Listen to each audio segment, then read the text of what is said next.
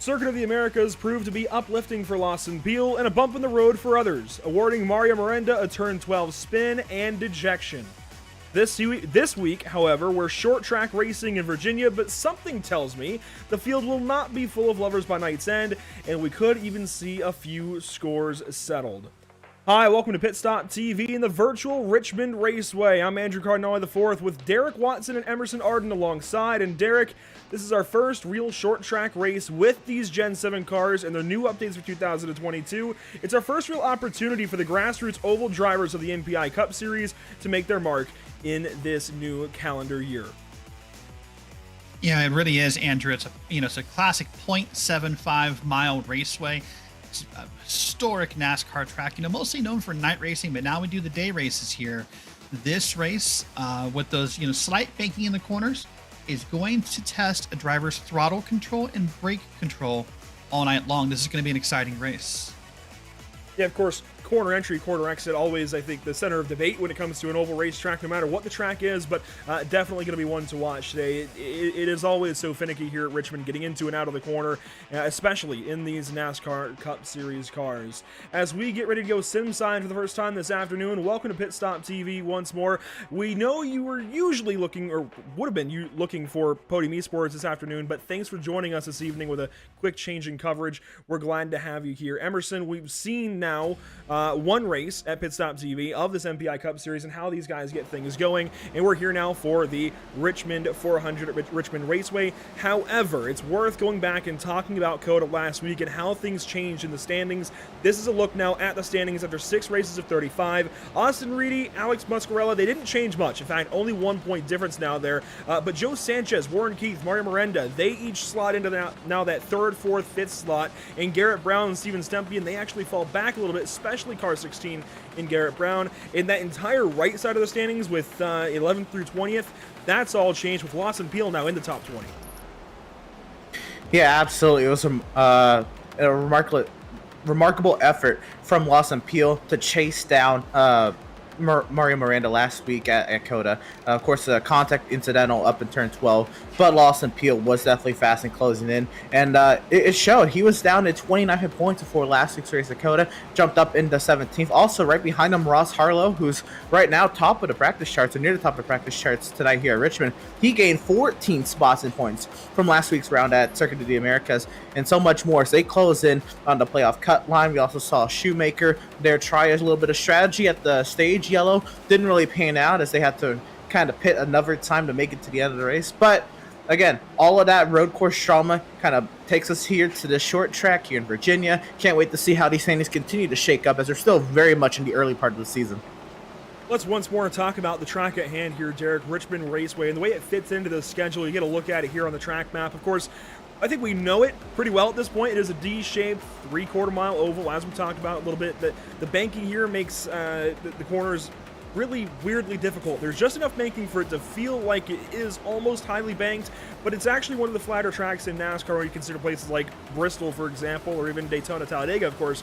Much more banking at places like those. It's relatively flat here at Richmond, but certainly the banking changes things on corner entry and exit, as you talked about, and the way it fits into the schedule is pretty interesting. It fits right in with pretty much the same orientation as the NASCAR schedule. We have Bristol Dirt next up, completely different in 2 weeks, but we had COTA last week, Richmond this week, Bristol Dirt afterwards, and Talladega race number 9. This is a really weird time in the schedule where you just cannot get into a rhythm. No, you're right. You cannot get in a rhythm, but this is the time of the season, if you look at the schedule here, where you see, as you said, you got COTA, Richmond, Bristol Dirt, Dega, Dover, Darlington, Kansas. Like, there cannot be a more eclectic set of tracks. This will show you who is the best all-around racers. You might have someone who comes out, who's a road course specialist, or someone who's a super speedway specialist who will shine that week. But I think where the points stand probably after race 11 or 12 coming into the all-star race, you're going to get an idea of who's the best all-around driver on the iRacing service, in this MPI league, because that's what these tracks are going to do to you. As drivers, when we read this schedule, Emerson, you're a driver as well, across different series. It's crazy to see you go, oh man, that set, I can't find a rhythm. You do like Kansas, and then you do Charlotte, and then you'll do Vegas. You're like, oh, this feels good. Like it's kind of the same idea, but this is so eclectic that it's hard to find yourself here. I absolutely agree, Derek. The collection of races here in the first third of the schedule really is a gauntlet of races. Then you have the All-Star race break, and then you're really setting yourself up for that playoff run. Again, a lot of mile and a half. There's a few road courses in there that's going to spice things up a little bit. And then the mile and a third at Nashville, along with the super speedways, Pocono, Indianapolis, Michigan. But more or less, most of these are going to be more traditional ovals we're used to seeing on a NASCAR schedule for years and years on end, and that's really where you're going to find maybe your most rhythm as you set yourself up for that playoff run. Those really intense part of the schedule there with those final 10 races. And I think you almost look to Sonoma as maybe really the Sonoma-Nashville kind of week and a couple of days there. That's where you'll start to, I think, get an idea of who is here for real. So maybe just a little bit behind that All-Star race break, Derek, because that's where you get that second road course. And with the way that road courses are now playing a big part in NASCAR and this MPI Cup Series schedule, I think that's going to be quite important. You don't have many. You only have that one, of course, at the Charlotte Roval in the playoffs, but road courses are still so important as far as setting up for this season, setting up for these playoffs. And I mean, the Charlotte Roval is round 2 for the elimination round to get down to 8 drivers, so that's going to change things up. And I really feel like once we get through that second road course race at Sonoma Raceway, that's when we'll know who is here really to mean some business. And Nashville as well, just because it's such an odd racetrack, it's going to challenge the driver, much like it will here at Richmond this evening. I think Richmond and Nashville are almost in that same boat. D-shaped ovals, really weird banking, definitely more, I think, older surfaces, and very difficult to drive. These Gen 7 cars are going to be thrown for a loop, sometimes literally. Now, practice did just wrap up. Qualifying then on the way here at the Richmond Raceway. Again, thanks so much for being here. And I know it says 0.72 miles, but somebody was a little bit off, I think, in their counting. Definitely 3/4 of a mile as these guys get ready to roll out for their first laps of qualifying. Ross Harlow, quick in practice, as Emerson mentioned, one of the first out of the racetrack. Let's go on board with car 5.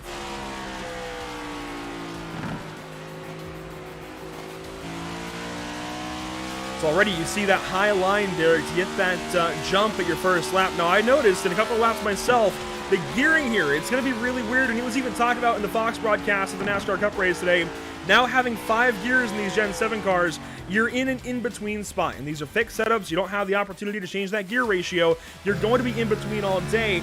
See, Hastings is going to pull 5th right there, halfway down the straightaway. Is he going to drop down into 4th in the corner, or does he leave it in 5th? He leaves it in 5th.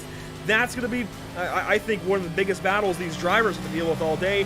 Which gear do you actually run to get up out of the corner? Yeah, I think what will happen here, probably, Andrew, is if we get into a long green flag run, that's when you'll see drivers start to shift. They're going to feel like they can't get that run out of the corner.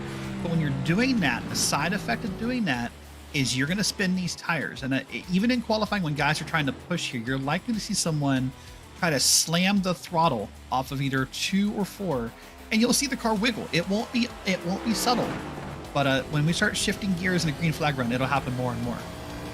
You can see the dash, the digital dash there for Sean Kalis as Ross Harlow goes purple. Let's check in with car number 5 as we saw him right at the beginning of his qualifying run. He actually parked it, brought it back to the pit lane, and started over again. So he gets that lap in and does go to the top of the board. So certainly admirable effort there. Parker Bland now on the track in car 01 with Waylon on board. And let's see, that's a 22.999. That's a little ways off, actually. Fastest lap so far, a 22.281. Again, from Harlow. And more times now checking in. Isaac Mock, I think, a car to watch. Ryan Kendall goes to 2nd. Car 68 looking good.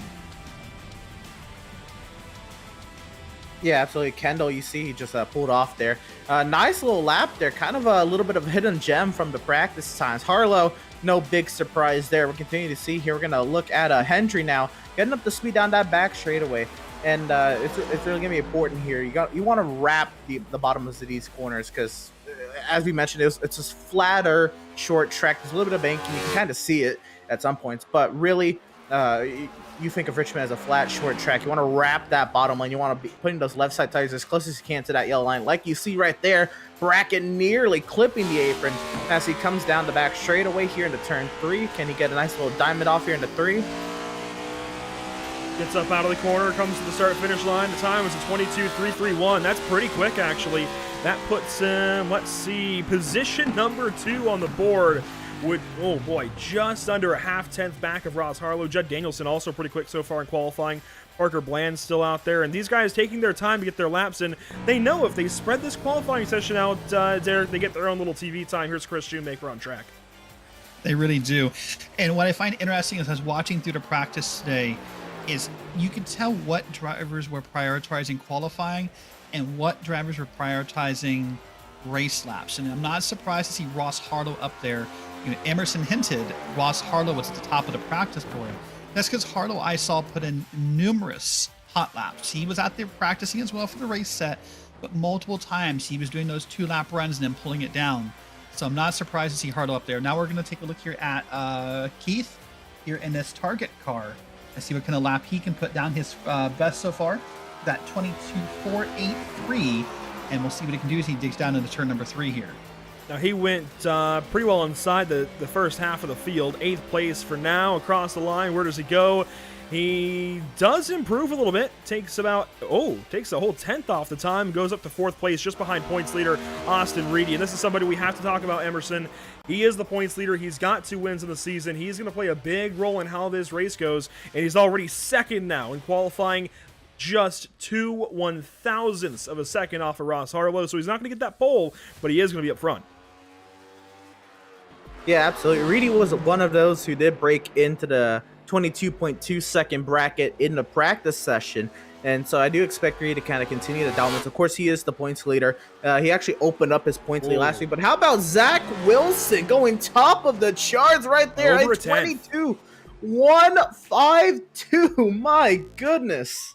That's a quick 51 car. He's going to be quick all day, and I noticed Zach Wilson very quick in practice when we first loaded in here, Derek, and then kind of later in the session, Ross Harlow figured things out as we got real close to the end, and you know, I'm not surprised to see Zach Wilson go right back to the top. It just seems like car 51 is going to have something today. Car 88 across the line, Justin Winters with old school diecast on the side of his car, 10th place so far. So right in the middle of the field, we've got 19 that have turned to time and several more on the way. Logan Sturgeon on track in car 26, as well as Steven Stempian in car 81. No, he actually takes it back to the pit lane, so we'll see if he gets back out there with that new gray Ghost paint scheme on board. Sturgeon begins his first lap. You know, Andrew, what I like about this process with these longer, you know, this 10-minute qualifying time is, as a driver and that minute mindset I have, I love this because, you know what, you wait till now. We're about 4 minutes left in qualifying, and if you wait till now to do your laps, you know the target. You know what you have to do. You know how hard you have to push this car. If you want to be on pole or start in the top first row or top 10 or whatever, you got there first. It's sort of the unknown. I love waiting. I love what these guys are doing. You see Sturgeon putting down that first lap there, the 23.227. Hopefully he'll improve on this one as we're going to come up there. And now we're going to take a look at Mario Miranda, our race winner from a couple weeks ago, and then a very strong run at COTA as well. And maybe should have been the race winner last week, let's be honest. Had that race absolutely covered up, and a little bit of contact in turn 12, and, well, as AJ Allmendinger found out, that's just how it goes sometimes. And Mario, unfortunately, has to eat that loss and come back out here at Richmond and see what he can do. And he's very confident in the rest of his season, I think very hopeful as to how things would go. Using this top line, even on his first time lap, going to get another run at this lap. I'm excited then to see what he can do. Car 99, first lap out, it's not going to be very quick, 22.6. That's a half second off, but it's going to pick up here the second lap, Emerson. I like seeing that he's, you know, even using that first time lap as a banker to get a run at his second lap on the racetrack. Now right down to the bottom side. Let's see what he can do. Yeah, we tend to see that a lot. He's actually going to right up here off of turn number 4. So we're going to see the time right across the stripe. It's a 22.306. That's going to put him 4th quickest.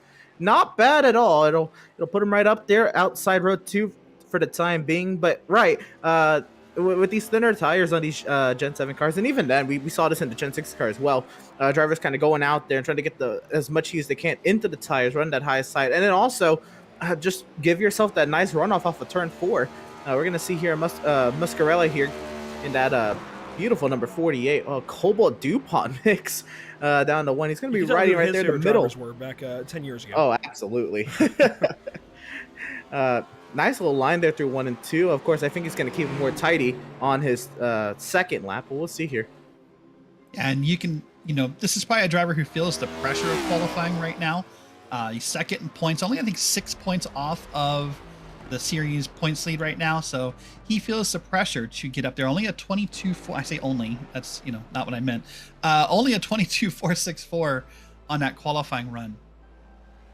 Shoemaker on track in car 14 comes across the line, and he is about 3/10 off, picks up on lap number 2 up to, 2/10 off in the 9th position. Still waiting on several cars to take to the racetrack, waiting for the final couple of moments inside of a minute and a half to go, and we've still got, I think, 10 cars in the pit lane. One thing I want to highlight before we go any further, though, in this qualifying session, the weather for this race, 64.5 degrees in the air, 80 degrees on the racetrack, and sustained winds out of the northeast at 10 miles per hour. That's not too crazy. The winds shouldn't be too much of an issue today for these guys, but that is cool, certainly, in the air, and the track is not all that warm. 80 degrees isn't that crazy for, of course, stock cars in an oval. I think we know that, but we'll see how that affects and how that changes throughout the day, as you can see the sun starting to get lower and lower on the horizon right there. I mean, we are in the afternoon, starting to get towards late afternoon. Garrett Brown, first lap, is the slowest of anybody so far. 28th position out of 28 who have taken a time, which means we do have 10 that have not even taken to the racetrack yet, and 10 that are waiting, I guess, to not qualify, and they're just waiting for the grid. Well, and I want to come back to what you said about the time of the race real quick before we move on.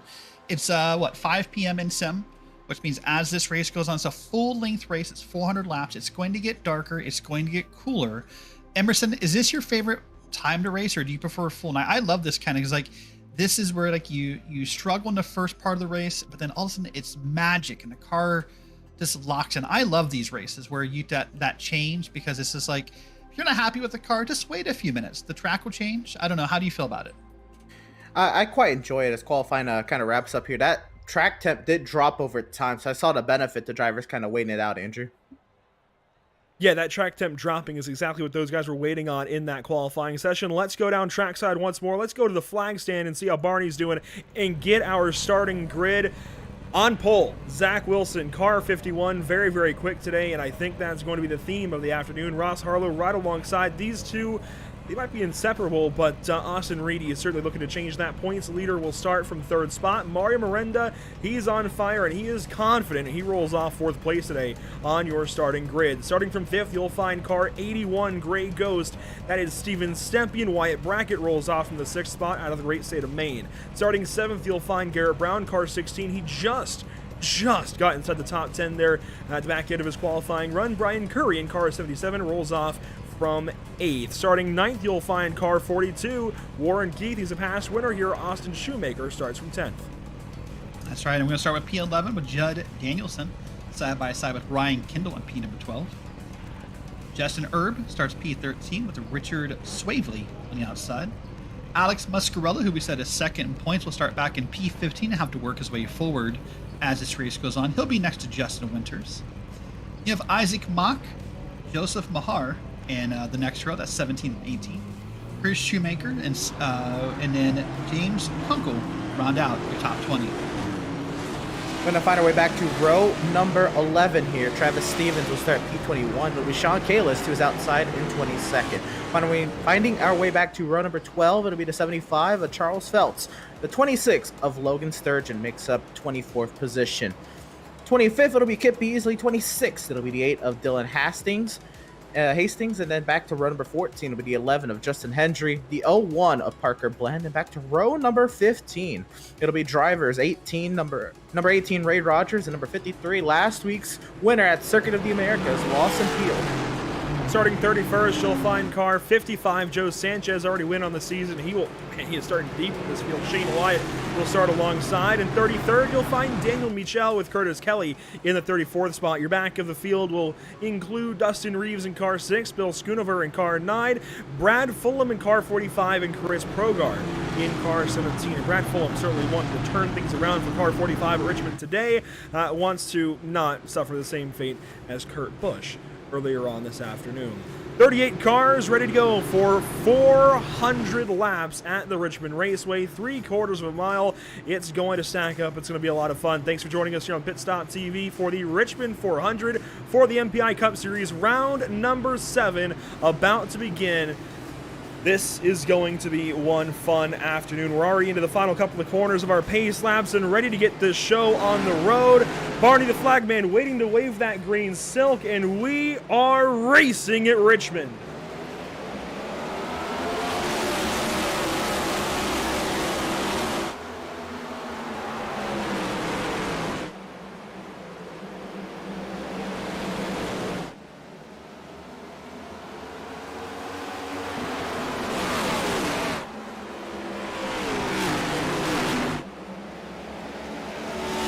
By the speed shot for the first time today, Zach Wilson leads the way, and I think, again, that's going to be the theme of the afternoon. The entire field comes on by on the front stretch.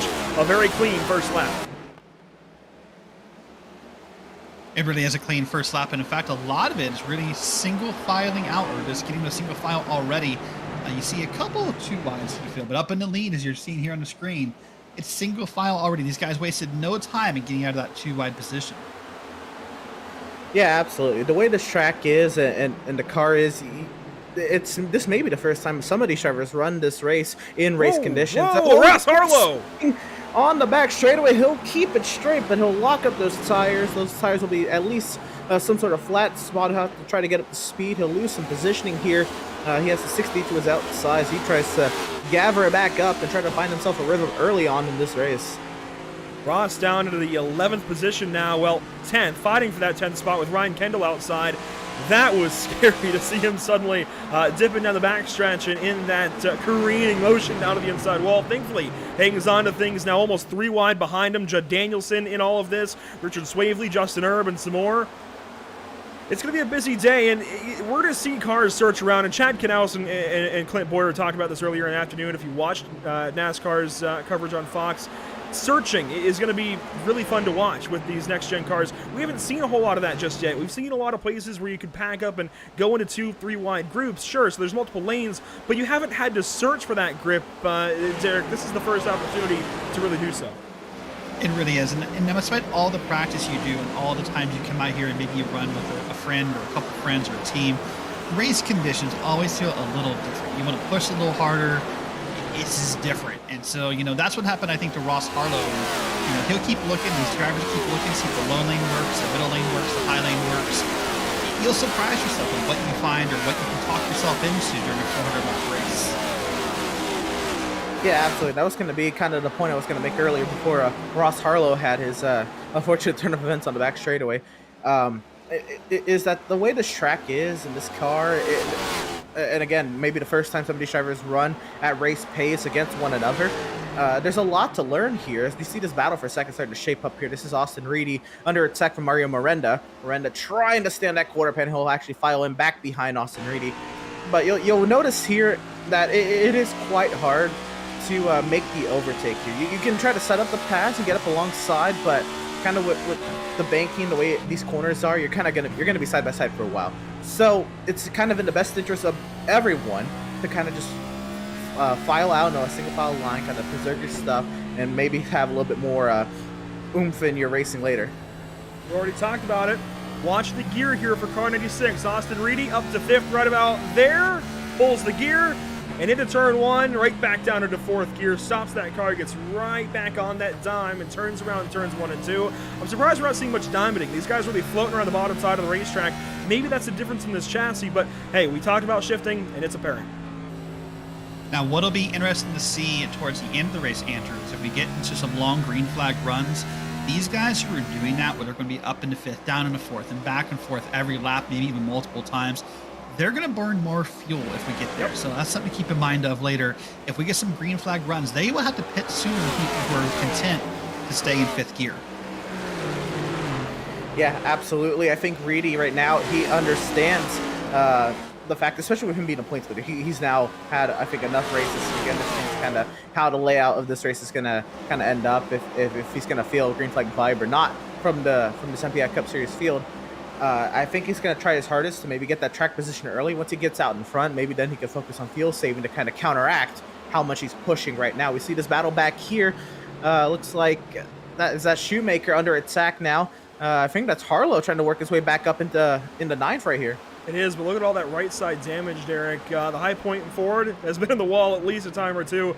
That is a lot of damage, I think, to have on the side of your car on only lap 13. That's happened pretty. Oh, and Ross Harlow right in front of him. Oh my goodness! You know what, guys? Mollywops the wall. What I talked about in pre-race. This is throttle control. This isn't, you know, aero wash you see in Indy cars. This is nothing more than throttle control. This track is super tricky. It looks simple. It really does. But man, when you're in the car, it's so hard to do because you get loose even a little wiggle here, and it's so hard to get it back under control. Yeah, with these new steering boxes in these Gen 7 cars, it really is incredibly difficult to catch these cars once they're in a slide. And as you said, throttle control. That's at the utmost importance, as it ever has been when it comes to racing as it is now in NASCAR, at least here in the Cup Series. These cars are something else. The throttle response is a whole different animal, and we kind of saw it there. Now, I think maybe there's a little bit more to that story with what happened to Harlow and Shoemaker there off of turn 2. There might have been a little bit of contact, maybe net-coded contact, but overall, I generally do agree. Maybe a little too happy with the throttle there off of 2. And Andrew, talk about it for a second. You drive like the rest of us. The frustration level for Ross Harlow. That's the second time he's already gotten loose this race. What does that do to you mentally when that happens? Rhythm isn't there. If he's watching Ryan Kendall, take a look now at Austin Shoemaker. And he was just in Kendall's position a few laps ago, trying to get to the inside of that 14 car. Finally got on by Shoemaker and then immediately had that problem. That destroys all confidence now for the rest of the race. You got there, you made the pass, and then you immediately made that mistake, and now you're going to be so on pins and needles the rest of this afternoon. You still have 380 laps to go. That's a lot of time. So yes, there's a lot of time to figure things out. That's also a lot of time for you to stew on the mistake you just made, and of course it's going to hurt you the rest of the afternoon. All that damage on that right side is going to be tough to come back from, but these next-gen cars are pretty sturdy and should be able to cope with that damage swiftly. Makes you to catch out of turn 2. Danielson goes on by. Already the handle on all of these race cars are going away. We're going to see this will become the theme for the rest of the field. I think we're going to see the 51 car lead most of the day, but the theme for everybody else will be handling issues as we get closer and closer to lap number 20. What I do want to highlight before we go any further, though, is the stage. We do have a stage break, of course, coming up at the completion of lap 70. And then again at the completion of lap 230. So much like the NASCAR race today, we are going to, 70 laps in your first stage, 160 in stage number 2, and then 170 in stage number 3. The same split up as NASCAR, and certainly I think a very unique and odd split up as well. Yeah, this will test you a lot. This will really test, because it's almost like you're going to test a short run and a long run if we stay green. Like, this is a theme across all of racing, not just iRacing, where you can be a great short run driver, but man, maybe you just don't have it in the long run, or vice versa. And these stages really could prove who has what with this, the 70 and the 160. Stage 1 and stage 2 could see very different results. Yeah, absolutely. Or, I think many drivers are going to kind of play it by ear, but if this stage goes green, I know it's a little early to look at the second stage, but that being 106 laps, could we see drivers maybe split that in half to kind of keep that same tempo of race, 70 to 80 lap stints at Richmond, which that sounds like a lot of laps, but really isn't all that detrimental to tire wear. And that's very similar to what we saw earlier. I'm going to keep making references to the race today.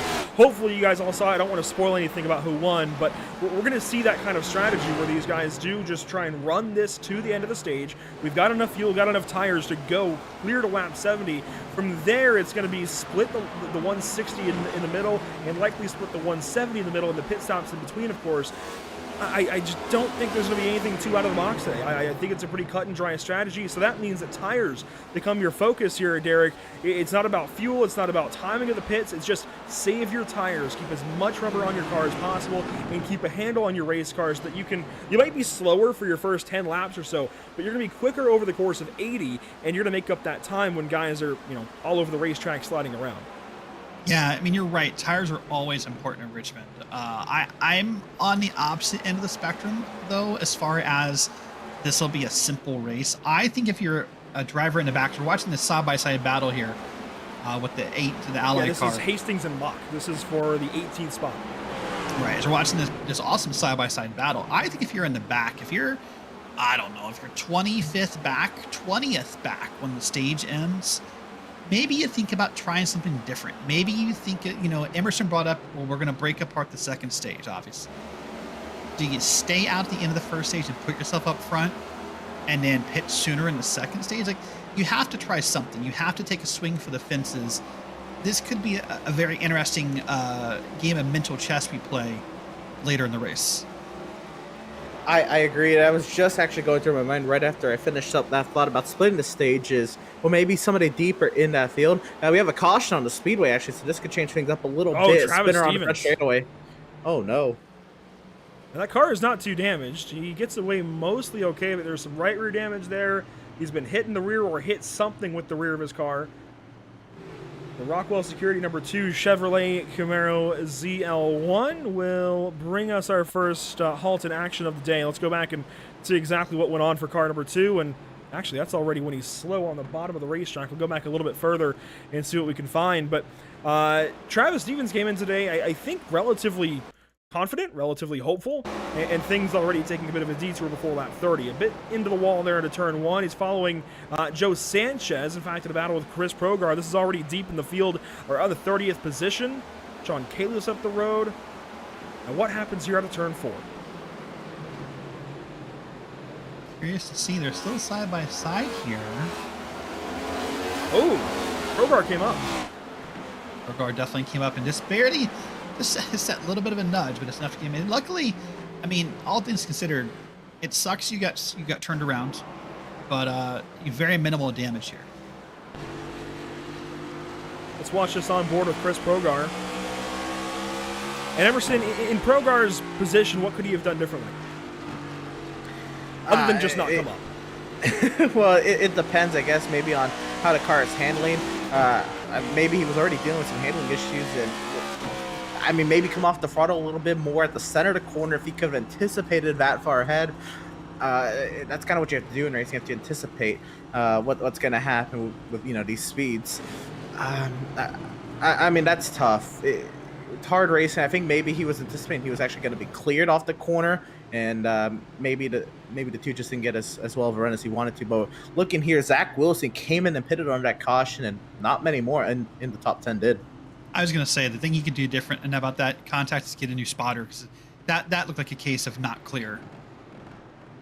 A few tankers under this yellow. Zach Wilson drops down to 25th now. Steven Stempian came in, and he drops down to 29th. Joe Sanchez pitted, Ross Harlow pitted, Bill Schoonover, Judd Danielson, Chris Progar, Lawson Peel, Parker Bland, Daniel Michel, all pitted under this yellow, and Travis Stevens has dropped to 1 lap down but has not pitted. Kind of curious that he dropped a lap down. He shouldn't have. I mean, he spun around, sure, but he got back going pretty quickly. I wonder if he, I don't know, but he's having to let the field come on by, it looks like. This is a really curious situation for Travis, and I can't imagine why he would be a lap down, but he is. Let's take a look here. Did he just get put a lap down when, from getting it back together before the caution, or when the caution came out? I would have to imagine, but I thought he got back rolling pretty quickly. Here's Ross Harlow back in the pit lane, likely to fix some damage. Judd Danielson doing the same. It's still odd to me that Travis Stevens would have lost that lap, but hey, iRacing will iRacing, and obviously iRacing is scoring things, and will sort stuff out as it needs to. The sim does a pretty good job of that more often than not. Austin Reedy going to take control of this race now. What do you do here, Derek? I mean, would you have pitted under this yellow? Would you have saved your set of tires? What would you do? It really depends. Funny enough, we were just talking about the idea of strategies. If I'm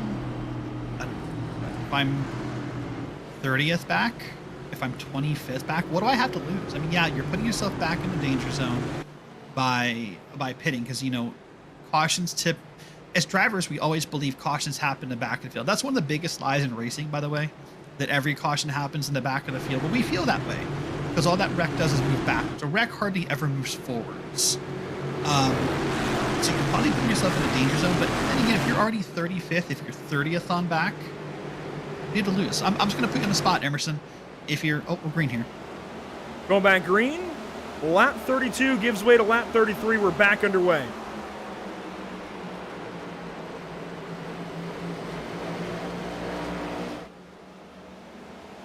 So a quick sorting out of positions there. Austin Reedy takes control of this race. Mario Miranda back in second. And things sort out behind. A little bit of side-by-side there with Keith and Brackett. Up out of turn 4, though. They get that sorted out. Emerson taking away. Yeah, going to be side-by-side here down into 1. Up front, the top 3 have singled it out. So close there on the entry of 1, though. Looks like off the corner, it's going to sort itself out. Whoa, Muscarella. Oh, man, what a catch. That is so hard to do in these Gen 7 cars. But Muscarella kind of merges his way back into traffic, and Wyatt Brackett is currently working his way backwards. On board here with Richard Swavely, watching these guys side by side ahead, and so Reedy gets away. Miranda there second, Keith third. They're starting to sort that out. Curry in the 4th spot, and Swavely headed the wrong direction. Now, heat cycling tires, Derek, that's usually an issue, and I think that's what these guys are learning.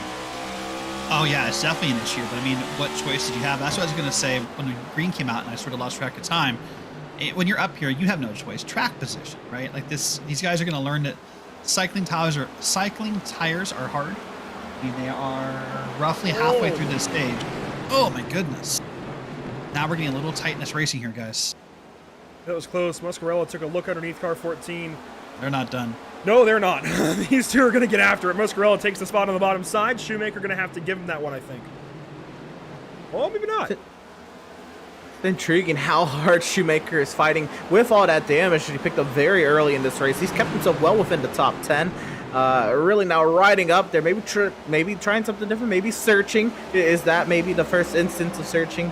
I guess we're going to be able to explicitly see here on the broadcast. How about the 88 trying to dive down to the bottom side, but Shoemaker holding his own there in the middle lane. Winters trying to make something happen. Oh, so close down the back straightaway. Can he keep his nose down there into turn 3? Side by side, cars 14 and 88. Winters pulls up alongside out of the corner. Usually the top side has that momentum, Derek.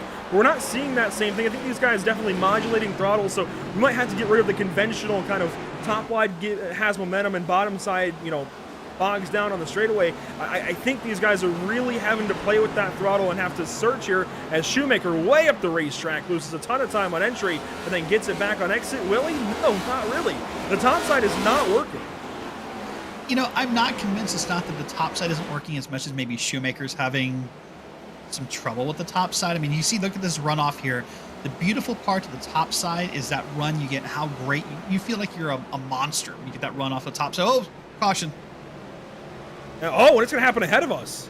That was Ryan Kendall in trouble. Car 68, and he was not alone. Payless comes to a stop. And that is one torn up 68 car. I'm very curious as to how he got in that predicament. I guess that happened right in front of the battle we were watching. Yeah, it happened up the road. Muscarella had actually driven up to him, it looks like. So we'll go back a little ways and watch this develop. So Muscarella, car 68, is chasing Kendall. This is a lap prior or so. And it's going to happen. So you can see Shoemaker way... Yeah, this was right in front of us. Good call there, Derek. Next lap, watch Muscarella into turn 3. That's where this is all going to happen. And it sounds like, if you heard it there over my talking, Kendall let the gear in 4th run all the way up to the top. Might have gotten in 5th, and this happened. Yeah, this is Muscarella trying to get it down into turn 3 to the inside. I don't believe the 68 anticipated that. And for what it's worth, most of the field, or all of the field, is going to avoid it. Oh, that's so close. But everybody else avoiding that is remarkable, and the 68 doesn't have that much damage for what it's worth also. Yeah, these guys get away without too much issue. So two really, I don't want to say bland, or even tame issues, but definitely somewhat calm incidents to start this race out. Muscarella gets into them. Car 68 up the racetrack. Who was it that came through right here? This will be a great view of it, too. A-list comes to a stop, but oh my goodness, that was car 3. And that would be right James Kunkel that went by in car 3. And yeah, everybody squeezes on by. A-list is the one that comes to the stop there with SK on the side, and they get back rolling. That That could have been a lot worse. That could have been our first big one of the day. Yeah, definitely could have. We had a few cars come down pit road here as we were watching the replay, and I'm waiting to confirm. I would believe that this would put Travis Stevens back on the lead lap of the Lucky Dog, but he's not moving around yet, so I'm not sure what the call is there. I would think we're already at the point of Lucky Dog. Not entirely sure. We're watching Stevens here. We'll see if he gets his lap back. I also wanted to touch on something I was noticing on that green flag run was Zach Wilson and that pit stop. He only made up one spot before that caution came out. So he was in 24th position for quite a while. It did not seem that those fresh eyes were paying off, but now he's up into 15th as drivers have elected to pit. I guess he has some options now that he's already pitted, but for the moment there, if we were going to continue on green, it was not looking, at least there's going to be any immediate payoff of that pit stop on the first yellow. And drivers that pitted under this yellow, including Chris Shoemaker, Garrett Brown, Richard Swavely, Dylan Hastings, Isaac Mock, Shane Wyatt, Kip Easley, Joe Sanchez, and a few others. Even Lawson Peel, last week's winner, Dustin Reeves came in, and of course Ryan Kendall came in. I don't see Muscarella on that list. Muscarella hanging on to his track position in car 48. I wonder if we can go ahead and dial him up quickly. Are we 1 to green just yet? We did just go 1 to green, it looks like, so we will not do that just yet. But we'll keep that in the back of our minds. Muscarella would be a good one to talk to after that incident there into turns 3 and 4 with Ryan Kendall. We are doubling back up and getting ready to go back green flag racing. Already been a pretty interesting start to things. 2 cautions for 10 laps and a lead change under yellow. I wonder, though, if that number might go up. I mean, Miranda here, we haven't talked about these guys a whole lot with a couple of cautions and battles for their back, but Miranda is there on Austin Reed and is going to make his life difficult these next, I think, 25 laps or so. In fact, we'll have 25 laps to go at the drop of this green flag, waiting on the iRacing.com pace car to go back to the safety pit lane. It will do just that, and the field is in the hands of points leader Austin Reedy. 2 wins of the season, looking to make it 3 at Richmond. A green flag is back out.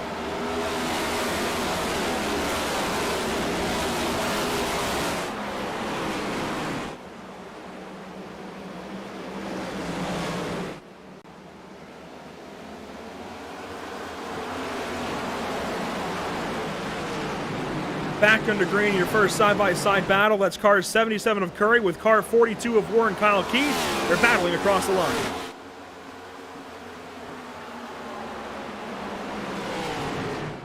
Looks like they've now got it sorted out here with Kyle Keith taking P3 here. Kyle Keith holding on to that third spot now after making that overtake. Now we're looking further back. This is Muscarella, who tried to hold on to that track position. Wyatt Brackett, he's somebody who's been steadily making his way forward on these restarts. He's been wanting to take advantage of all of these cautions and kind of continue to move his way forward in the field without making those pit stops. Trying to work over to the inside of this 48 here, but no easy feat to continue on side by side into turn 3. Still side by side. This is for position number 5. And on turn number 4, Muscarella got that damage, of course, on his nose. The incident with Ryan Kendall. Not holding him up, I don't think. He's looking very, very speedy on the top side. Going to roll on by that 10 car nearly.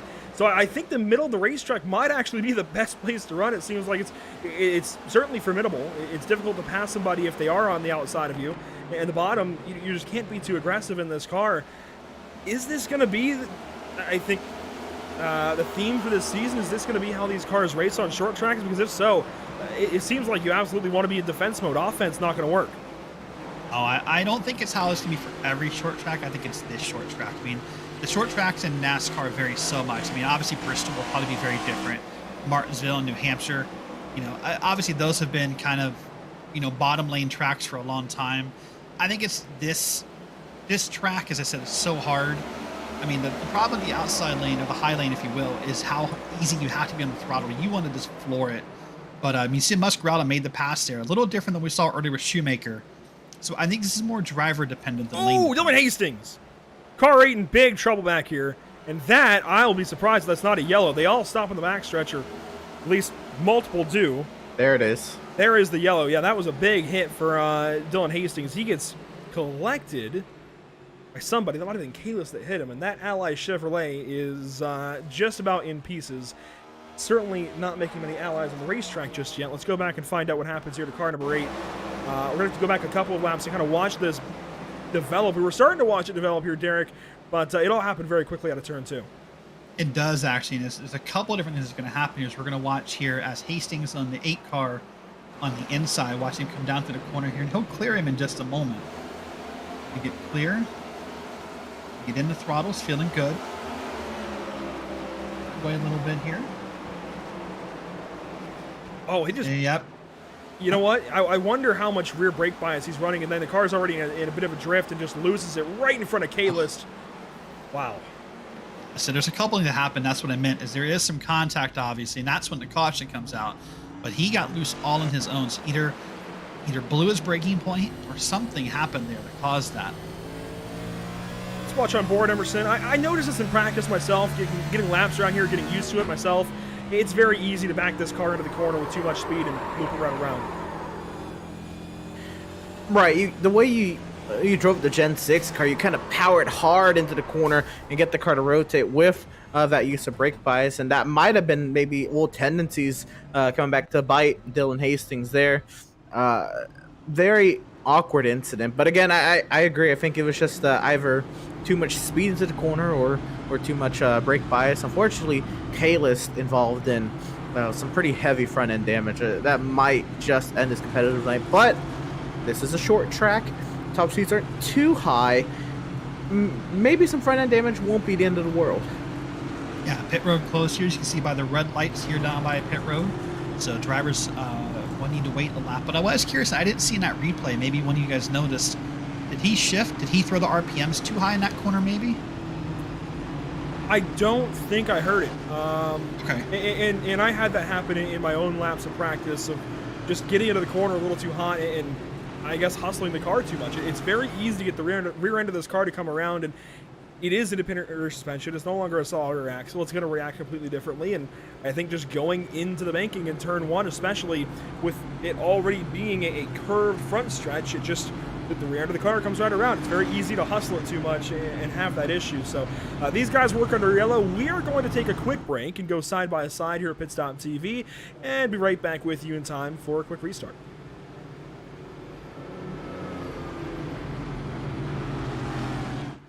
Hi guys, today me and Moose welcome to my extremely formal presentation of my 2 latest creations, the MPI Sync Chassis and the MPI Foldable Stand. When I created the MPI chassis, I wanted to have everything included. What it means. So in the MPI chassis, I wanted to have everything you need besides the electronics. So it has the keyboard tray, mouse tray, adjustability, TV stand, computer stand, super stiff pedal assembly, a seat that if you don't have a lot of space, you can fold it. If you have limited space, I solved your problem.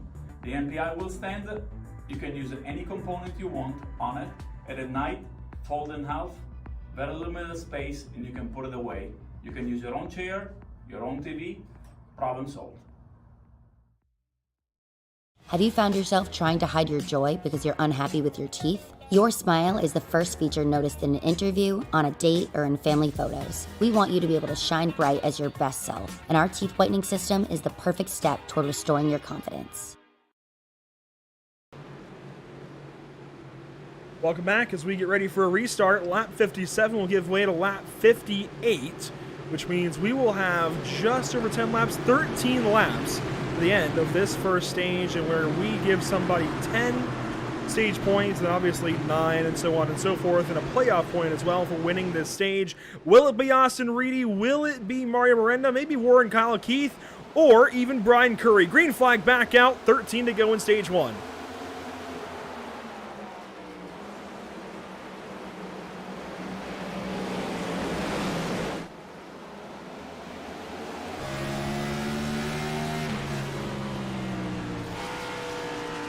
Wyatt Brackett working the top side of Alex Muscarella. This battle already back at it here, Derek. It's going to get spicy, and there it is. Contact. Brackett in the wall. Muscarella saves it. What a catch. Well, is it a catch? Like, put it now 3 wide here in turn number 1 and 2. Muscarella on the bottom. Shoemaker up top with the car in the middle. They've sorted it back to 2 wide. That's a great save by Muscarella. Whatever you think of the contact they had, that's a separate conversation. But a great job keeping it all together. almost anticipated that contact coming. The way Muscarella was racing, the way Brackett has just been on his way up to the field, I think there was just going to be kind of a clash, and then there was a clash. Now Shoemaker, with all that damage, car 29, Curtis Kelly around.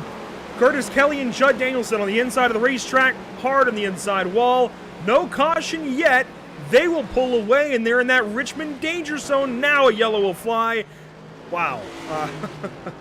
It might be one of those afternoons, gents. Oh, we look back, last year's race had 19 cautions for 91 laps, so hope we don't get to that number, but it's not unheard of here in the MPI Cup Series. Watch that white and red 29 car, 3 wide in between Ross Harlow and Judd Danielson. Oh, and Ross comes a little bit low off the corner, just hits Curtis in the side and shoots him right down into Judd. Nothing Curtis did wrong there, nothing Judd did wrong, just Ross made a small mistake. I mean, this is a product there where you have to think about decision-making skills. Really, we're still at the start of a race. I mean, I know we're 61, 62 laps in, but ask yourself, I know we're 9 laps away from the end of the stage. Did you need to be 3 wide? It's easy to say none of those drivers did anything wrong, but each of them had a decision to make in that moment, and no one decided to back out of that. And sometimes that's what happens here in a 3-wide race at Richmond. They're going to make contact right there, and I don't know. I don't know if you needed to be 3 wide at that moment. Don't disagree. Yeah, there's still so much time left in this race. Now, I know Harlow, he felt he had a very fast car. He's trying to make the move around the outside, and it looked like he kind of held his line once he came off of 2, and I don't think 29 anticipated him being there. Again, just 2 cars coming together, both going for the same piece of real estate. And yeah, very early. Not even to the end of stage 1. Look at that damage. It's a lot. And, despite all the praises you can give to the iRacing service, and I don't know if there's something that is necessarily a negative, but it's hard. 3 wide in iRacing is very hard because the spotter isn't exactly informative of 3 wides in iRacing. You're 3 wide. You don't know how far. You don't exactly know where. It's hard stuff. If you're on a single monitor setup, which a lot of drivers are, 3 wide is super hard and super scary, and that stuff happens. I mean, when you're Ross Harlow, it's even harder because now you're like, well, I don't want to hit the wall. So you come in, you don't think you're even going to hit anybody. That's just an unfortunate wreck. While we have this opportunity under yellow, I'm going to see if we can hit on that Muscarella story that we had a little earlier on with that damage. He's down there for Sega Keith Motorsports, and Derek, he's headed your way. All right, Alex Muscarella, this is Derek Watson up in the booth. You got me? Yeah. Awesome. A good run so far, running P7 as we're under caution here again. What's your strategy for tonight's race? To not die, even though I've nearly done it twice. Yeah, we've seen some close contact that last run. You got into a little bit of contact and went pretty far down the front straight. How's the car feeling? I can't really tell. I didn't really have much time to get it up to speed. I'll be able to probably tell into 3 here, but yeah, just hoping to not, just keep the nose clean for the rest of the race, hopefully. Probably won't happen though, so we'll see. All right, well, good luck here. We'll put you back down with your teammates. Want to say good luck here as we end this stage. Thank you. All right, that's Alex Muscarella there running P7 here under caution. Took a moment to catch up with him as we're about to go green here once again, Andrew. The field into turns 3 and 4. Austin Reedy back in front of the field and has been since he took the lead away from, who was it? Zach Wilson when he pitted. Lap 66 on the way, just 5 laps left in stage number 1. We're back under green.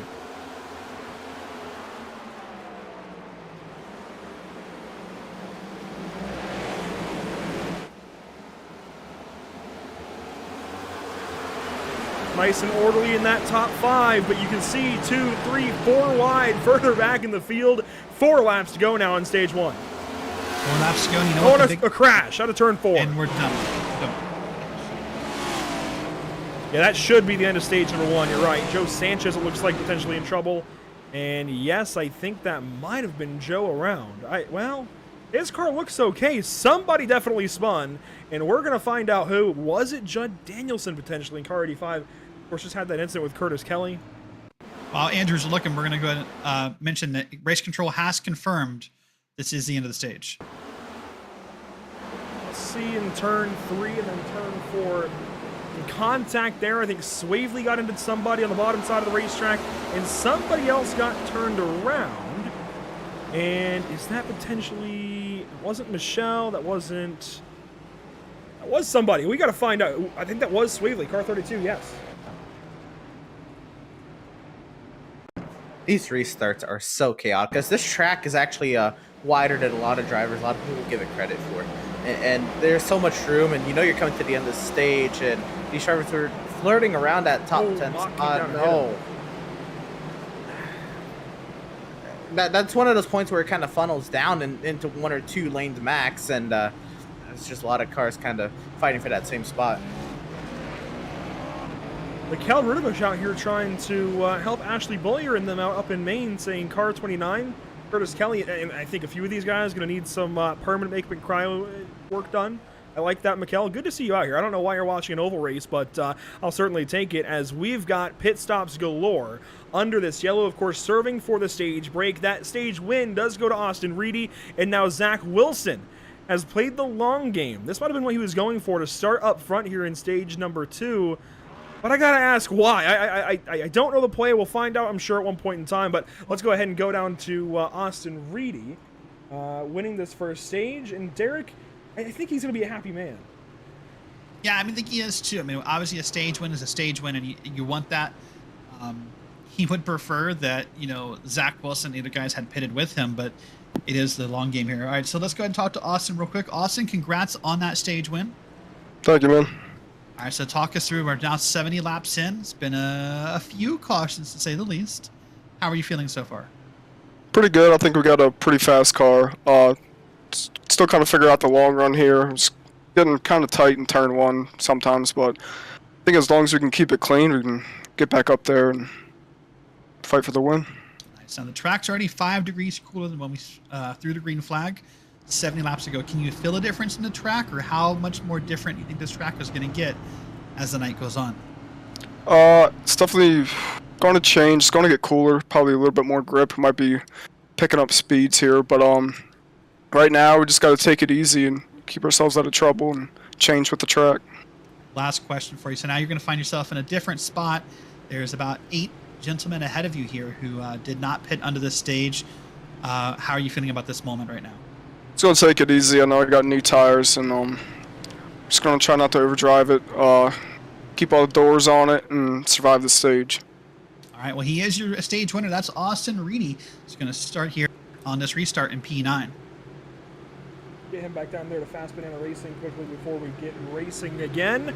And we are going to do exactly that, is get racing again here in just a couple of moments. The entire field coming down to the restart zone. Zach Wilson back in control, and he fires off very early. Stage 2 underway on lap 72.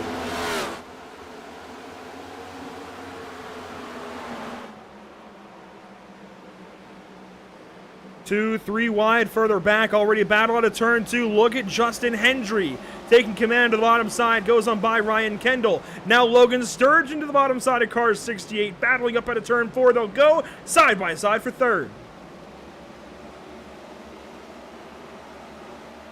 Oh, and a blink there from Sturgeon. He blinks out for a moment, comes on back. Kendall looks like he is going to lose that spot, though. Can he come back on the top side? Maybe. The top end of this field fanning out aside from this battle. Little tires smoke there in the corner, but Emerson, talk to me about Austin Reedy right now. Obviously probably a little frustrated, all those guys are in front of him. What is his mental aspect like right now as he's being, in his mind, held up by these cars? Well, it's a 400 lap race. It's a 160 lap stage. By your time, you're already well inside the top 10. You know you have better tires than everybody in front of you. You're going to be able to get these guys. It's just going to have to happen one at a time. It's going to be very chaotic in this restart. I know he probably hoped to make up more spots on the start, but nonetheless, he's just got to take what's given to him and kind of piece this race together one by one. Now he's looking on Sturgeon here.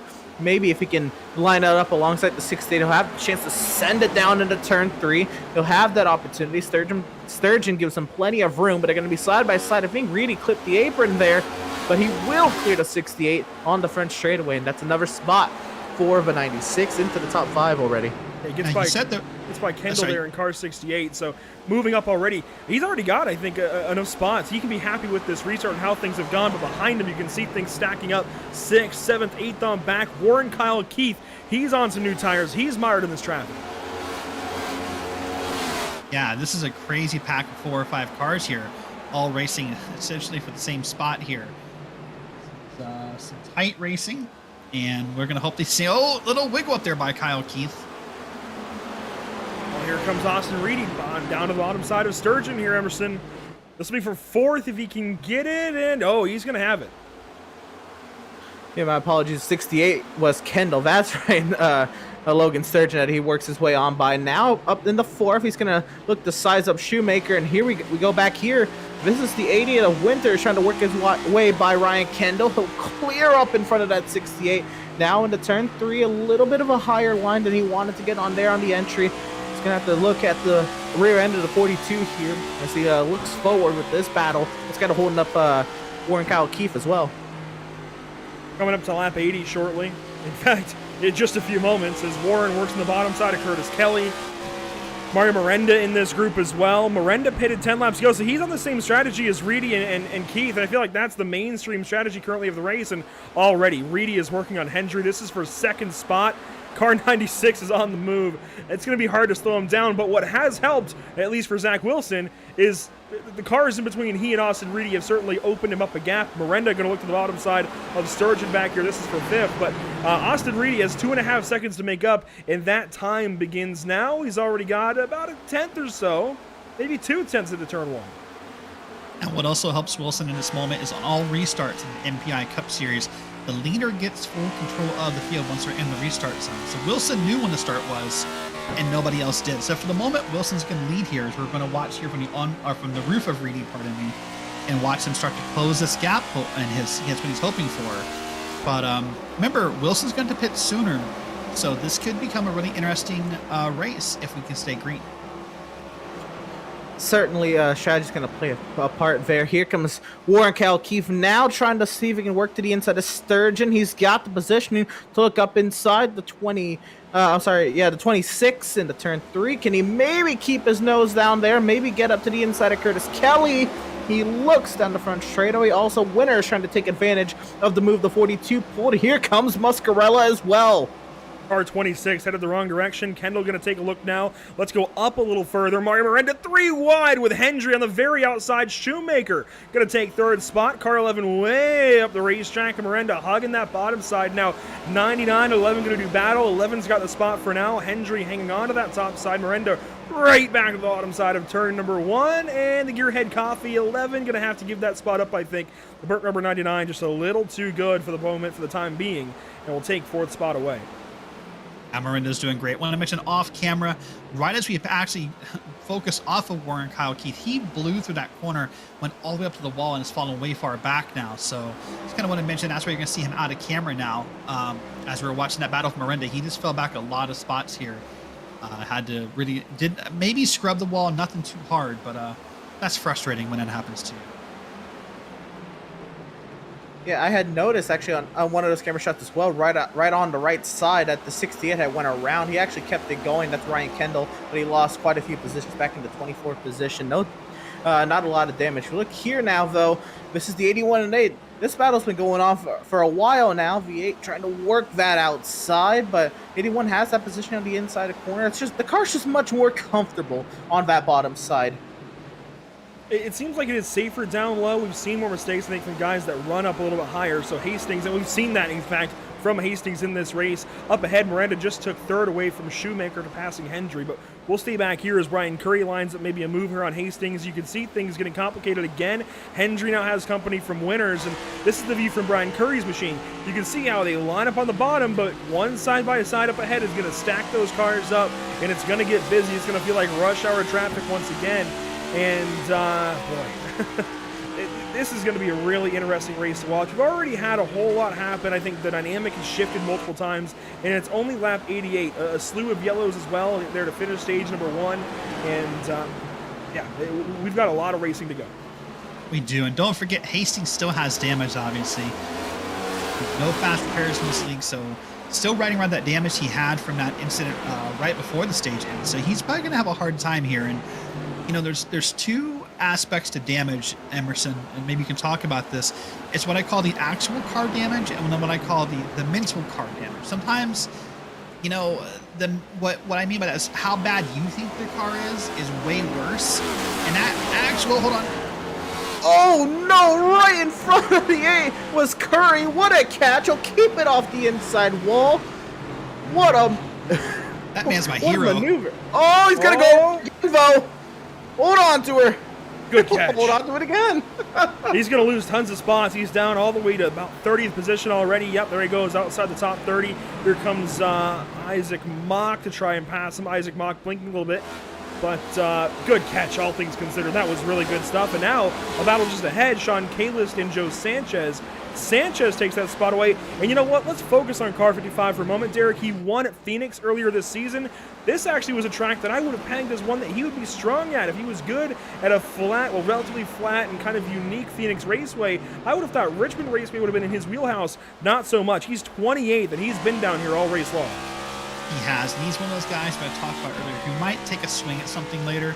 Obviously, this is a fixed setup race, so it's not going to be on the setup. It's going to be either on the tire strategy, when he pits, you know, something of that nature will have to work out. But I mean, this is proof that not all tracks are equal. This is a great proof of that, actually.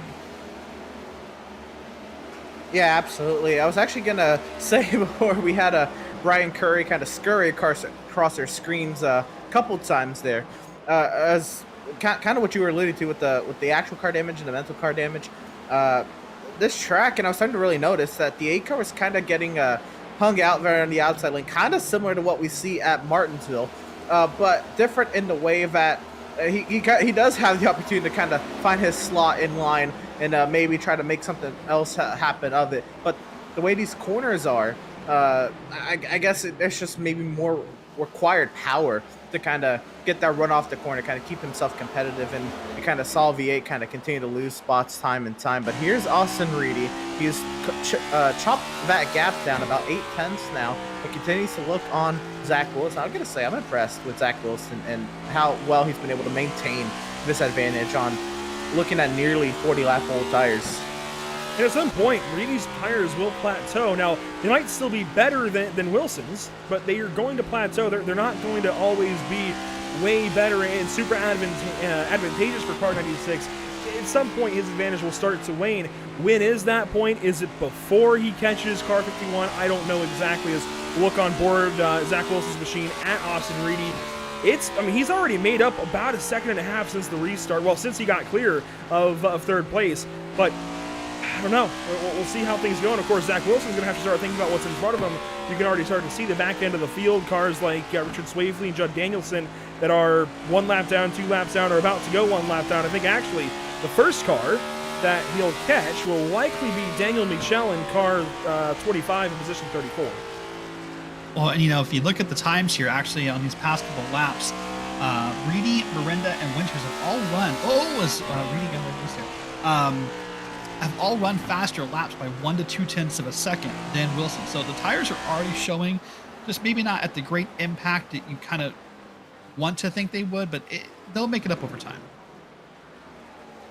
Yeah, there's almost no doubt that he was going to make it up over time, especially with the difference in tire age, looking at about 40 laps. But again, you know, with all the restarts and all the caution laps, there wasn't, I guess, 40 laps worth of racing on Zach Wilson's tires, and as he said, he was able to control the start, build up that margin. Then with all the other cars who didn't hit on the stage yellow, it kind of gave gave Wilson the buffer to Reedy.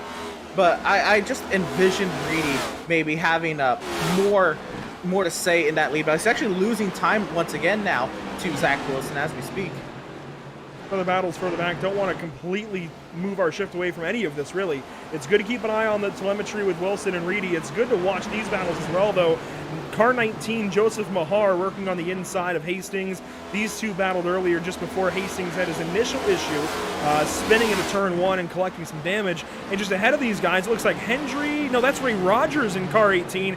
We have not seen much of him in the 2 weeks that we've covered this series now, Emerson, but he is looking good, starting to move his way through this field into the top 10. And, car 18, well, The number 18 always looks good on a Toyota Camry, and it's starting to look good as it works its way throughout this field and right to the back end of Chris Shoemaker now into position number 9. You can see this battle. Warren Kyle Keith takes that spot away, Derek. So something is working for this 18 car. In fact, he's got 5-lap better tires than most of these guys around him. Well, actually, he gets clear of that now. So he runs out of his advantage. Warren Kyle Keith and everybody else ahead, they're all in the same strategy. He's passed everybody else who had older tires. Yeah, you know, he definitely has. He's in this boosted car, the number 18 car he's in that Toyota. And he's really just running through the field here trying to, I mean, he started 29th. He's up to 8th. What an incredible run this is for the 18 tonight. You know, he's 9 seconds off the lead, but anything, you know, a single caution will fix that. And as low as 37th. Yeah, as low as 30. That's the whole, I mean, it's not the whole field. He's only an 8th, but that's, it's getting there. It's moved up 30 spots since that point in time. Emerson, how big of a deal is that for you when you know you've been all the way down to the bottom of the field and now you're starting to work towards the front? Well, I think it does wonders, and I was actually going to mention that Ray Rogers is also a driver in the Outlaw Sim series, and I've also seen him kind of struggle on that side of things as well. So I think this run might just boost him all the way around. This is a great run, well within inside the top 10. Looking actually to catch up to another driver who's kind of up there in points, Warren Kyle Keith. I think it's got to do wonders for Ray Rogers. I think he understands this long season. And by the way, these are all new cars. I know Ray Rogers has been on the service quite a bit. This car maybe just doesn't suit his driving style, but I think he's starting to adapt to it. We're already now a couple months into this version of the next-gen car, and I think it's finally starting to come to him. Up ahead, Austin Reedy has lost now a second since we last checked in with him. Zach Wilson's got something, and Zach Wilson is starting to get closer and closer to that lap traffic ahead. I mean, he is very close here to Parker Bland.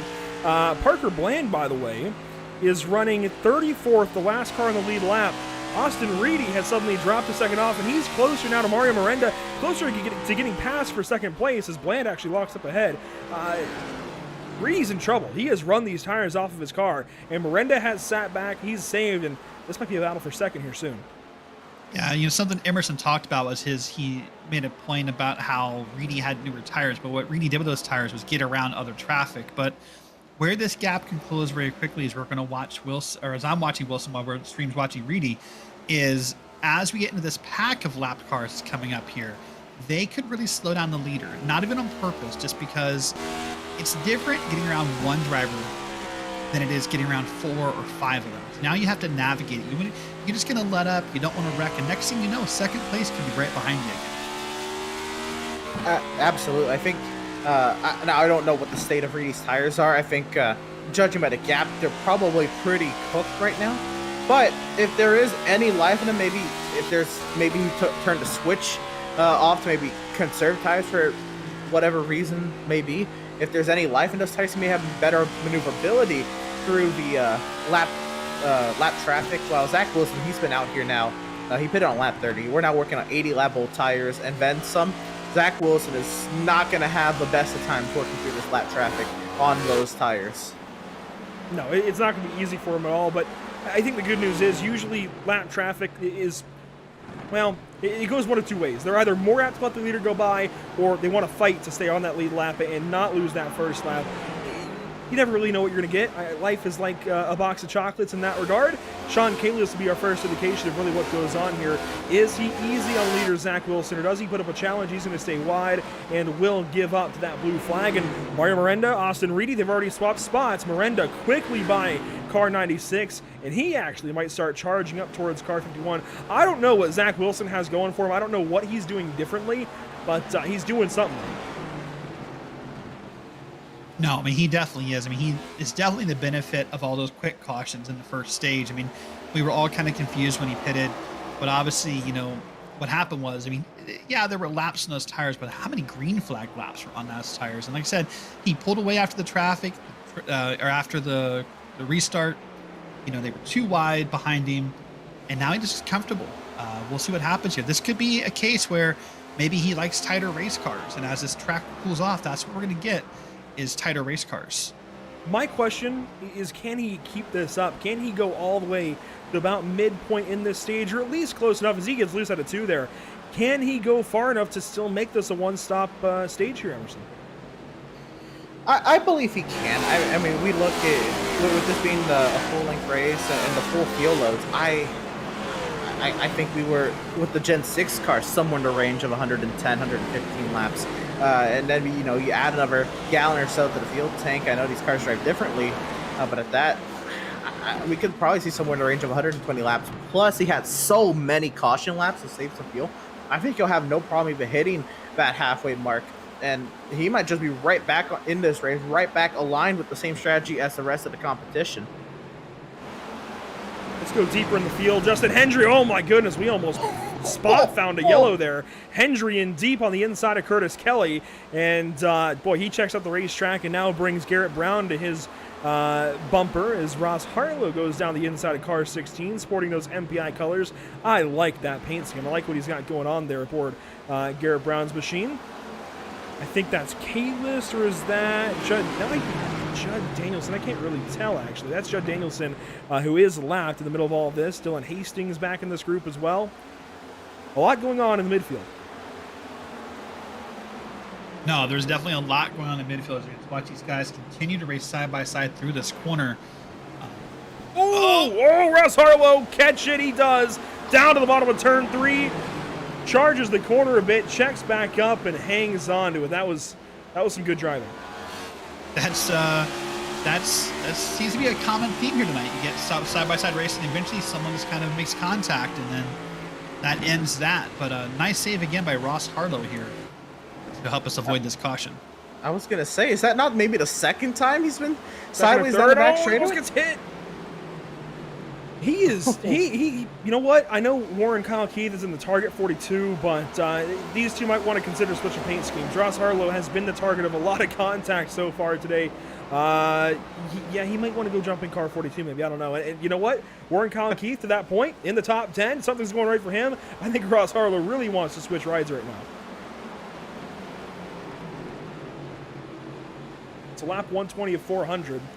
Zach Wilson still leading 3 wide here with a lapped car. Is Danielson going to back out? Judd stays on the inside. Judd Danielson is well down the order. Now gives up a little bit, but he's hanging down there. Judd Danielson's a lap down in 35th spot. I really think if I'm Judd here, just back out of this. If you're 3 wide, well, that can happen. Harlow into the side of Hastings. He might just try and get out of this by going ahead as Ryan Kendall now gets the outside of Ross Harlow. This is getting spicy. You know, the scarier part about that contact we just saw there isn't really the contact, actually. You notice when Harlow went down the track, he was almost in the corner below the yellow line, had to merge back up mid-corner. That's the scariest part as a driver. Oh, Judd Danielson. Yeah, I think if you're Judd here, give these spots up, seriously. I think they're going to make Judd give the spot up here in just a second. I think they're done playing that game. Very, very tense situation there. And you're in the midfield. You're trying to run your own race. Chances are if you're in the midfield, you're not having the best of races. You're kind of already fed up with the traffic around you, and then you have to deal with the lap car. It just kind of adds to that mix, and these drivers are not going to enjoy that whatsoever. And also for Harlow, that was the 3rd time he kind of had to take that dive bomb line into the corner, unintentionally, of course. Can we start to maybe nickname that line down there as the Harlow line, or is it too soon? Line. Well, let's give him one more time and see where we go from there. Car 11, Hendry, on the inside of car 10, Brackett. These two are very close in the point standings as well. I believe 9th and 10th, if memory serves me correctly. Definitely need to sort this battle out, and Hendry obviously wants to go on by Brackett. This is for the 12th position, just behind Curtis Kelly. And can we talk about the fact that Curtis Kelly was in the wall, turned around just a few cautions ago, and is now running solidly in 11th, looking pretty okay. He's got much older tires than most of these drivers around him by 10 laps or so. He's just holding tough. This 29 car is really quite good. Very, very odd. Yeah, I mean, he's doing really well. You can see the damage on the front end of the car here when he comes back around again. Good for him. You see the damage there on the left-hand side of the car as well with that 29 good wrench Chevrolet that he's got running. He's holding off these drivers behind him. Yeah, great run so far. I mean, obviously you don't want to have that contact to start, but with a long race, still run pretty well. Yeah, he's done really well to keep that car under wraps. Really calm, cool, and collected. Oh my goodness, look at this pack back here. All tightened up. I think we see Curry there, who's had his couple offs, or I guess half offs throughout this stage so far. This is Zach Wilson actually lapping these guys in the mid-pack. Yeah, I noticed the gap to Miranda suddenly shrank, and that's Brogar that Wilson almost gets into right there. He's starting to get annoyed with these guys himself. He has lapped up to 25th spot as he goes by Chris Brogar. Kip Easley is next up, and they were all battling, and Zach Wilson's just, nope, I don't want to deal with any of this. I just want to go by you. I want to lead my race and get to my fuel number, get to where I can pit, and go ahead and take for Mr. Feelgood to get back on the racetrack. So he gets by Brogar, and look at that behind him. Contact big time with Lawson Peel. They save it. They keep racing for now.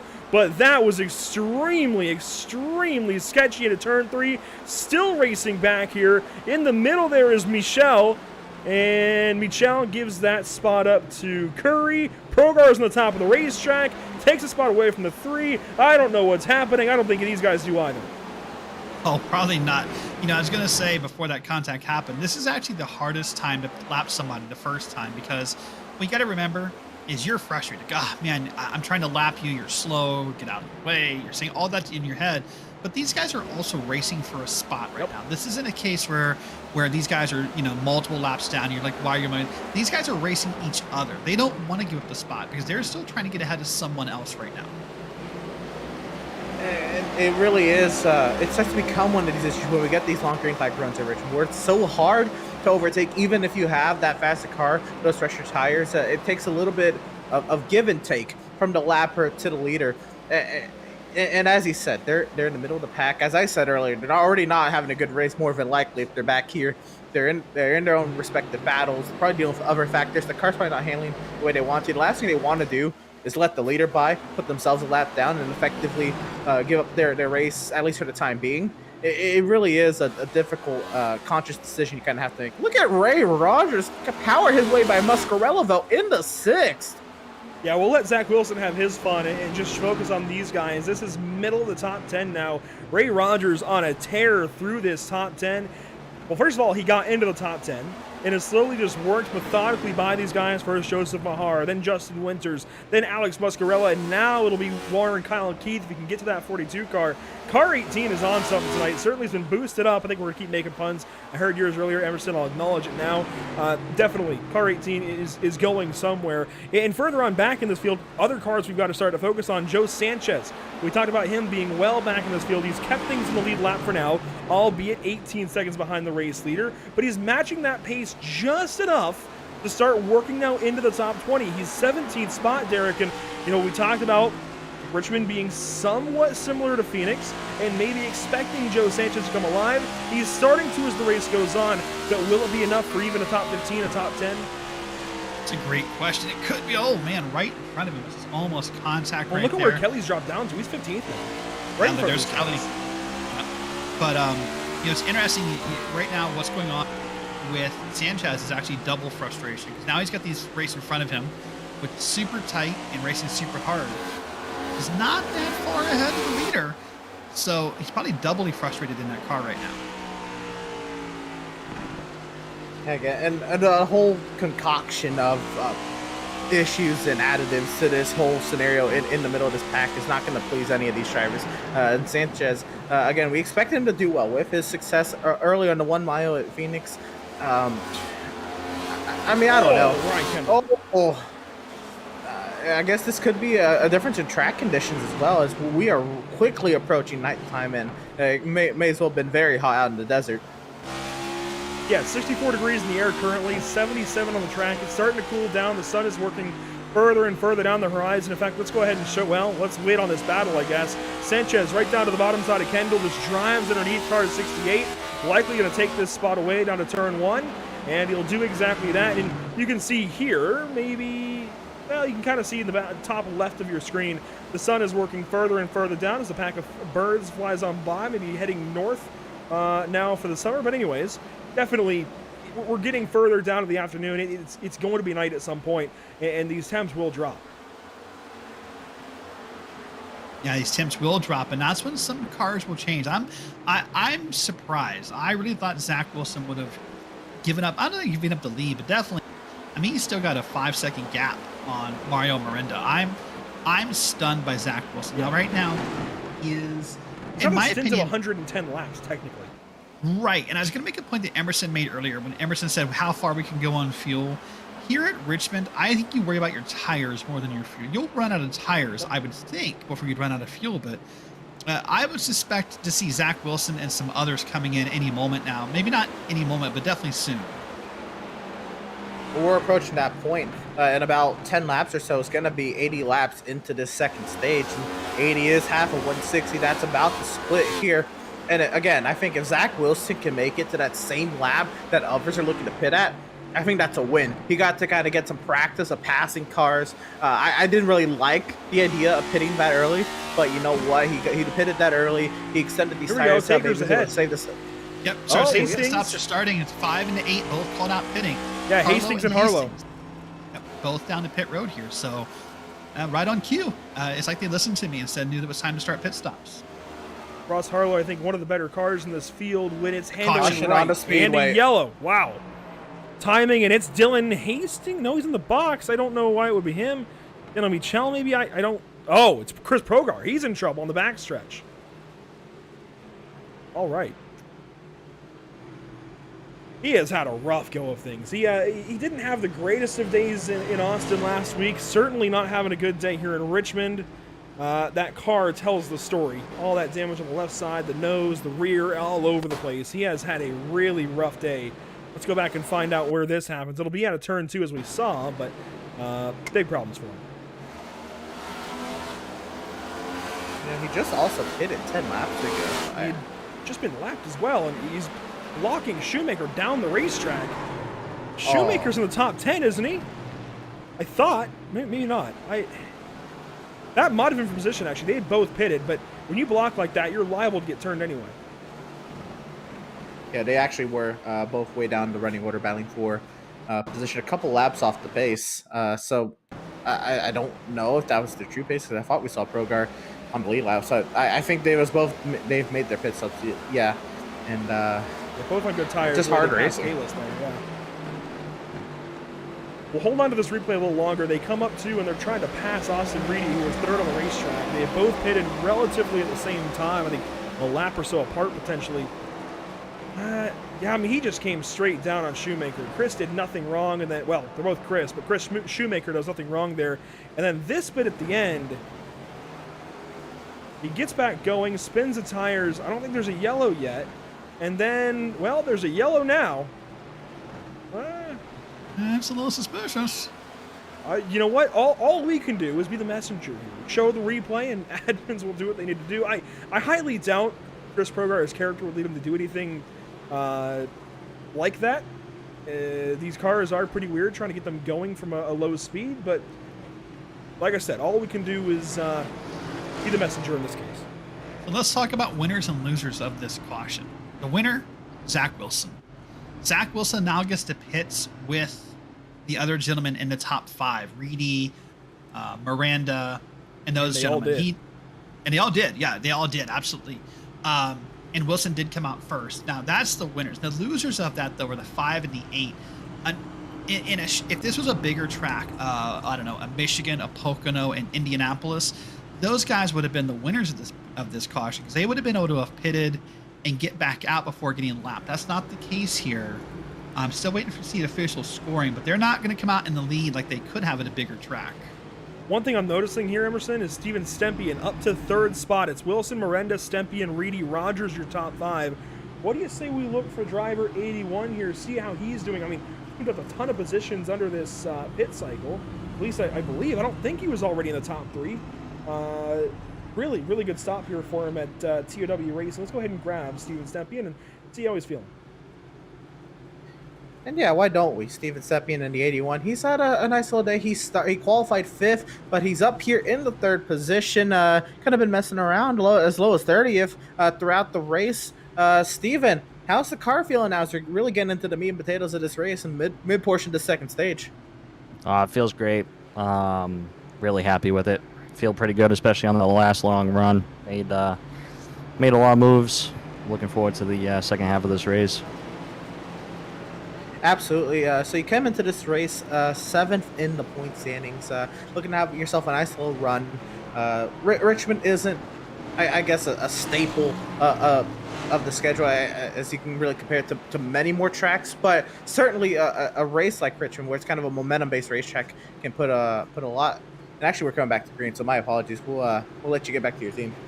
Yeah, no worries. Thanks, guys. Enjoy the race. Giuseppe in there, teammates with Travis Stevens and Charles Phelps. We'll let him get back to it, and he'll restart from third. Let's ride on board of them here as we resume on lap 148 now. Green flag back out. A big jump there for Wilson.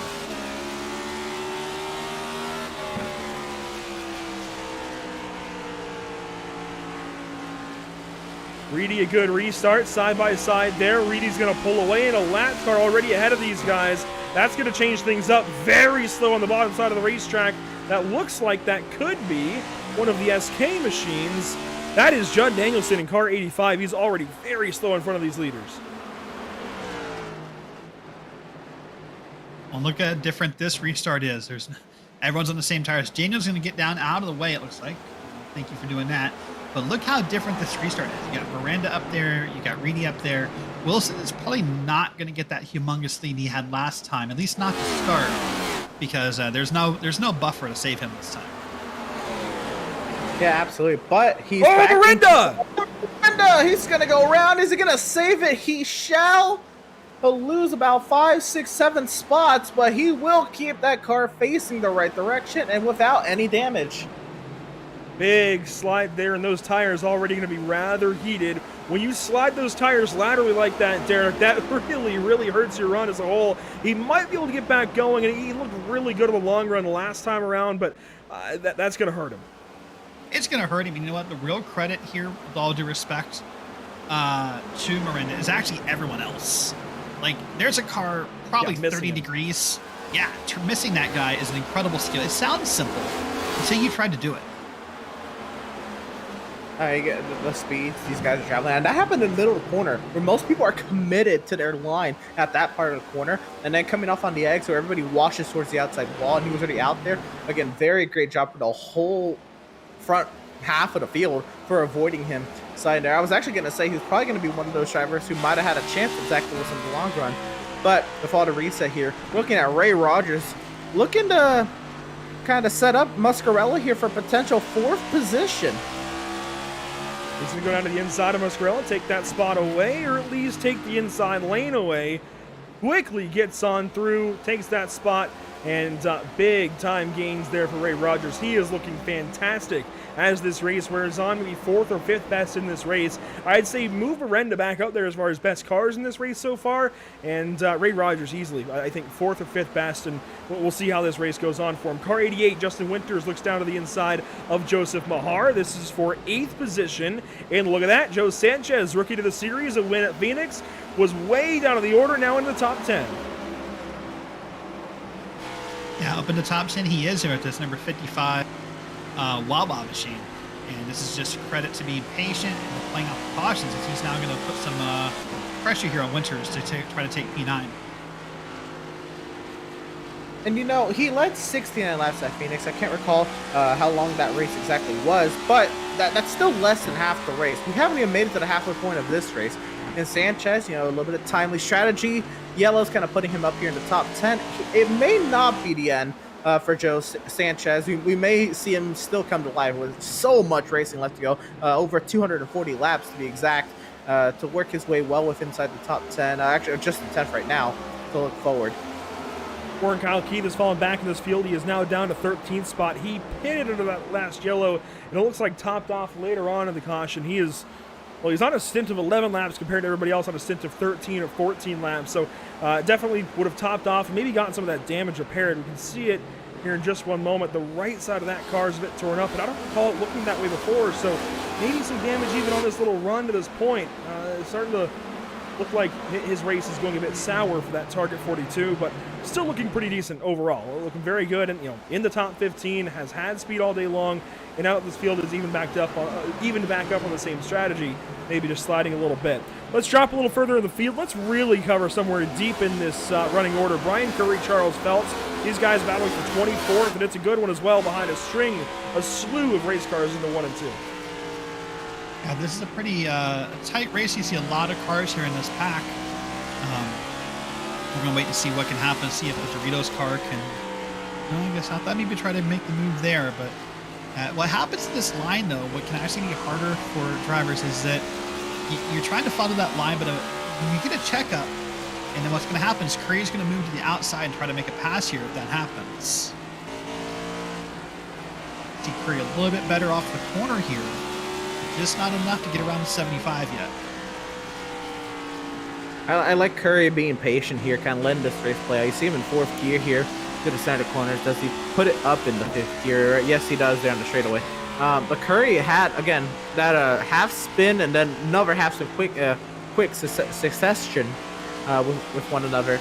And he found his way back here really because of that. Now he had a pace to be, I think, in the upper half of the midfield. And being mired back here, it can get really frustrating. You know, the last thing you need to do is take it out in other cars. He's being very patient, letting this race come back to him after an incident like that. Let's go on board now with last week's winner, Lawson Peel, position number 23. Car 53 definitely needs to get a move on. And you know what? He talked about wanting to get back to it on these ovals, move up through these fields, and certainly amass some points last week after we talked him after his win. But this just isn't it so far. Outside the top 20, and apparently road courses are his thing, and definitely going to have to use those, I think. And this is one of those guys that I talk about, Derek, needing to rely on Sonoma and Road America later on in the schedule. In fact, in the month of June and into July, going to have to use those road courses and amass some points that way. It's just not looking like he's got the oval speed that he needs. Well, you know, Andrew, this actually goes really back to our pre-race show. We talked about this, what's the next 6 or 7 races. You know, it's COTA, it's Bristol, it's Darlington, it's Dover. This is someone who maybe, if you're a specialist or something, he got to win. And no discredit to him, he's doing pretty well. But this may be where a driver can feel exposed if they are a specialist at something. And we'll have to see what happens with Peel here in the next few weeks. Yeah, I don't disagree by any means. But, you know, at that, Peel may just be more of a long-run driver. Because, again, his win last week, it came on the back of him really chasing down Miranda, who was dominant all day. And I think Peel, I mean, for the very little we know of him, is more like one of those drivers. We're going to see him mind his P's and Q's and kind of be there at the end and maybe put himself in position to make something almost out of nothing. We got a car sideways on the back to hold on to another 5. That is Brad Fulham in the wall. Hangs on to things. Now he's at least rolling, which is better than the 45 did earlier today, as Kip Easley's going to pit one of the last cars. Well, actually, he's one of the lap down cars, but Fulham definitely is at least continuing. That's a positive for car 45, but got in the wall pretty good there. That's a lot of damage he's going to have to come back from. Let's focus on our top 3 for a moment here, guys. They've kind of run away from the field by 3 seconds or so. It's a 2 second and change gap from Stempian to Rogers, and Stempian has come alive recently. We briefly spoke with him there, Emerson. He is looking pretty good. He is chasing Reedy and Wilson and keeping with them. Yeah, absolutely. And I'm intrigued to see at what point, you know, is the Stempian maybe catch Reedy. We saw Reedy kind of push his stub, or did Reedy maybe learn from that first run anyway to maybe not push as hard, trying to catch. Caution is on the speedway, by the way. You can see it ahead of us. A couple of cars sideways, a couple of cars slow there. And those look like they could be. Is that Chris Kogar? Yeah. You know, it's a day. Chris Progar, potentially, car 17. I don't think so. It was. I think that was Progar and Easley, potentially. Easley out of the pit lane recently, and Progar potentially spun around. Might not have actually been it. I think it's going to happen turns 3 and 4. Let's go ahead and take a look.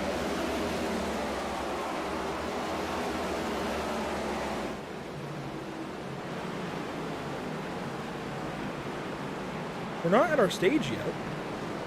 No, what? Oh, there it is. One car sideways.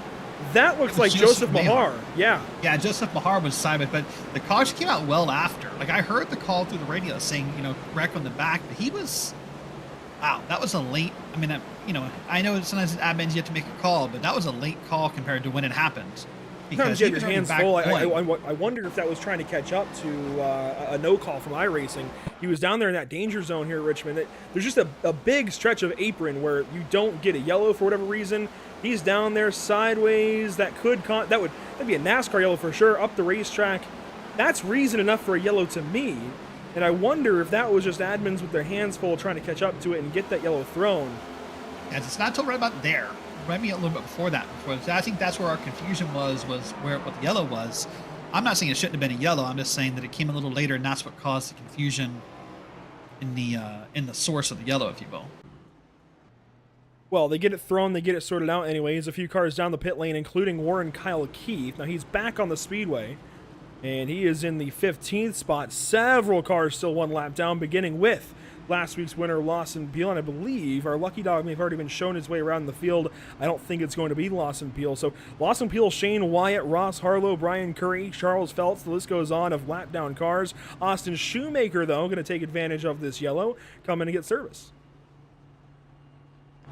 And why not? Shoemaker, we've seen, kind of struggle a little bit on the high side. Kind of gets stuck up there on the high side quite a bit with that right side damage.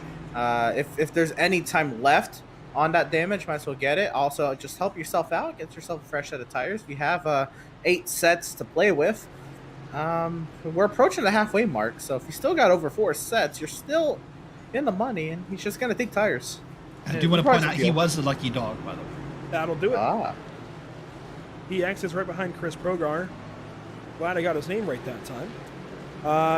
And you know what? We talked about tires earlier on. We haven't really talked about it much since, guys. I would be very, very surprised if we get down to a late race yellow situation and we don't have multiple sets of tires in the pit lane. I know we've had some yellows here, but the most that anybody has pitted, at least in the top half of the field, looks like 6 times. It's Lawson Peel, likely for some damage. I doubt that's all tires. Otherwise, I see a lot of 2s, a lot of 3s, some 4s, a 5 here and there, but the only 5 I actually see might be Dylan Hastings in car 8. We know he's had trouble today. Judd Danielson's been in 7 times for damage. I don't think there's going to be any shortage of tires today. We talked about it before the show got going. We said to each other, 8 sets in the pits, that's a lot. That is a lot. I think for this race, it's a short track number. 400 laps is a lot of racing, sure, but it is a short track. Less than a mile. That's not many miles for 9 total sets of tires, 8 change sets. Well, there has been quite a few spins, so maybe just some buffer sets in case you do end up spinning out or flat spot with tires. It seems like the tires hold up. It's just a matter of overstepping the limits of the car. It's been a really, I think, conventionally we would think these guys are way loose, time for tires, but I don't think that's even the case. It's a really weird car to get used to here now in the Gen 7, and we're learning a lot with every single lap. We're coming close to halfway, though. Barney has the green flag back in the air, and we are back underway on lap 175. Wilson in control.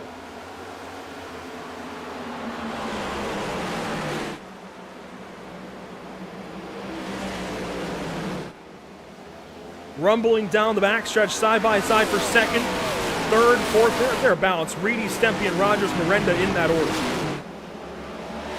Yeah, you're going to see there is a Miranda on the inside here of the 18 car of Rogers as they're going to go down here into turn number 1.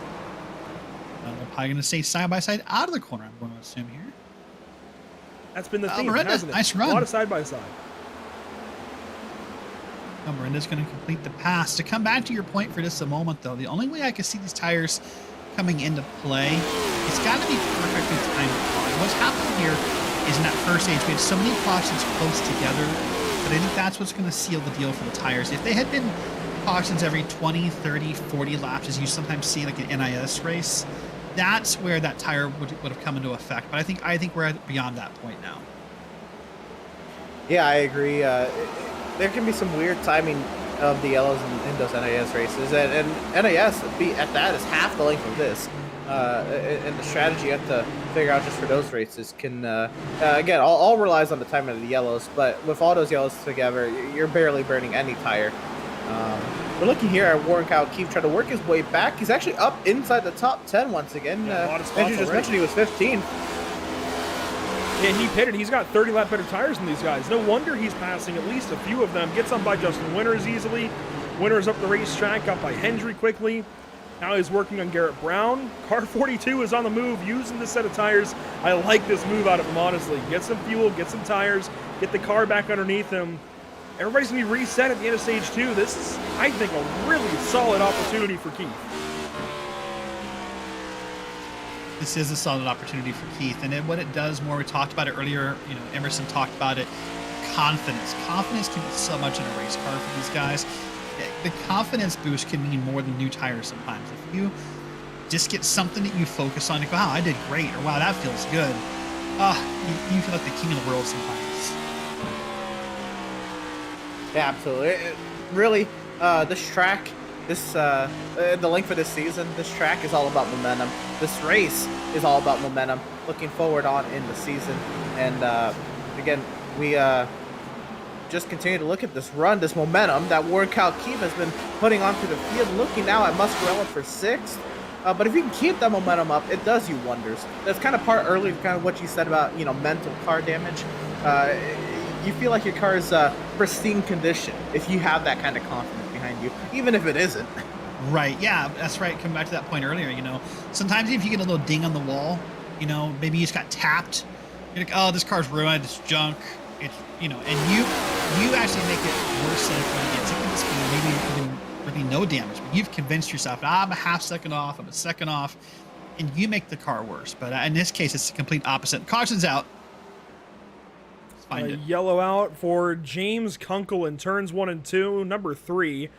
Unfortunately, some big issues for him. And he's kind of been in the background of a lot of our replays today. Finally, it looks like the main source of one of our yellows and one of our stoppages of action here at the Richmond race. Let's go back and take a look at things. He's battling with Dylan Hastings and Richard Swavely, Chris Progar, and you know what? I hate to say it this way, but this has been where a lot of these yellows have come from, is this area of the field. Progar to the inside of car 3, just makes contact, turns him around. Wow. I don't have words for that, To almost take a page out of Denny Hamlin's book, I don't know why we're racing back here, to be honest. I hate to put it that way, but on the short side of halfway in this race, this feels rather optimistic to look down to the inside like this. Let's go back and watch the setup, though. We can learn a lot just from watching this all get set up for Chris Progar. Maybe he had the spot. Well, he didn't have the spot, but maybe something else let him down there. He kind of follows Swavely down to the bottom side, and he's just looking. The way this all sets up, this feels awfully aggressive for not even lap 200 to 400. Just a really aggressive move. I know the 3. He really did break early there. I think really much earlier than Progar. Right. No, I get that. I was gonna say it's earlier than Progar anticipated. I think Progar was having none of it. He's already had a rough day. He's already had his couple of spins. I'm not justifying it, but I could see maybe where the care meter has kind of dipped pretty low. We're not even at the halfway point of this race. Yeah, I was just taking a look here. I believe this is going to benefit Brian Curry. It's going to put him now as the lucky dog candidate under this caution. Yep. So. Either he or actually it might have been, Kendall's behind him. I think you're right though. Curry, yeah, he'll come in now, and you see the damage there to the 3 car of Kunkel. That's just unfortunate. Kunkel was just trying to slide in line behind Swavely, and it's just, I don't want to say wrecking for 90th, but it's pretty much wrecking for 90th back there. You just got to weigh the risk versus reward. You're racing for a 30th spot or so. In fact, let's see.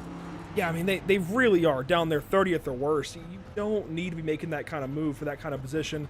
And unfortunately, it really hurt the 3 cars' day. It does. And in fact, this is a note. Race Control has sent a note to the 17. They have voiced their displeasure, to put it kindly, that incident. So they have made it known to him that they will not tolerate any more incidents like that in this race. Zach Wilson, still your race leader. We work lap 187, and we're racing to lap 200 and, I got to think about this, 70? 230. 230. Yeah, 230. So we are just outside of 40 laps to go in this stage. I got to be honest. I think Warren Kalkeith is in the catbird seat. He got those tires. He's on 30 lap better tires than these guys. Has a chance to reset, a chance for the field to be bunched back up. Yes, he's going to restart on the outside, but that's actually looked pretty good so far today. I love everything about, and the field is so small right now. The lead lap is so small right now that he had so little risk taking those tires and so much to gain, and he has already gained so much. This is perfect. A perfect move for Warren Kalkeith. I like it a lot. So let me put you guys on the spot for a second while we're getting the field back together here. There were 17 cars in the lead lap before the lucky dog here when this caution came out. About, as you said, 40 laps from the stage break. How far back in the lead lap, if ever, would you guys went, oh, I'm in X spot, I'm going to go pit and put new tires on it? Where's that magical spot where you're willing to draw the line and give up the track position? I would have pitted here. I don't care where I am on this lead lap. I would have pitted here. If you were leading, if you were Zach Wilson, would you have put tires on the car? Well, okay. I think that's the one spot where maybe I wouldn't have. First or second. Otherwise, I probably would have just come in, go ahead and get tires. You're going to come back through this field, and if anybody else pits later, you get that track position. I don't think these yellows are done. I'm sorry to kind of walk on you, Emerson. We'll come back to you after the restart, and I'd love to hear your answer, but Zach Wilson gets this race restarted, and we're back off and away.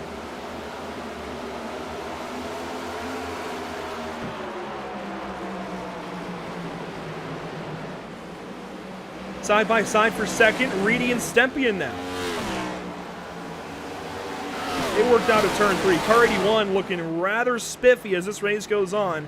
Stempien bringing the challenge. This is for second, and Miranda's right behind. Stempien has got something in that Chevrolet.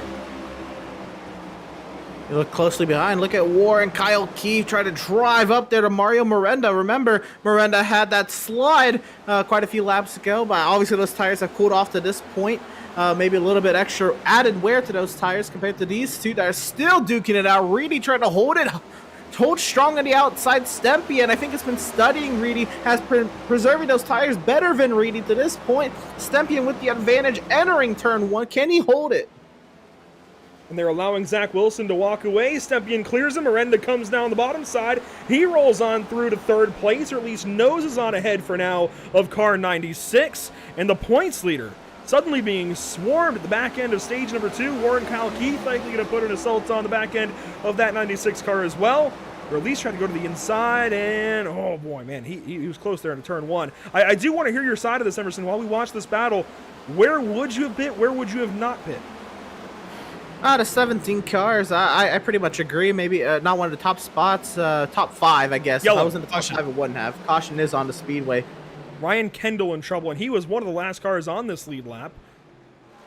I really have, I think you and I agree. I think if you're not first or second, and really I think even second now, watching the way things went for Reedy, I think if you're not first, go ahead and get the tires. Now you have this restart, and if you pit, you start to get things, in the mind of guys, and maybe they pit after you, and you have that track position. It seems like tires, yes, they're important, but they're not as important as we thought as far as defending that mismatch in some of the, the tire wear hasn't been as big of a deal as we thought it would be. I just love what Warren Kyle Keith has done with this race strategy for this stage, and it's looking pretty good for him. Let's watch this here for Ryan Kendall and see what happens. In turns 1 and 2 to the inside of Michel, and oh, he's just going to loop it on his own. I'm a little curious. Maybe I saw there was a car that blinked out, but I don't know if they came back before he looped it around. Maybe if he was trying to give room in case that car blinked back. I don't know. I'd like to see the in-car there if we could. I'm curious to see if he just maybe stepped on the throttle too soon. Go ahead and go back and listen. On board with Ryan Kendall, car 68. Let's just listen to this.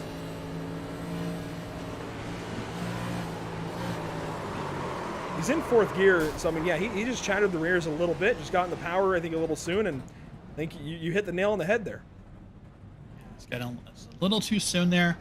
Probably was trying just to get a big launch. And, there was a car, I believe, up high on that run, and that's what happens here. This is what makes this track so tricky, is you have to play throttle control. We talked about it in the pre-race. Throttle control and brake control, both of them matter here more than you would think they would. Couple of takers under this yellow. Emerson, Wyatt Brackett, Ross Harlow. So, Derek, Emerson, this is going right back to our point. If you're going to take tires in this stage, you've got to do it now under one of these yellows, and these guys are doing so. I think Wyatt Brackett just might have the speed to come back through a good portion of this field. We saw how Reedy was struggling. I'm not saying everybody's going to struggle, obviously. It seems like Wilson's got it figured out. Stempien and Miranda have it figured out, but Reedy clearly is starting to feel the wear of these tires, and I think Brackett might have something here. I recall Brackett being, especially in that first stage, one of those drivers who steadily moved forward within the field. I know the track conditions have changed since. But I think Brackett maybe looking to maybe kind of with the rejuvenated set of tires on his car, kind of work his way forward the later part of this stage. Nearly getting clipped by some of those cars warming up their tires there. And on the other side of that, Reedy, we've seen him push so hard for the lead. We kind of saw it earlier. Even though he had 40-lap fresher tires at the beginning of this second stage, he started to lose time to the race leader Zach Wilson over the course of the second stage. And I think Reedy's starting to figure out once again that maybe pushing as hard as he does, maybe the way he's getting into these corners is maybe a little too hard for his own good. That should be 1 to green there, signaled by Barney the flagman. We'll double up, get ready to go back green flag racing just on the short side, the near side of halfway. We'll have 3 laps to go to halfway, 198, 189, 200, so on. And then we have 30 laps to go. So make that 33 total to the end of stage number 2. We'll give a playoff point to one of these drivers, whoever wins that. First time around, it was Austin Reedy. We briefly spoke with him after that stage. This time around, I gotta be honest, I really like car 42. He's just looking so good, but it's gonna be tough for anybody to get up there and beat car 51. A couple of cars with some issues. We've got cars stopped. Oh my god, we've stacked them up under yellow. Whoa, no. Parker Bland and more. And this does. Yellow's still out. Yes, this Yeah, does we're gonna keep us extend from the yellow. restarting. What in the world? At the very last second, we heard the yells across the radio saying, "Please throw the yellow, please throw the yellow." I don't know the source yet. Let's find out on this stream here. Check this out. Parker Bland is right in the middle of all of this. Oh my goodness, a hardware failure for Feltz. Immediately turned left and locked down. Big hardware failure there for Feltz. I don't know if that's just wheel or what, but that's exactly what that is for car 75. That's what the hard turn to the left usually indicates, is usually that you've disconnected a wheel or you've had some kind of hardware failure. We're going to hold off this yellow. But yeah, we're now hearing confirmations of wheel disconnection with the 75 car. And I've seen that actually quite a few times on iRacing.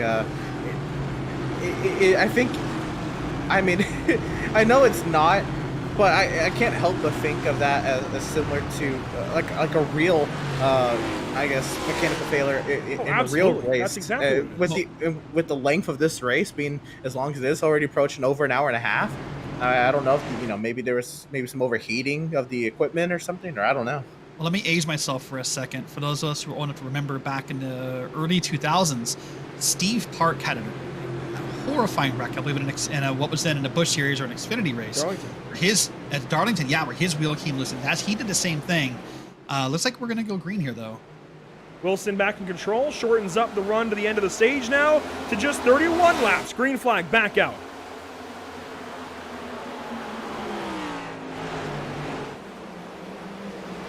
Quickly, Miranda takes control of second place. That outside line on these restarts drops back quickly. Reedy to the inside of Stempian. Warren Kyle Keith going to follow to the inside of the 81 car. The 81 now looking much like the 96 a couple of laps ago on that previous restart. And finally, Miranda, I mean, big shout out to him, by the way. I mean, that's a car who 2 restarts ago lost it in the corner and really fell back to like 8th place, I think, and had to work their way back through. And now is pressuring Zach Wilson for the lead. Warren Kyle Keefe now trying to put himself solidly onto the podium. He's got it clear by Austin Reedy here in the turn number 1. He will do so. Stempian now looking at Zach the 96 for maybe the 4th position. But remember, Warren Kyle Keefe's on the fresh tires will be right on board, looking back at the battle for 4th and now up ahead. You see the gaps up ahead? Wilson's got some breathing room here, and Justin Winters may be in trouble. They stack up out of 4. Rogers, massive contact, multiple cars stuffed in the wall, and Joe Sanchez at the center of it all. More and more crashing. Massive pile up. Sanchez got clipped there in the middle of 3 and 4. Got Danielson, I see Kunkel, I see Schoonover. Even Travis Stevens stopped on the inside in the grass. Let's go way back and see where this all starts up. This is going to be a lap or so prior And it starts with, oh boy, where did it start exactly? Winners, I think. Well, no, he was kind of behind it. Let's take his onboard and watch this happen for car 88.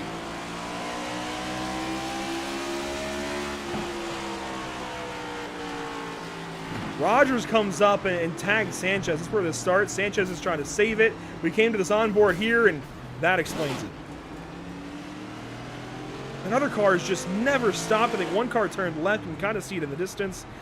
We've got a few replays to take this one. And I know his intent wasn't to wreck the rest of the field, but at that point, it looked like a little bit of a sick drift that Sanchez was pulling off. But I mean, let it loop down to the grass, man. It's so tough though, especially with these cars. It now. They is. don't handle I get it. It's a difficult situation. I mean, look at how long he was sideways for. So difficult. I mean, your point's valid, which is get out of the way. But if you Oh look my at, goodness! Oh my goodness! Sorry, Three crashes at once. Yeah, if you look where he is on track, though, there was nowhere to let that loop. If he let that loop, he'd have been face first into a wall, basically, or head first into a wall. Pardon me. If that had been on a front straight, your point is valid. But I don't think there's anywhere to loop that car.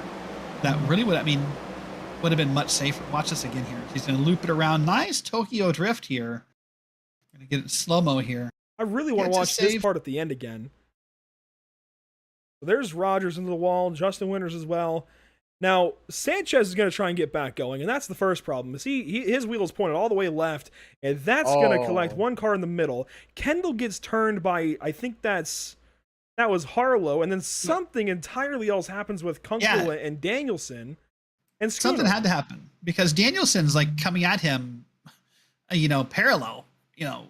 Danielson's already at 90 degrees turn before he ever makes contact with Sanchez.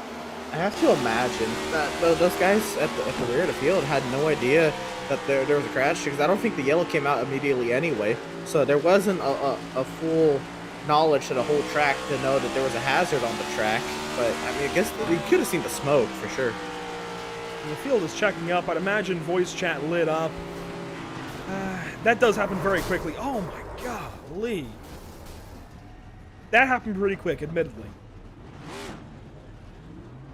Yeah, I mean that does happen. That's one of the tricks of a track like Richmond with these wider turns is when some tracks you get the benefit, and when you go into a turn, you can kind of see around it. You can kind of see what's happening. But there, I mean, if you watch that onboard, and watch the flag.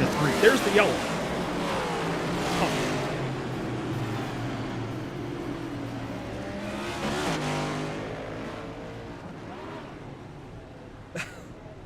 That's definitely one of the bigger ones today. I don't know that that'll be the biggest one, especially with the race we've got left to go, but that is definitely one of, if not the biggest one we've had so far this afternoon, and really into this evening. That was a big one. And you know what? These races, these full-length races that go the length of these NASCAR Cup distances, so in this case 400 laps, beating that of the Toyota Owners 400. This is the Richmond 400. We actually are coming in right at where we would usually start a race. We completed half of the race and then a couple of laps. This feels absolutely perfect so far. And actually, if we were matching an Xfinity race distance, wouldn't we have an extra 50 laps from this point? We'd have 250, I think, is what the Xfinity Series runs. So we're actually quite a ways ahead of schedule. This is absolutely perfect. We start a little bit early when we have these extra long races here. Things are looking nice and cool, even with the couple of incidents we've had. In fact, Race Info tells us 10 cautions for 51 laps to halfway. It's been a busy one, and it's going to get more busy. One stage break left to go, just over 20 laps until it. Green flag back out. Wilson leads, Miranda second.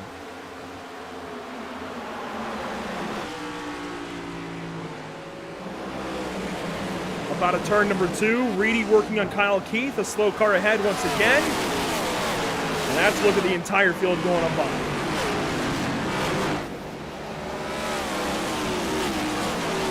You know what, Emerson, you've talked about it all night, but big props here to number 42 to William Kyle.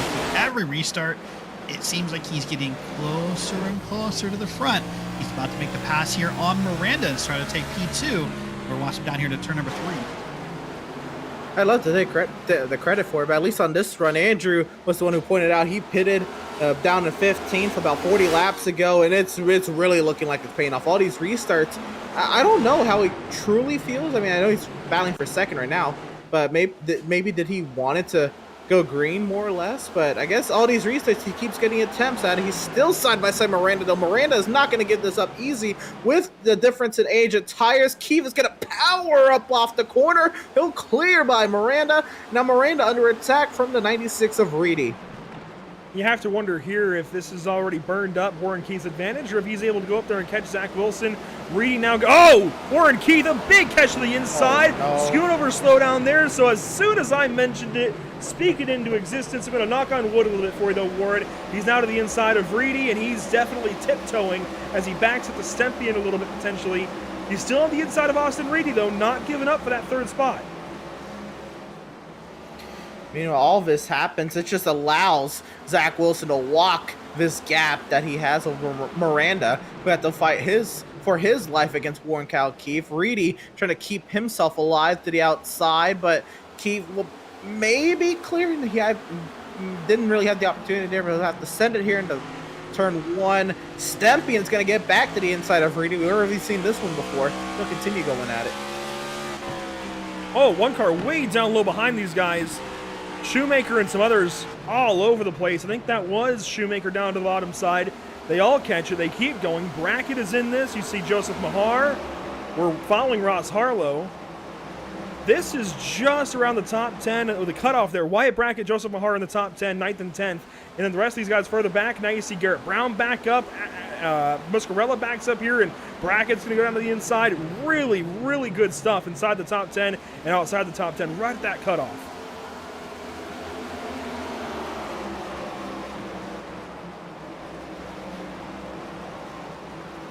Yeah, you know what I love about folding races like this, by the way? Andrew, is it... Contact there. Is it...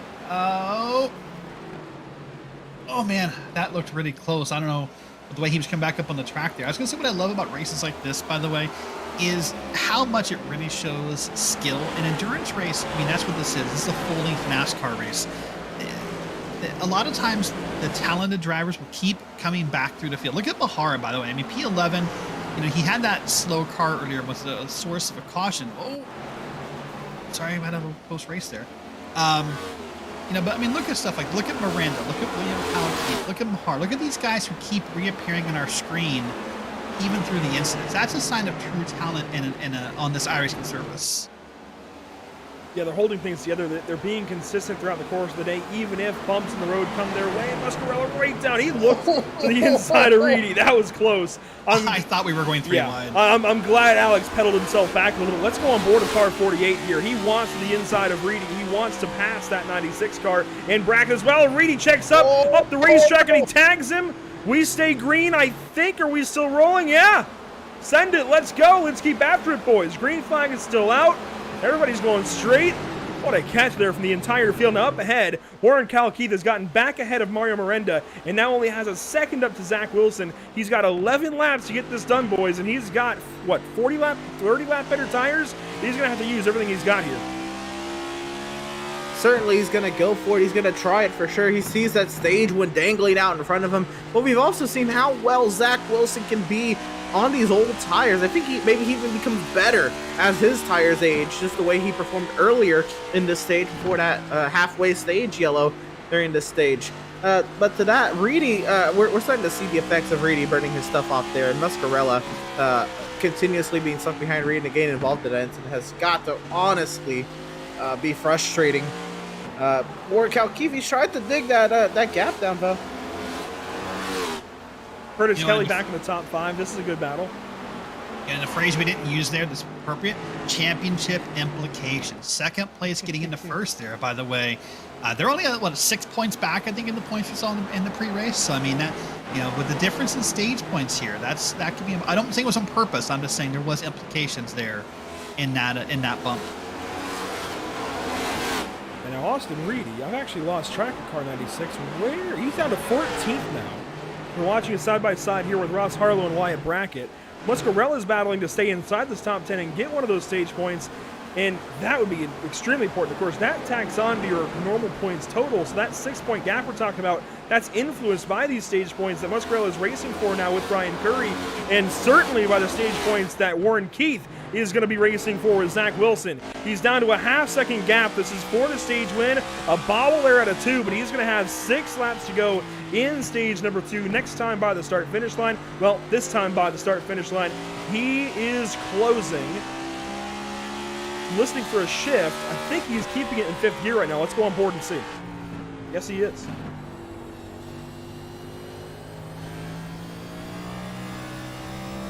With 5 to go this time by, guys, and he's just right on that cusp of, there we go, into the 4/10 range.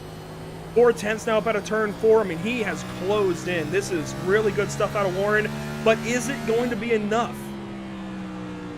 I think it is, and this should be a 1v1 duel. You know, if you look a little further ahead here, depending on the camera, you'll see there is one lap car ahead of them. I don't think it's going to play a factor before this stage ends, but this is going to be a great duel here between these two drivers for this stage victory. It's not often where Zach Wilson's been in this top spot, leading at the front of the field, and has felt pressure from a car breathing down his neck, maybe one other time in this race, and then he's probably saved by a timely yellow.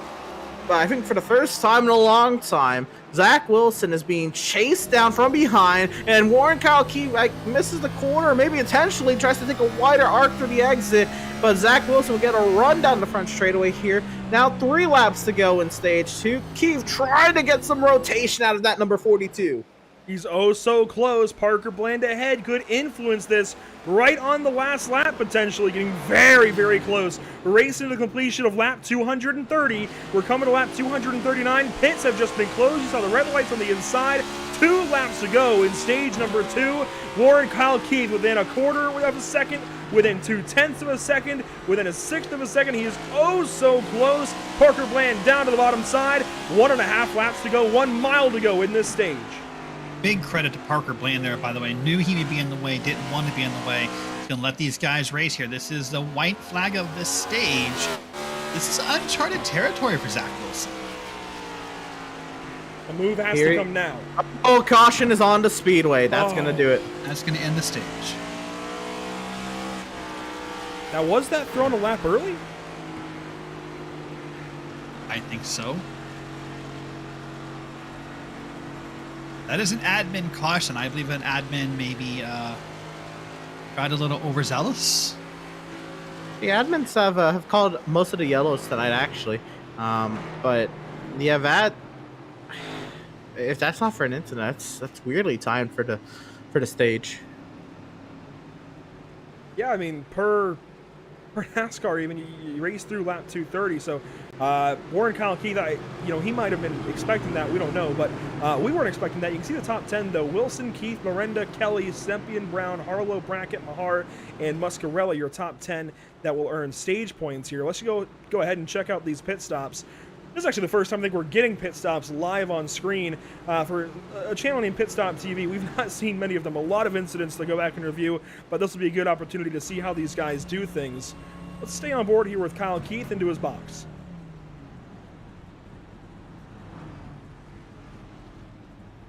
Jacks go up on the right side. And, I mean, who wins this race out of pit lane, guys? Is it Zach Wilson? I would imagine so. He's got that first pit box right there at the exit. It always tends to be so good in these races out of the pits. And, yes, he's going to win the race off. Miranda follows through. There goes Warren Kyle Keith. Stempion. Not quite in that order, but very close. Yeah. Dylan Hastings, by the way, I believe is going to be the lucky dog here. Remember, he got lapped down many laps ago now when he just pitted right before the caution came out. He's finally just now getting back on the lead lap after what happened. So Zach Wilson goes on and wins stage number 2. Let's go ahead and see if we can find driver 51. Actually, I don't... Emerson, well, no, I do see him. He's actually down there with Podium Esports, Brand Fulham, Joseph Mahar, and some others. Emerson, he's coming your way. We're going to go ahead and bring on up stage 2 winner, driver of the number 51, Zach Wilson. Zach, for the first time in a while, you were being chased down there at the end of the stage. How'd you stay so calm and cool on the way to that stage victory? Man, this 51 Tech Works hot rod today, she's fast. Warren had some fresher tires than me there. Actually think they were about 40 laps fresher, so I'm real proud of the speed we've got in it tonight. Still a long ways to go. Still, we're going to take the green here with about 165 laps or so left. So hopefully we can keep clicking off consistency like we have so far. And I was real worried there in the first stage. Thought I'd jump the gun by pitting so early, but got myself back on cycle there, and we've had a good night so far. And that's what I was going to ask. What was that feeling when you pitted from the lead at around lap 30 in the middle of that first stage, and nobody up there, none of your peers around you went with you? Yeah, I was kind of excited in a sense, just to be off sequence of them, just to see what was going to happen, just to see how old tires would stack up. When I took the lead back there at the stage caution, at the end of stage 1, I think I had 50 laps on my tires, and then by the first caution in the middle of stage 2, which I think was about lap 144 or so, I had over 110 laps on my tires and had built up nearly a 5-second lead. So that makes me feel really good for the long pace that this car's got tonight. So we'll just keep it clean and hopefully bring it out on top at the end. Quite a bit of yellows tonight, but into the final stage, will things clean up? Hopefully, Zach Wilson, your stage 2 winner. Congratulations on the stage win, Zach, and best luck to you the rest of the race. Yeah, thank you guys. That's Zach Wilson, 194 laps led and counting. He's got Warren Kyle Keith back on his outside, and that outside has been pretty rough on these restarts. We'll see what Warren can do with it. Mario Miranda might be in the catbird seat to go up there and challenge car 51. Steven Stempy in a good spot there in 4th. Ross Harlow 5th. Garrett Brown 6th. Then it's Mahar, Muscarella, Hendry, and Curry your top 10. Austin Reedy down there in row number 7. Green flag is back out. 165 to go.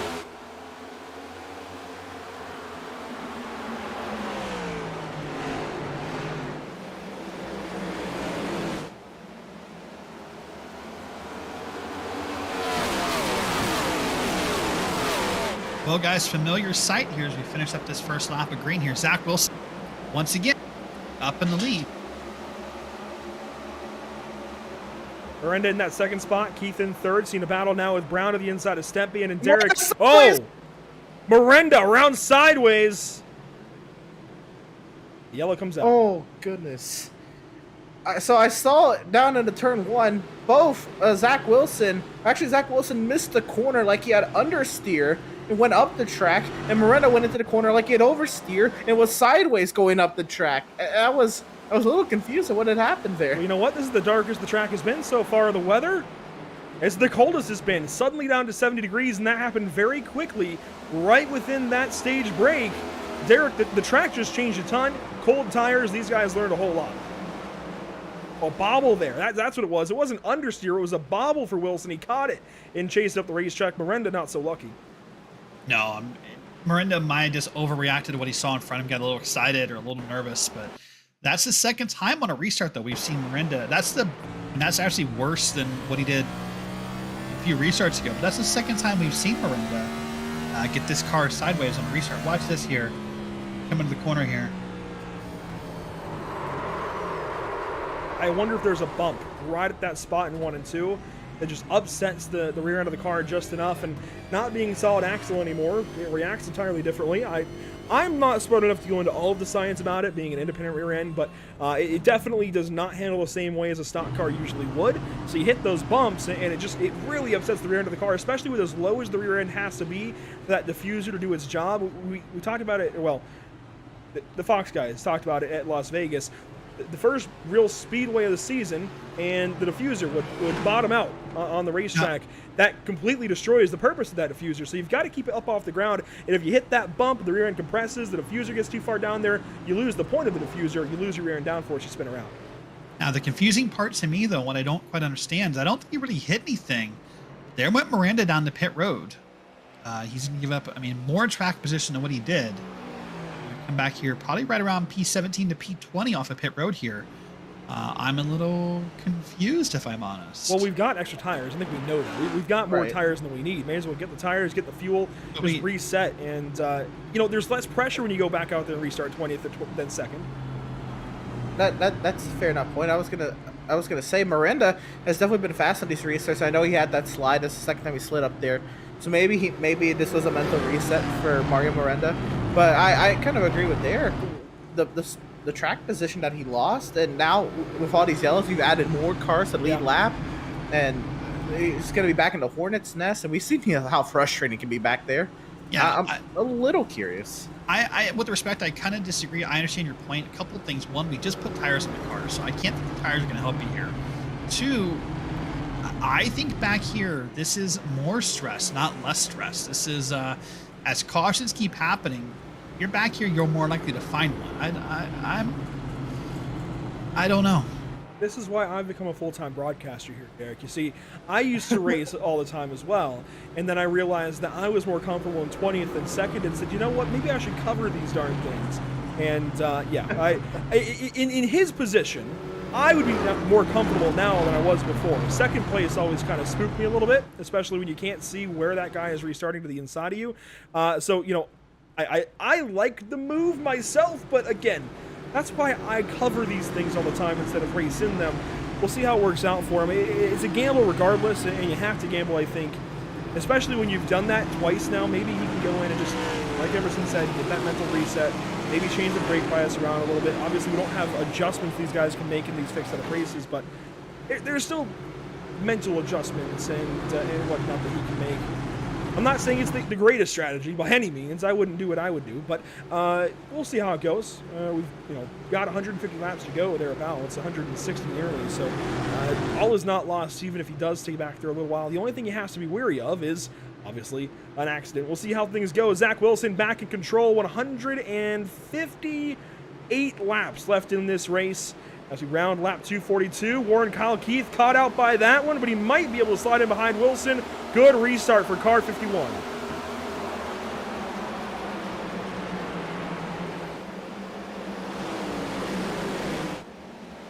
Down the back stretch, your top three get away. Stempy in there in the fourth spot, the inside of Muscarella, trying to hang on to that position, really battling with Brown now.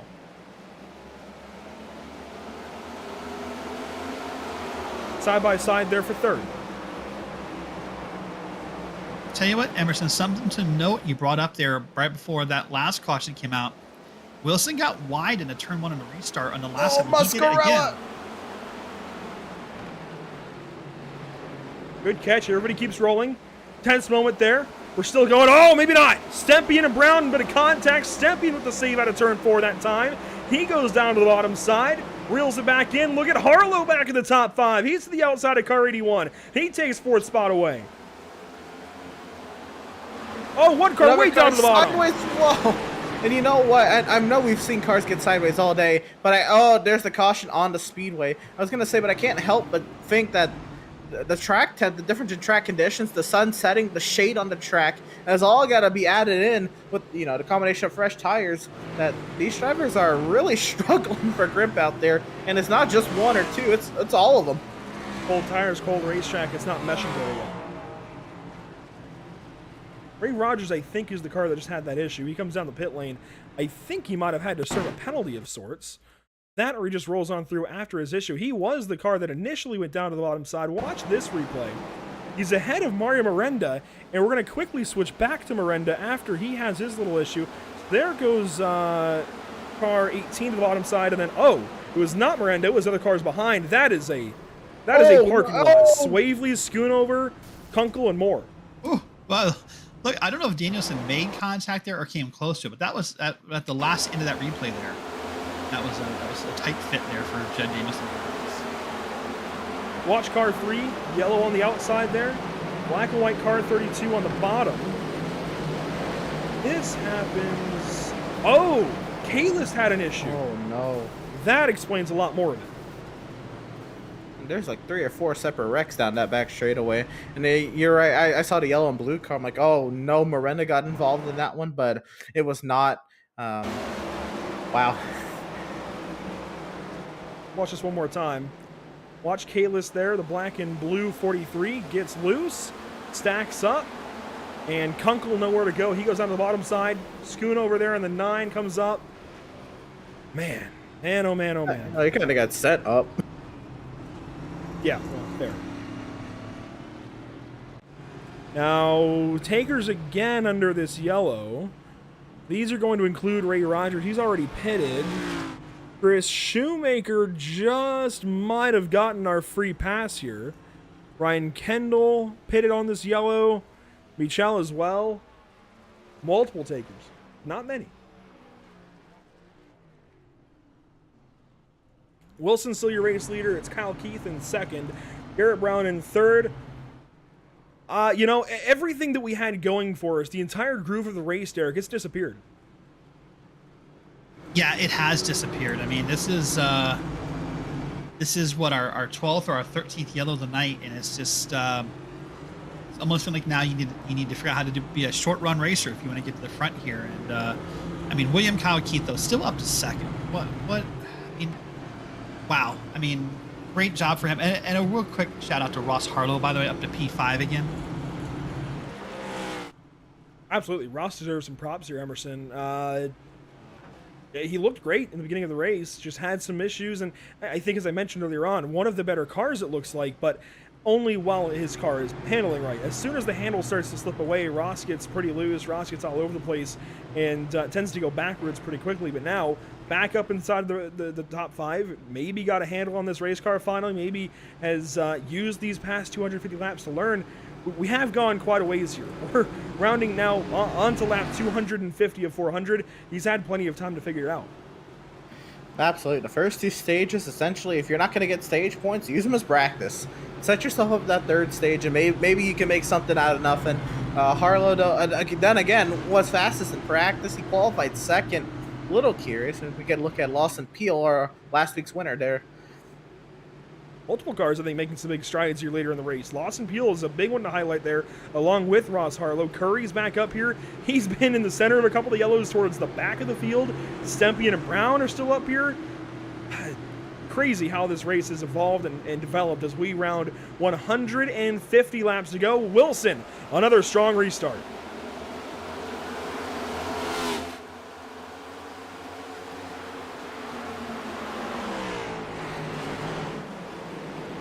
Down the backstretch, you see the entire field, 2, 3 wide in some cases. That's a good look at 30-some-odd cars.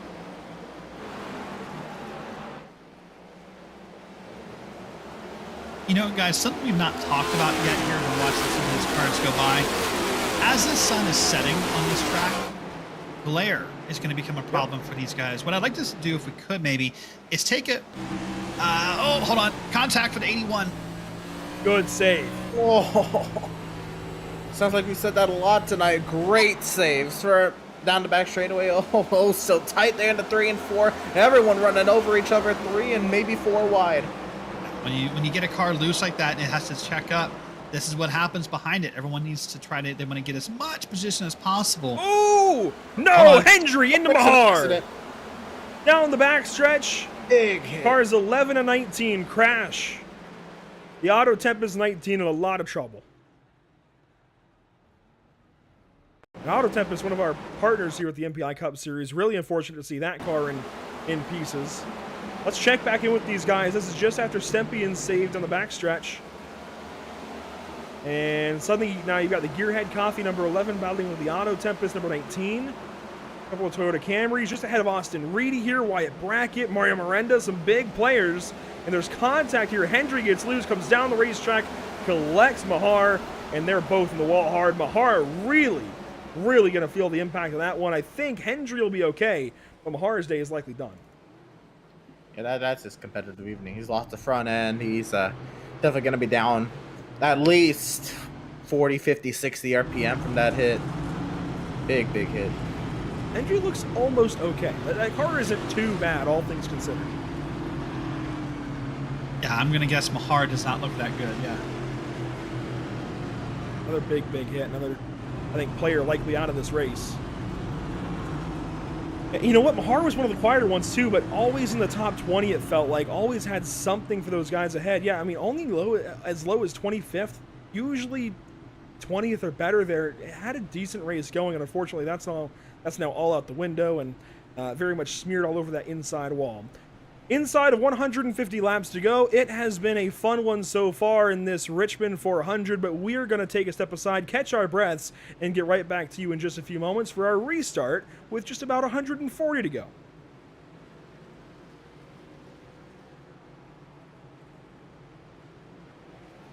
Have you found yourself trying to hide your joy because Fuller. you're unhappy with your... Needed F-150 for Smithville. Got it. Yesterday. I know. Don't forget my BMW. Gotcha. Check this out. All the major online automotive sites in one place. BMW, done. F-150, done. How's he do it? I can search nationwide. Even those classified sites. Auto Tempest, all the cars, one search. That's how I do it. There is Max Papis in the Ferrari. As great a race as Ferrari has ever won.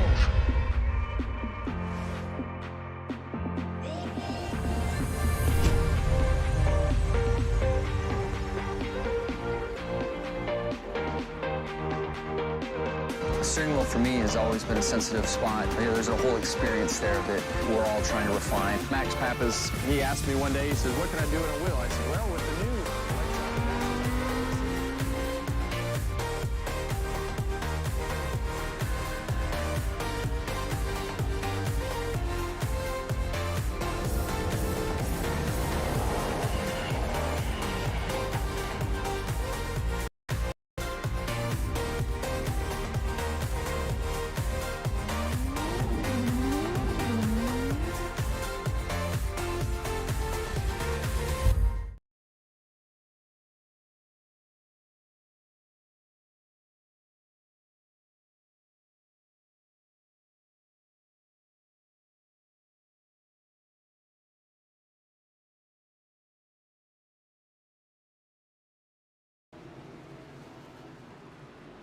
Welcome back to the Richmond 400 at Richmond Raceway, brought to you by the MPI Cup Series, well, MPI Max Pappas Innovations. A couple of great messages there from MPI and Auto Tempest.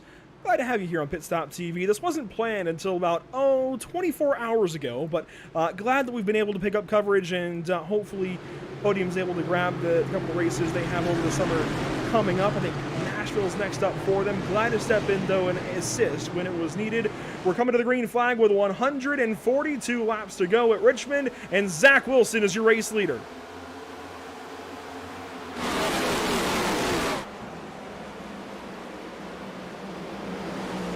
Good restart that time for car 42, guys. Usually we've seen second place be a crutch for a lot of these guys.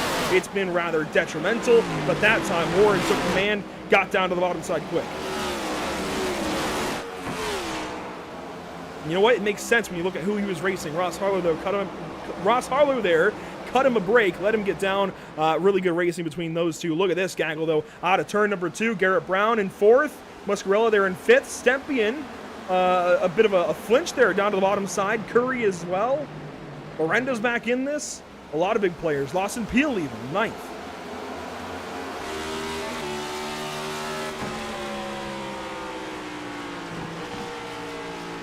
Maybe take a lap with Stempian, maybe. Oh, look at the glare right there. That angle. Yeah, but look at it in cockpit if we can. A lot of times it's going to affect the drivers out of 3 down the front straight if we can get a cockpit view of it. This one might not be as indicative. What's going to happen? A cockpit view is. Let's see. Be down in 3. What's going to happen? Here's one, and look at that. That's going to hit you right in the eyes. And then what actually happens here down the front, which is hard to see in this camera, get caution again.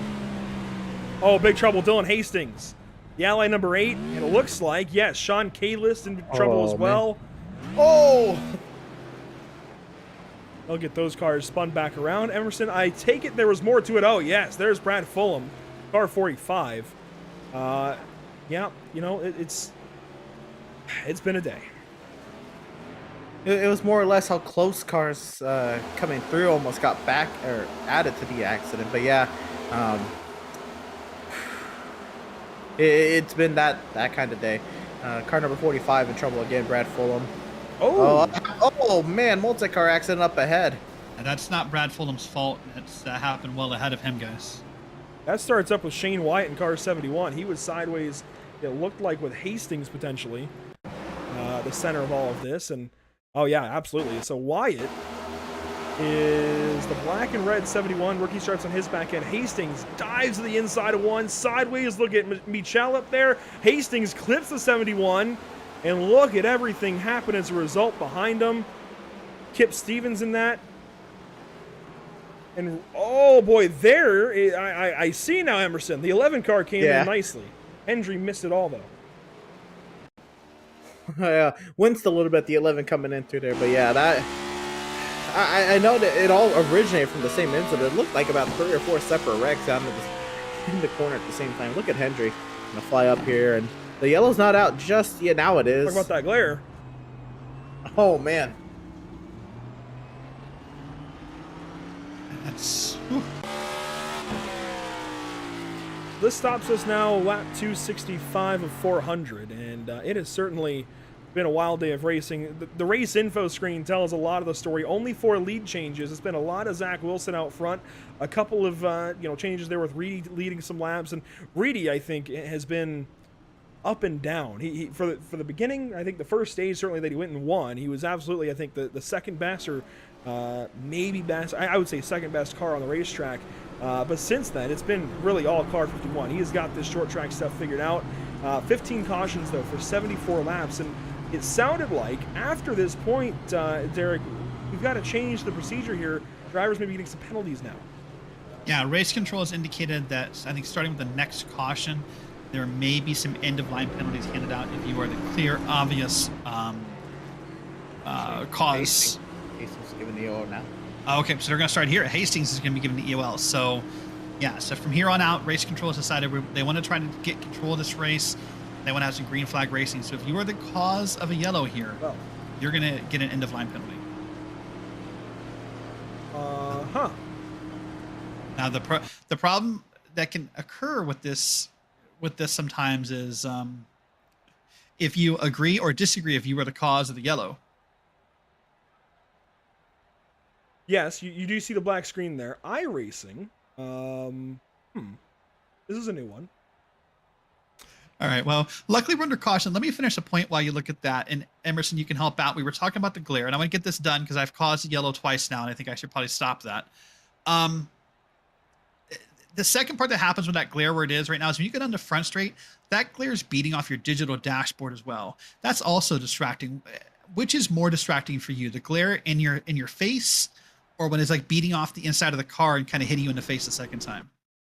Definitely, I think the one in your face, because kind of as you saw there with the 11, you lose most of the middle of your screen where that happens, and especially depending on where it happens, the exit of turn 2, it tightens up so much.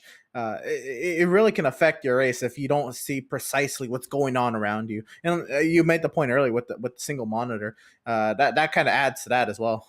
We're gonna go radio style here on the start. Pace cars down, and Wilson's up off here and quickly away with William Kyle Keith in behind. They're gonna head down into turn number 1. Emerson. Top 2 get single file. It looks like there's a car way up the track. He'll kind of get back in the line here. That was looks like it was the 16 of Garrett Brown. Garrett Brown is quickly losing ground, but Miranda, Muscarella, they'll find their way on by. Garrett Brown now back to about the 6th or 7th position. Steven Stempian trying to work his way back up into the mix here. And how about the 53 of Lawson Peel, well within inside the top 10 and looking to try to get up to 6th. Yeah, indeed. We're going to back down into turn number 3. Wilson still has that lead. And you got Wilson. Oh, yeah, multi-car accident turn 3. Caution, and Yashin is out again. He is correct. Let's go find it. We'll try to describe it here on PitStop TV. Let's go and find our wreck here.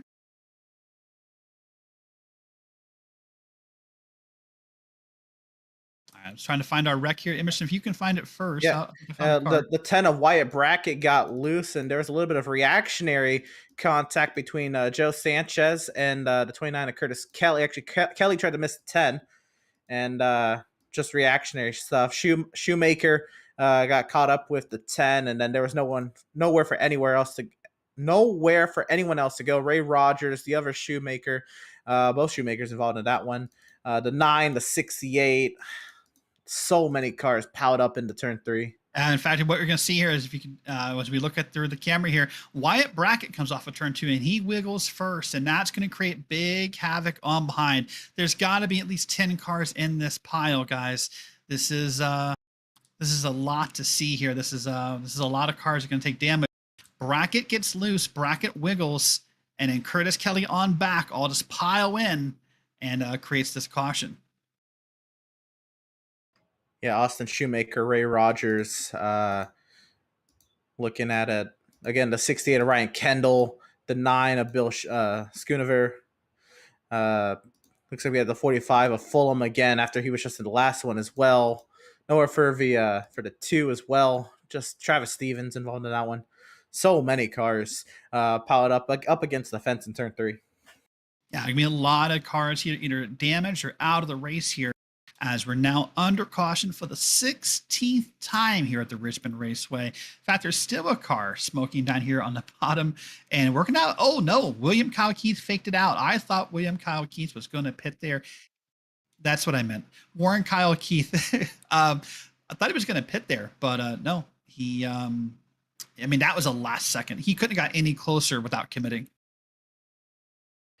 Some of the risk you have to take in the mind games, and at this, the minds are getting exhausted for everyone out there on the track. And 16 yellows, people start to maybe get lost in strategy. It starts to get really hard to focus on your strategy. Maybe Keith was maybe going to drag somebody down if you could pull it off maybe a little bit cleaner. But again, yeah, you have to really commit to the fake if you're going to pull off that fake.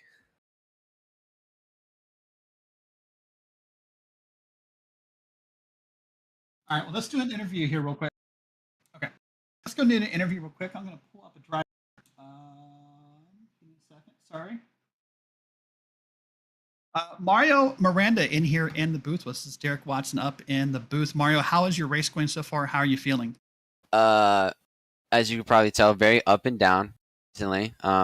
Made the same mistake twice. I couldn't believe it, but I'm just happy that I'm up here right now. And, you know, I really feel like I have something for Wilson, even though he's the class of the field right now.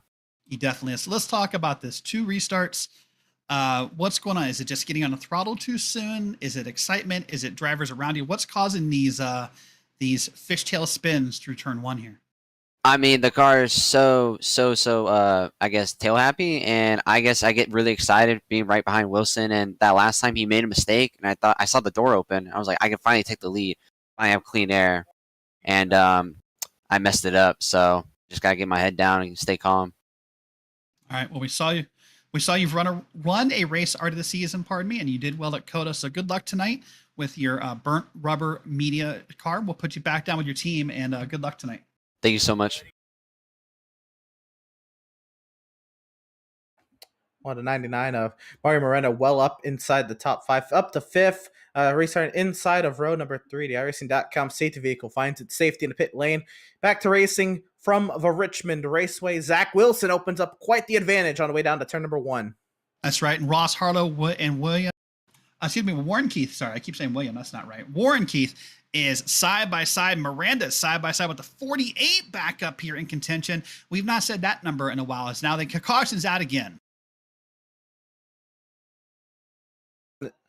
This one is Chris Progar, and the 17 on the back straightaway, and he's had a rough night at that, but that would be the 17th incident tonight, and he's contacted from the rear slightly in 1 and 2 by the 3 car, but he spun way later in the corner and onto the straightaway.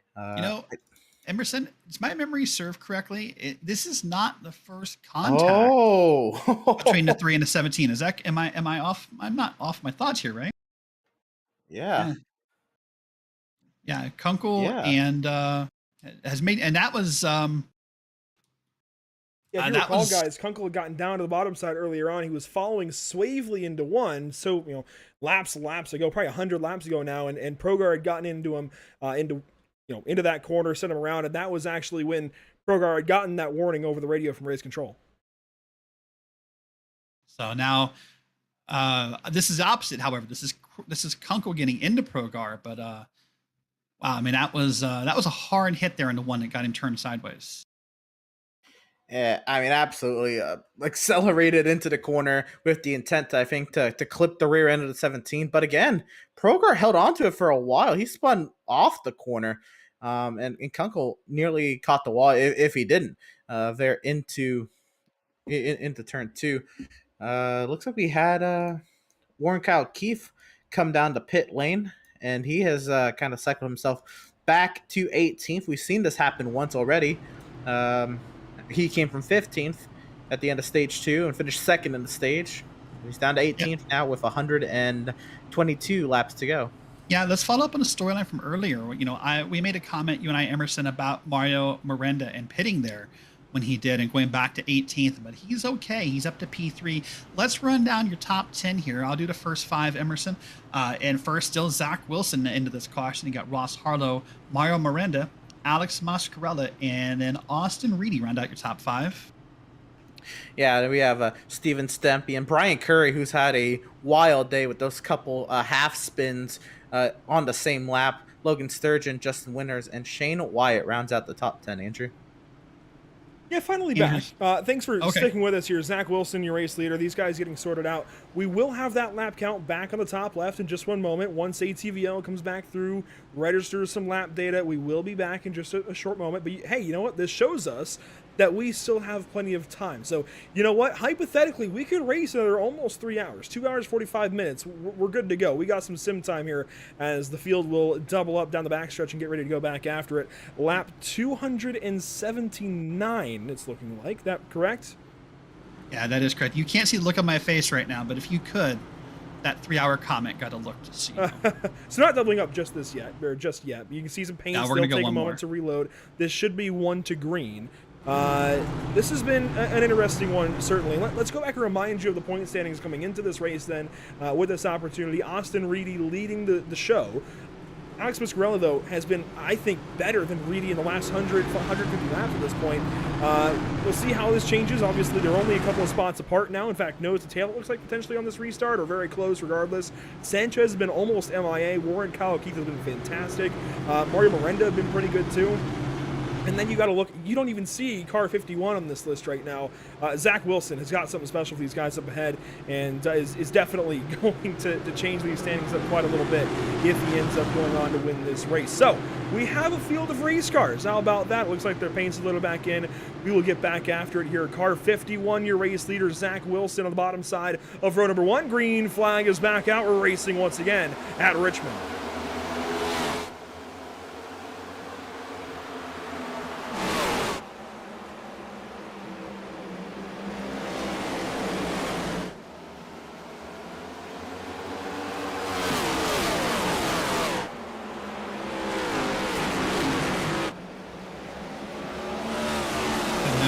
Being spoken here late in the race. Miranda's going to run down Zach Wilson with Ross Harlow, the 48 car, and Austin Reedy all behind here for the top 5. Yeah, Reedy has been steadily working his way forward. Now he's sideways. He's going to lose some time here. Also, well, that'll Miranda holding station though up there in second, but he's going to have a hungry pack of cars. Mascarella's not going to be wanting to sit behind Harlow, and Harlow's trying to be patient with Miranda. Reedy almost gets in the back of Mascarella. Everyone running over each other here. Yeah, you don't typically bump draft at Richmond, boys. Harlow down to the inside. This is for second. The 5 car was great all day. Well, great earlier in the day. Led practice. Qualified second, looked great early in the day, and now has been kind of all over the place. Is back up in the top 3, fighting to the inside of Miranda, almost had that spot. Mascarella down on the inside of Stempian, who I think has got to be one of your dark horse competitors now on these short tracks. Nearly contact though for second place. This is exactly what you want out of Richmond Raceway. That said, Zach Wilson taking the field to Gapplebee's for a nice steak dinner and even getting them the side of garlic mashed potatoes. He's treating them to a good one tonight. Miranda! Again, Miranda's loose in one, and again, he's going to save it. Look at that. That is awesome. I was going to say... Oh, my! David Michel! Or Daniel Michel. I apologize. That was a heck of a save. We keep saying that all night long, and Warren Kyle Keith has fallen all the way back to 17th spot back here. Yeah, he pitted under the last caution. We're under caution again. There he clobbers Shane Wyatt. Oh, no. Oh. Guys, this is what we talked about earlier. We'll wait and see. This is the danger of pitting. Let's wait and see the replay. This is what we talked about, Emerson, how you can get pitted and get back in that field. It can be dangerous. Check this one out. This happens ahead, and it looks like it happened with Sanchez, potentially even Shane Wyatt. Where's Shane Wyatt and all that? So Miranda goes sideways there. Shane Wyatt is up ahead. Shane Wyatt's battling here with that's the 26 of Sturgeon. what in the world happens out of turn 4? Oh, Wyatt. Oh, my goodness. And Lawson Peel nowhere to go? Wow. That's a massive hit there out of turn 4. That is the front end. It is. I mean, it's not visually gone, but it's effectively gone. Oh, big hit, and a couple cars that immediately hit him as well. They're going to be effectively done as well. Guys, real quick, sorry. Points leader Austin Reedy is while we're watching this replay. Austin Reedy has gone to pit road here. Watch Wyatt. This is slow-mo. We'll then pick up the pit stops in just one moment. Nearly up and over for Wyatt. Peel clobbers him. Sanchez down to the bottom side. Both of those cars destroyed. And from the flag stand here, you'll see cars pile in. Absolutely nowhere to go if you're Warren Kyle Keith. Bahar barely misses. You can see Kyle pile in. Keith pile in there. Wow.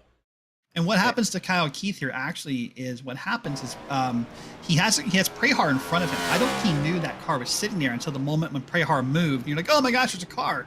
But by the time that kicks in, it's just too late. Yeah, he had no idea. The car right in front of him blocked the entire vision up ahead. And yeah, last second. Warren Kyle Keith, he's disconnected. He's done. Sanchez is done. Now, the good news for Sanchez, if you can call it good news, and Peel, is they both have wins. So it wasn't, I guess, as imperative. And this guy only just got in the top 20. Yeah. No hood on F53. Man. Absolute disaster for these guys. And yeah, Lawson's right back down to the pit lane. Oh my goodness, that was a big one. Shane Wyatt just got loose on his own, and that's classic Richmond, though. I think that's been Richmond on the iRacing.com service for probably 6 years, maybe 4 or 5. Derek, you might be able to correct me. I don't know. Anytime that I've raced Richmond since probably 2017, it's felt like exactly that is the theme. Somebody makes a little mistake out of either 2 or 4. It's always corner exit, and pile in. There's nowhere to go. It's either an overcorrection or a loop around in front of the field, and it's just there's absolutely nowhere for anybody to go. Collects other cars, and it tends to absolutely ruin days, and that's just been how iRacing has worked at Richmond for a long time. No, it definitely has, and also what's different we've not talked about yet tonight, surprisingly, with these cars is the brakes. The brakes aren't as strong as they used to be. So even if you want to check up for something, maybe you just can't as much as you used to. But like I said, you guys gotta, viewers gotta understand it. Like I said, for Kyle Keith, I doubt he really knew that car was there. He was just trying to get through what he thought was the wreck, and that's one of the dangers, as we said, of pitting and doing that kind of stuff. And it's unfortunate. Short track racing, this is kind of why fans love it, because it's chaotic, and it's, bumper to bumper and door to door and wheel to wheel. But this is the downside of it, is moments like this. While we're under this yellow, and it looks like pace car lights have been extinguished, a big thank you to our partners here at the MPI Cup Series. Of course, MPI, Max Happiness Innovations, and Auto Tempest doing so much for the series. And I think maybe partners for a league are maybe understated a lot, but these two really do so much for the MPI Cup Series. Not only the name of the series, but just the support, the notoriety, I think certainly helps as well. To see MPI on any kind of series or any kind of anything, to see that logo always carries a lot of weight and brings in a lot of attention. That's why a lot of these drivers, these are some of the best drivers on iRacing, and they certainly bring in a lot of competition, some high-level competition here with the MPI Cup Series. We're back to green flag racing as we get down to nighttime, and as Larry Mack says, nighttime is the right time. Back green flag racing with just over 100 to go.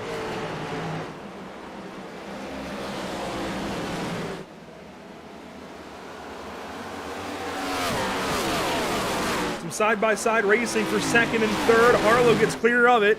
Muscarella and Stempion, though, they're at the center of it, side-by-side across the line. Oh, and I think Stempion just grazed the wall there on the front stretch. I thought he did as well. By the way, new name in the top 5, at least for a while. Justin Winters up here in P5.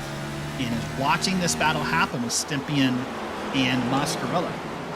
We've mentioned Winters, but I think it's been a while since we've seen him up here. And he's got Brian Curry right behind him in that Doritos car. That is absolutely wild. Winters, we've seen kind of lurk around the top 10, kind of fall in and out of the top 10. Curry, I mention it now every time I see his name, but he got sideways twice in one lap, big time, but he's recovered nicely. They're 5th and 6th, and this is kind of what I was saying earlier. you kind of just want to survive, keep yourself running, and then here in this third stage, this is where you try to make something out of nothing. Really, winners again struggled with inside the top 10 most of the day, and now he's looking at a top 5 and trying to hold station right there in 5th. And I mean, look at that track tip now. I mean, we're looking at 66 degrees Fahrenheit. The track, this track is cold. It has dropped 15 degrees since qualifying. So for Emerson, for those who don't know, talk him through what does that mean as a driver? What does that do to your car? Yeah, the lower track. Oh, we got a car around. It's Austin Reedy sideways in turn 2. The caution is out. And our points leader certainly facing some championship implications. Does that work for you? Derek finally got that one in. This is big for Austin Reedy. This may not take him out of the top 3 or anything in the point standing. Certainly not going to necessarily take him out of a racing for a championship. He's got 2 wins. He's into the playoffs. But this is going to put a hamper on things, at least in the first half of this season. This is big, actually. Garrett Brown just ahead of him. Looks like the 6 car of Dustin Reeves now in this top 10. He's been lurking all day long. Reedy gets on by Brown, and just the back end comes around on him. We've seen that before. Miranda's done it a couple of times. Oh, I thought he got hit there. He does not get hit until right there. Oh, there he is. Car 24, it looks like. A really late hit there from Justin Erb. Yeah, we've kind of seen this all day with Reedy. He's really charged those entries to try to make the most time up. But both. Right.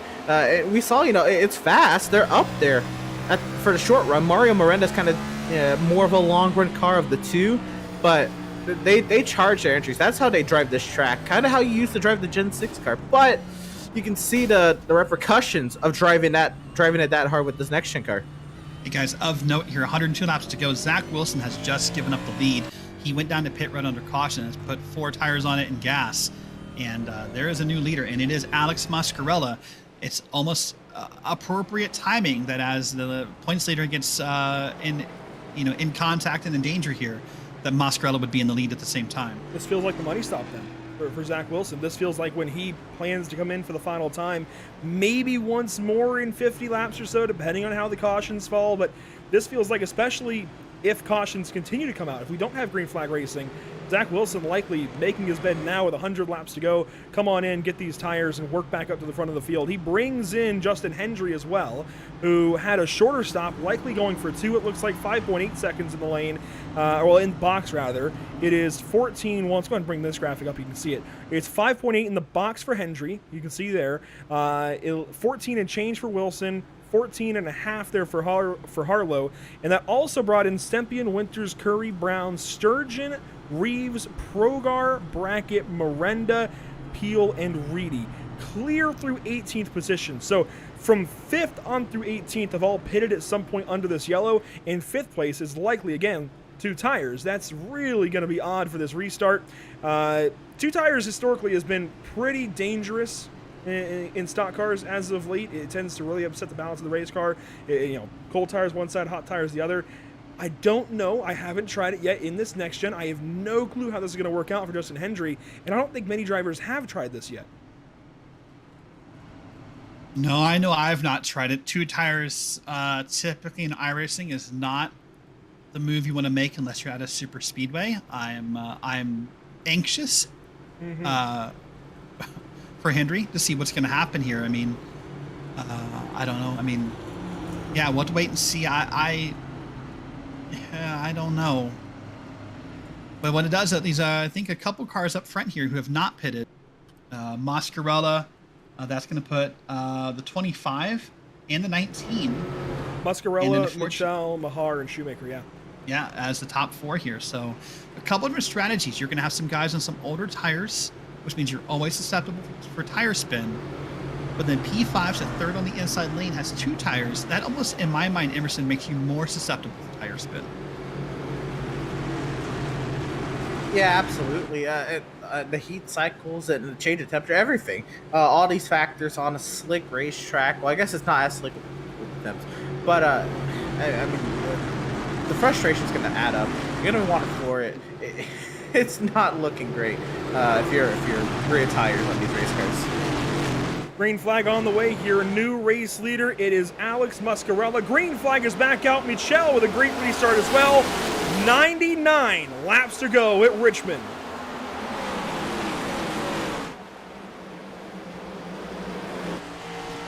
on board with the driver who's led the most laps today by a mile. He won stage number 2 and arguably deserves this race win more than the rest of this field, but again, arguably, and it can be argued quite validly.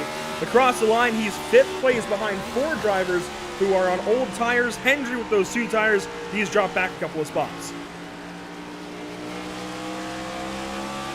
Oh, and he's going backwards quick. Hendry has no grip down there on the bottom side. No, he really doesn't. He had a really slow restart and kind of checked up the bottom line.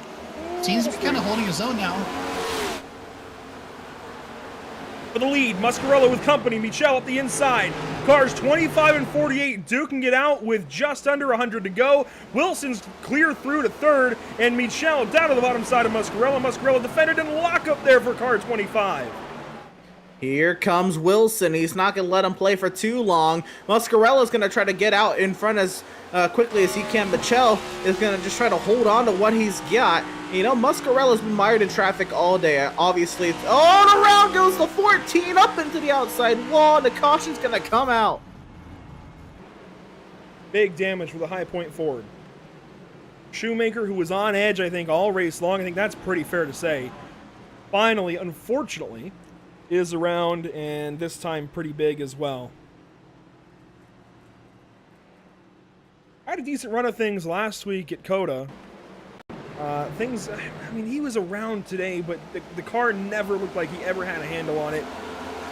I think just his speed making up for a lot of it here. Is there contact? Absolutely. Yeah, Harlow gets in deep, backs it around, and this isn't even Austin's fault.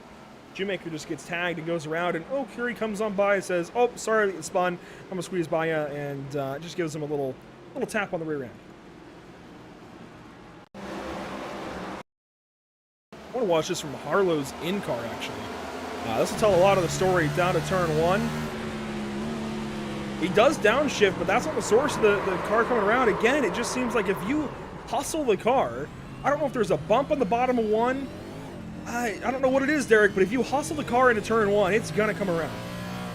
It is, and what's happening right now is Ross Harlow has been informed by race control. He will receive an end-of-line penalty. He has made his objections and claiming that he doesn't feel that he was the source of the caution, but they are going to stick to that. So at one point, our P2 driver is going to go to the back of the field here on this restart. There you go. Muscarello still your race leader, and Wilson, again, I feel like that was his money stop. I really do. I don't think he plans to pit again unless we get a long green run and maybe these guys make a bad dash back down the pit lane. But I see a few cars exiting the pit lane, including Shoemaker, Harlow, and some others. Harlow, like you said, protesting it. We'll see how that works out for him. Wyatt Brackett leaves just behind him. Lawson Peel in 17th. He's still in it. Props to Lawson. He talked about last week how he wants to move up through this field, and of course he's now eligible for the playoffs. Got that race win last week at COTA. I don't know. Again, props for the attrition here. He's not letting this get him down. He wants to fight. He wants to race for a championship. But man, he has got some tough odds to beat COTA. Absolutely. Again, he said, you know, this really isn't his thing. He's trying to get back into this oval stuff. And I know, obviously, with the front end of the hood gone, it's not going according to plan. But he's still in the lead lap. And if he can even eke out like a top 15 out of this race, and at the rate we're having cautions, maybe a top 10, that's going to do wonders just to see that on the stat sheet. And just to see the points come after that. This would be huge. Just for him to keep staying on the lead lap, he's probably still getting damage repaired as we speak. Oh, yeah. Probably the only reason he's still back in the box. Can he get all this damage repaired, stay on the lead lap? At the rate these cautions keep coming, he wants them to keep coming because it's helping his case. Well, you know, guys, it's funny that quote that he made about I'm trying to get back into oval racing. And all I keep thinking about when you hear that is this is like, if I had a friend who wanted to get quote unquote back into oval racing, this is not the track I would start them on. Like, this is not, I mean, you know, it's an oval for sure, but this is not the easiest oval to quote unquote get back into oval racing on. I just want to go back and get one more replay of this incident, and we'll let it kind of speak for itself. I am curious, honestly, by the protest here, but from Harlow, but my mind's on it, and I really want to see if there is contact or if something happens with the 14 that maybe we just, I don't know. There's got to be contact, I'd have to imagine, right? take a look and find out here. I think Harlow's objection to the end of line, although there was no contact, is he feels as though.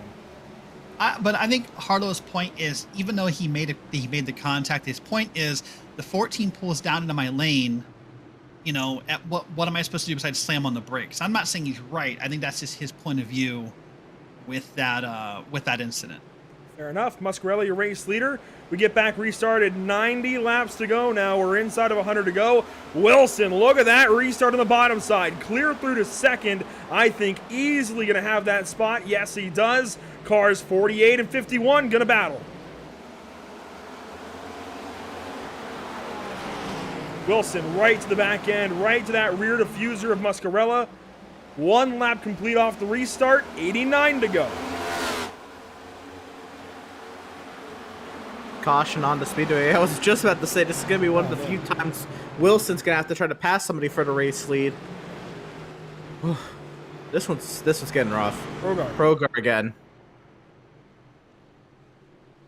So the issue here is for car 17 here.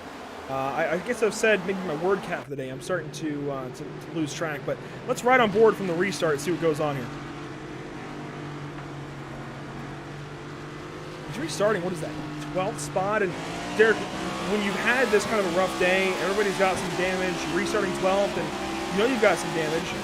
It feels like an opportunity. You see the damage ahead. It feels like an opportunity to just kind of hold where you are. At least try and make it tough. Play the Ryan Newman strat, right? Hang on to spots as tough as you can. You know, it is. That's definitely one school of thought. The opposite school of thought, though, Andrew, is, and, you know, Emerson, maybe you'll relate to this. There's yellows every third lap. I can't wait. I can't. Oh, he slaps the wall, and then I think Mario Miranda got into him from behind. But the other school of thought is, man, there's cautions every 3 laps. I can't wait. I have to make a pass. So when we restart again, I'm 1 more spot up, 1 more spot up. If I wait here, I'm going to get sucked up by those guys, and I'm going to restart, you know, 17th next time by. I agree. I mean, when you get into this gets frustrating. You've lost count of what lap you pitted on. You have really no idea where you are if it wasn't for the relative on the bottom right corner of your screen. You're just trying to get to the end, and you're just trying to get to the end in the best position possible. And if we've continued like this for the past 20, 30 laps, I could see why drivers feel like it's going to continue for the next 85. Yeah, I mean, there's nothing Miranda could have done there. Like, you can't anticipate someone hitting the wall. I mean, Miranda ran him over, but that's not Miranda's fault. And in fact, the 17 already told race control he's claiming fault for the wreck. I think 17 is done. Let's see. Just spun onto the pit road entrance? No, I think race control is telling him he's done. Well, he may. Well, we'll let race control handle that. That is for race control and Chris Progar to handle. We've got some 20 of the cars that are still in this race, and you know what? We've got 17 of them on the lead lap. Travis Stevens is the first car lapped. In fact, he's 3 laps down in the 19th position. Progar currently occupying 18th. Austin Reedy is now 12 laps down. He's in the pit lane and has been for some time. But you know what? He's getting... Look at that. He's getting tires, actually. He might not be done just yet. Gonna go out there and try and get what he can back. Likely waiting on some damage there. Curtis Kelly, though, is still out there. He's in 21st now, and his good run has come to very much an end. 13 laps down. Kip Easley in 22nd. He's 15 laps down. Ryan Kendall, 18 laps down in 23rd. There's still some cars here, though, that, I mean, you have to consider maybe Austin Reedy can get some laps back and actually contend for a top 15 if things keep going this way. Yeah, so 2 things to note here. 1, Emerson was correct. The 17 has been parked.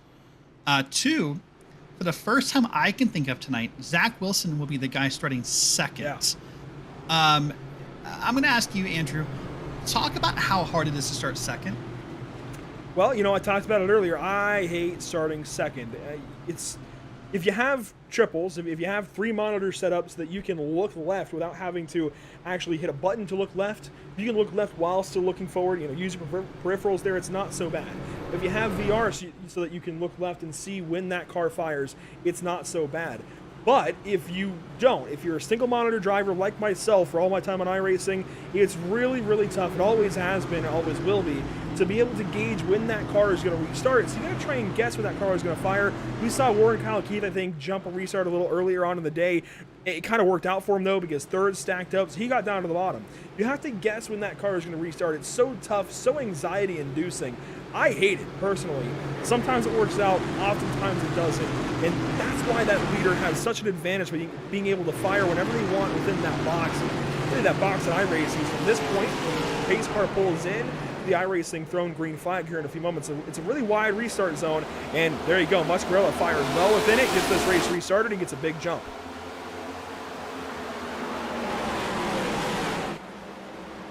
Just over 80 laps to go. You can see nighttime. Yeah, it's in full effect. The lights are on. The shadows beginning to be cast on the outside and inside walls. And here we go. Zach Wilson all over Alex Muscarella. Older tires for car 48 starting to wear out.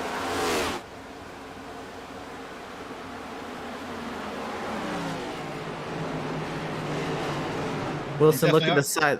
Whoa, Muscarella sideways. Wilson checks up. Here comes Michel down to the bottom side. He takes a look for second. Wilson takes the outside line. Michel, I think, would have a fantastic couple of opportunities if he would just trust himself on the brakes. He keeps locking up out of panic and really hurts his left front tire. Here we go, though. The move for the race lead. Wilson down to the bottom side, painting that yellow line. Muscarella gonna try and squeeze him as much as possible. Side by side, down to turn 3. Be down side by side down through turn number 3. Looks like Wilson's going to have a small advantage coming out of the corner here, but it's still going to be there. Wilson will lead the lap, and let's see what happens down into turn number 1 and 2, Emerson. Yeah, Wilson's going to try to roll that bottom, but that middle lane, if you can run it just right, you can keep yourself in it, but Muscarella's too loose. Wilson clears to the lead once again and looks to set sail. Now that we're getting some green laps under our belt, he's trying to see if he can kind of pull away and maybe use that 48 as a little bit of a stopper to the rest of the field. Michel as well. Stempian up into 4th, and the second car on those tires looking to see what he can do once he catches this 25 and this 48, if he can anyway. And cars on the apron, looks like it's going to be all fine back there. But they're good. Winters side by side here with Mahar. Michel took a look to the inside of Muscarella that time. They still battle. This is a side-by-side for the 5th spot. Mahar going to have to give it up. Winters on the bottom side, just a little too strong for car 19. I'm so surprised that Mahar is still in this race. I thought he was done. And Muscarella, a big shake-up down the backstretch, a big bobble. Stempian goes to the outside. Michel fills that hole on the outside. And car 25 might take it around the top side. Yes, he does. Michel to that second spot if he can clear in front of Muscarella, riding on board now. This is trying to get the crossover here. This is Stempian. He's got the run of Muscarella. Those tires, he's going to power up the inside, send it down into turn 3, put himself back on the podium, and now he looks to do the same to the 25. That opens the door for the 88 of Justin Winters, who's having an amazing run compared to where he was earlier. Car 88 down to the inside of car 48. Finally, Muscarella. He's looking like Achilles with a hurt heel. He is starting to fall back through this field, going backwards quickly down to 4th and likely 5th here in a moment. Winters starting to come on through. Mario Miranda's looking good again. He's almost to the top 5. In fact, he's going to make a move down here to the inside of turn number 1. Looks to the inside of car 48. He's there. Noses ahead through center of the corner. Stempian side by side. He takes second spot away on the bottom. You know, Miranda's is someone who just, will not go away. He just made contact in that last caution with the 17. One would have thought he'd have a pretty hurt race car, but here he is again up here racing for 5th. Oh, Ross Harlow. No, that was Ross Harlow to the inside of Brian Curry. That was very close. Car staggering there on entry. Miranda almost gets tagged. Harlow almost gets tagged. Harlow's following Mahar into the corner. Emerson, what do you make of all of this? Do we get another yellow? Oh, we're not done getting yellows tonight. I don't know what you're talking about. But Harlow looking to the inside of Mahar, trying to see. I mean, we got too many drivers on old tires trying to get cleared by drivers on fresh tires, and cars hitting the apron, and cars getting loose. I don't know, man. But here comes Brian Curry on the 19 of Mahar. And this is the 16 trying to get the run off the corner, trying to take both of them if he can. He's going to watch his battle unfold first. Looking now off the left side mirror of the 19. Say what you will about these next-gen cars. This is everything I think we've wanted from short track racing in the NASCAR Cup Series. We've had very difficult to drive race cars. The track has changed a lot. You've had to move around and find grip. You've had to actually run 2 different lines. It's not been one line dominant, but you do have to try and fight for the bottom, I think. We've had different tire strategies, varying opportunities for several drivers to do this or that. There has been so many different things, so many different elements to this 400-lap race, and we're still not done just yet. Miranda now back to the top 3. He's fighting for a podium spot, and he has got one for now over Michel. I really think this is a big revival for NASCAR. Michel, big sideways at a turn 4. Winner's going to go on by for 4th.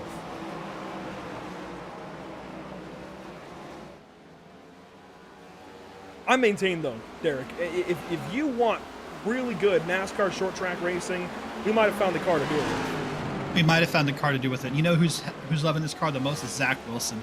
Already out to more than probably a 2-second lead, almost a 2-second lead, pardon me. He's the one having the most fun in a car. That's how it feels when you're leading. It's a little bit more fun than it is if you're, Miranda, Winters, Harlow, or any of the gentlemen, behind him.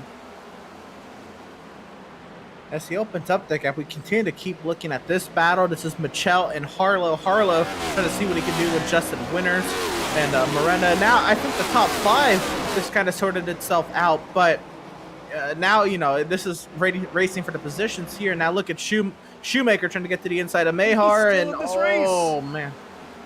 These guys are both still in this race. I thought Mahar was done like 50 laps ago. Shoemaker as well. Brackett's still in this. He's on the outside. He's fighting for 11th. Now he's got 11th. I mean, this has been a rough race for many. It's been, it's drug on for a little while. A lot of yellows, sure. But as far as the quality of racing, the developments throughout the course of this day, the track changing, the tire strategies, this is everything you want. Maybe take a few yellows out, and this would be some really good stuff. Austin Reedy moving forward, although that is not for position. He is 12 laps down in the 19th spot, but he is back in all of this, and he is moving forward.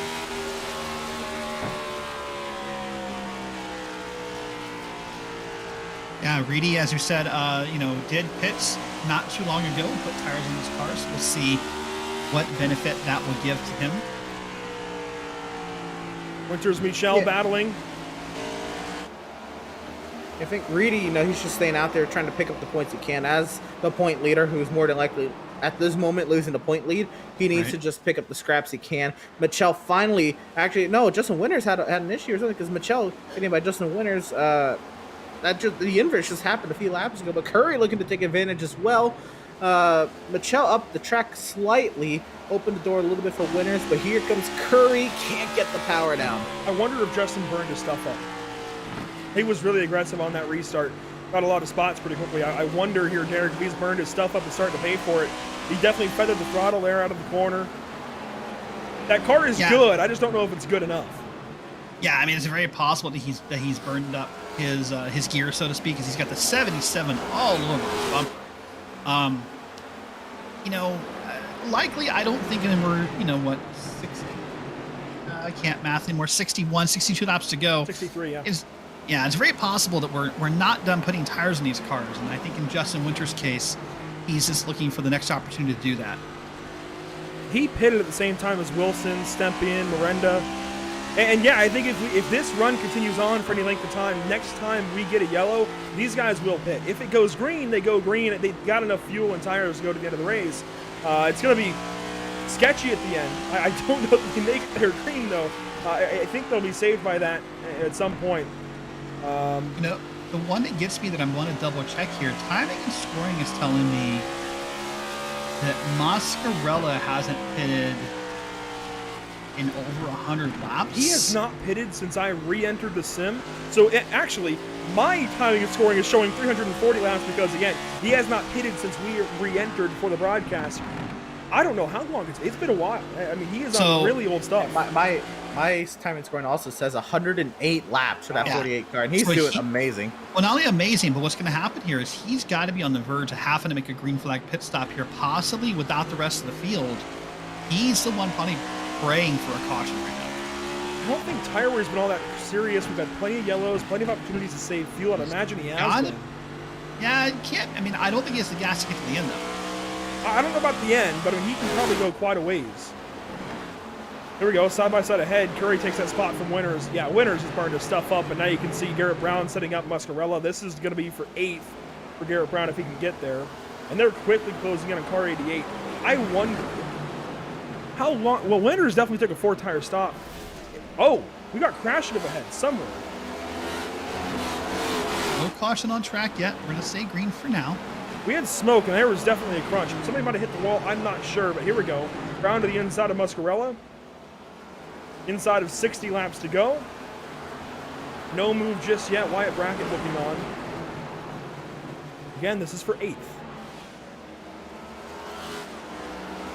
These are all drivers who've kind of survived, and they're just trying to make it to that point where they can, set themselves up for the end. Really gauge what kind of speed they have in their car, and what kind of speed they have against the rest of the competitors still on the lead lap.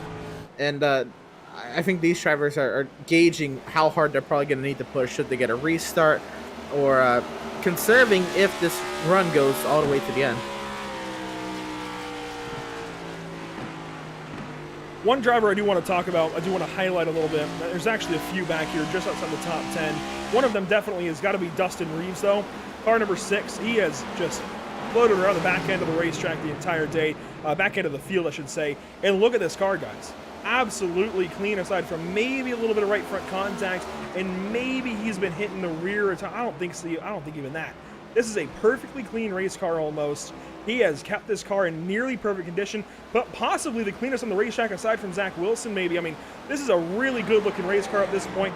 350 laps in at Richmond, and maybe one bit of damage on this 6 car. I don't want to jinx him, so I'll knock on wood. But as he continues to just, outlast cars, I think he's got a top 10 on his way. Yeah, I mean, that would appear to be a very likely scenario here. Great job. It's a name we've not really said all night that I can think of, but that purple... But we didn't say it at COTA either. That contact! Muscarella gets hit. And he's going to spin right in front of Reeves, who misses it. And we stay green. Caution. Yeah, no caution. We'll stay green here. That's going to put Muscarella back now. Obviously, he'll stay ahead of the points leader coming into the race, but this is going to get really interesting to see how this plays out. So Muscarella had just gotten by Justin Winters, which I find remarkable, by the way, because Muscarella was on 115 lap old tires and Justin Winters was on 50. Different than tire age. The fact that Muscarella was able to get back by was something else. But I don't quite know what happened there. I guess just people getting tired of him just trying to pedal that car to make those corners on that aged tire. You're looking at Reedy trying to work his way back. I'm sorry, Reedy's multiple laps time, but that's Wyatt Brackett trying to see what he can do as he looks up ahead at Justin Winters. So as this race goes on, looks like coming into 3 and 4, Garrett Brown barely got in the back of Muscarella, and that's what got him sideways and kind of got him loose, and he just kind of lost control of the car from there. Yeah, Brown and Muscarella were racing, and I really was curious as to how that battle was going to go. I wish we had been able to see it, but I mean, it was definitely worth talking about. Dustin Reeves, who's now just behind these guys and really in a position to take a top 10 here in a second. He's in 11th now with Muscarella falling behind him, just behind Joseph Mahar. And Mahar going to battle with Brown, it looks like. Wyatt and Winters. Winters up the racetrack. Justin Winters. This race has gone from pretty good to really terrible, I think. The momentum for this 88 car is absolutely abysmal. It was great off the restart, got going, and now as this run goes on, he's got nothing for any of these guys. I think he definitely burnt his stuff up. I think I believe he was probably anticipating a lot of yellows on the run here. Oh, Mahar nearly gets into the back of Winters. That's going to open the door for Reeves. Reeves has better tires than Mahar and the 88 of Justin Winters. This is going to look very nice for Reeves. We can maybe get that thing up to 9th. Well, it's good timing. You said that. No.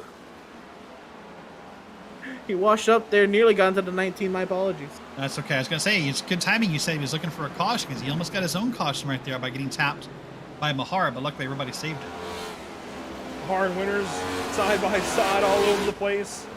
Crossover here, dive bomb there, and here comes Reeves now on the bottom side, down to 10th, gets on by Winters. Justin knows that his car is all over the place. I wonder if it's been bent up. I wonder if it, it's got toe knocked out or something. We've seen with the real counterparts of these cars, as Reeves at the racetrack there, we've seen the real counterparts of these Gen 7 cars, Dustin. They're knocking toe links out left and right. They're really having some big suspension reliability issues when they make a little bit of contact with the wall or other cars. I wonder, I've not raced enough with these cars. Have you guys noticed that, similar issues? Obviously, you can't knock a toe link out on iRacing, but you can certainly knock the toe out. You can certainly damage a car. Has that been a serious issue? Yeah, these cars are pretty sensitive to damage, much more sensitive than the Generation 6 Cup vehicles. Definitely, I feel like if you just more than lightly scrape a wall, you may sometimes pick up suspension damage. Oh, Muscarella! He gets in a sturgeon! Oh, man. Hit him on the inside wall. That's going to be a caution. There it is. Yeah, that's got to be a yellow. Yep, there it is. The big fridge, I want to say that is. Number 26. That's a lot of damage. And Sturgeon had a really terrible getting going of this race. Had some pretty bad luck earlier on, and then had come around and was just consistently around the top 15 or so, quietly working his way back into this race. And now some contact here with Muscarella. Let's watch the onboard. This will tell a big part of the story. Sturgeon had almost been passed up, gets a good run on the outside. Muscarella gets loose, hits him there, and big contact with the wall. That's a good lick on the inside wall. I mean, the way the other cars have looked, Sturgeon will be just fine, but you're not wrong. But hey, Derek, we were talking about tires and what these drivers might do if we get a yellow. Zach Wilson on the apron. He's coming down the pit lane. This now is the money stop. And I said if we go green, we might see pit stops again. I think if we had stacked up yellows, we might not have seen this. But now we got that green flag running. Everybody wants tires. Yeah, everybody wants tires. Everybody's down as far as I can tell. We'll have to wait and see who wins that race off pit road. We can use that camera to see it when we get there. But Wilson's all the way down pit road here. Travis Stevens is the lucky dog, just for record, while I have just a second. See the right side's up on Wilson. And race off the pit lane. 4 tires, everyone. Yeah, this should... it's 4 tires. Miranda! Maybe not. That was a 2-tire stop for sure. 9.6 seconds in the box. Hey, what though? It's interesting because you would think Miranda would have learned what happened. Was it the 11 earlier, right? Who took 2 tires and really just kind of fell back quickly. Or maybe from his own issues on the restarts. You know what? This I think needs a chance to talk with car or driver 99. Who wants to talk to him? Who wants to have this conversation? I did it last time, so maybe we'll let you or Emerson do it. Here you go, Emerson. The burnt rubber media number 99, a bold strategy, Cotton. Let's see if it works out for him. A bold strategy indeed for driver of the number 99. Needed something to go your way, Mario. Why'd you take 2 tires here? I was definitely content with 3rd, but I just thinking back to last season, I was in a position like Wilson, and Ross Harlow took 2 tires, and he won the race. So it was almost same situation, about 30 laps before you to go, and maybe get lucky with a couple cautions, and hopefully I can take control of the lead, because that clean air seems to really, really help. That was probably going to be my next point. Is it looks like Zach Wilson has thrived in the clean air. What do you think what kind of wonders that would do for the 99, even if it is on 2 tires? I hope it's good. I hope I don't spin it again entering turn 1 like I've done it twice already. But I really hope it works. And in stage 2, I had like a 3-second gap to Wilson, and the clean air felt really, really good. So hopefully I can do the same. Now, I know you are obviously not the leader, but with 2 tires, how do you hope this race is going to go to the end, and how do you feel this race is going to go to the end? I mean, if it's a green flag run, I maybe be able to hold them off for maybe 20 laps, but those last 20 are going to be tough. My left sides aren't worn too bad right now. I'm looking at my percentage; it's not too bad, but definitely in about 20 laps, that my left sides could be looking pretty rough. 20 laps, the sweet spot for Mario Miranda. If we go green, we'll have to see how this goes, and be inside front row here for the restart, Mario. Best luck to your driver. Hopefully we'll talk to you on the far side. Thank you, guys. He's teammates with Brian Curry. they've both seen a lot in this race, enough to fill a scrapbook, certainly. This will be interesting. I think with the ability to control this restart, he should be okay. But we've seen Zach Wilson have troubles. I'll do my classic knock on wood. Inside of 40 laps to go here for the car number 99. Should have had a win last week. Everybody can agree there, I think. Looking to get one here this evening. Let's see what he can do. Inside of 40 to go. 38 to go, it looks like. Green flag back out. Miranda with a great restart. Let's see how it stands to turns 1 and 2.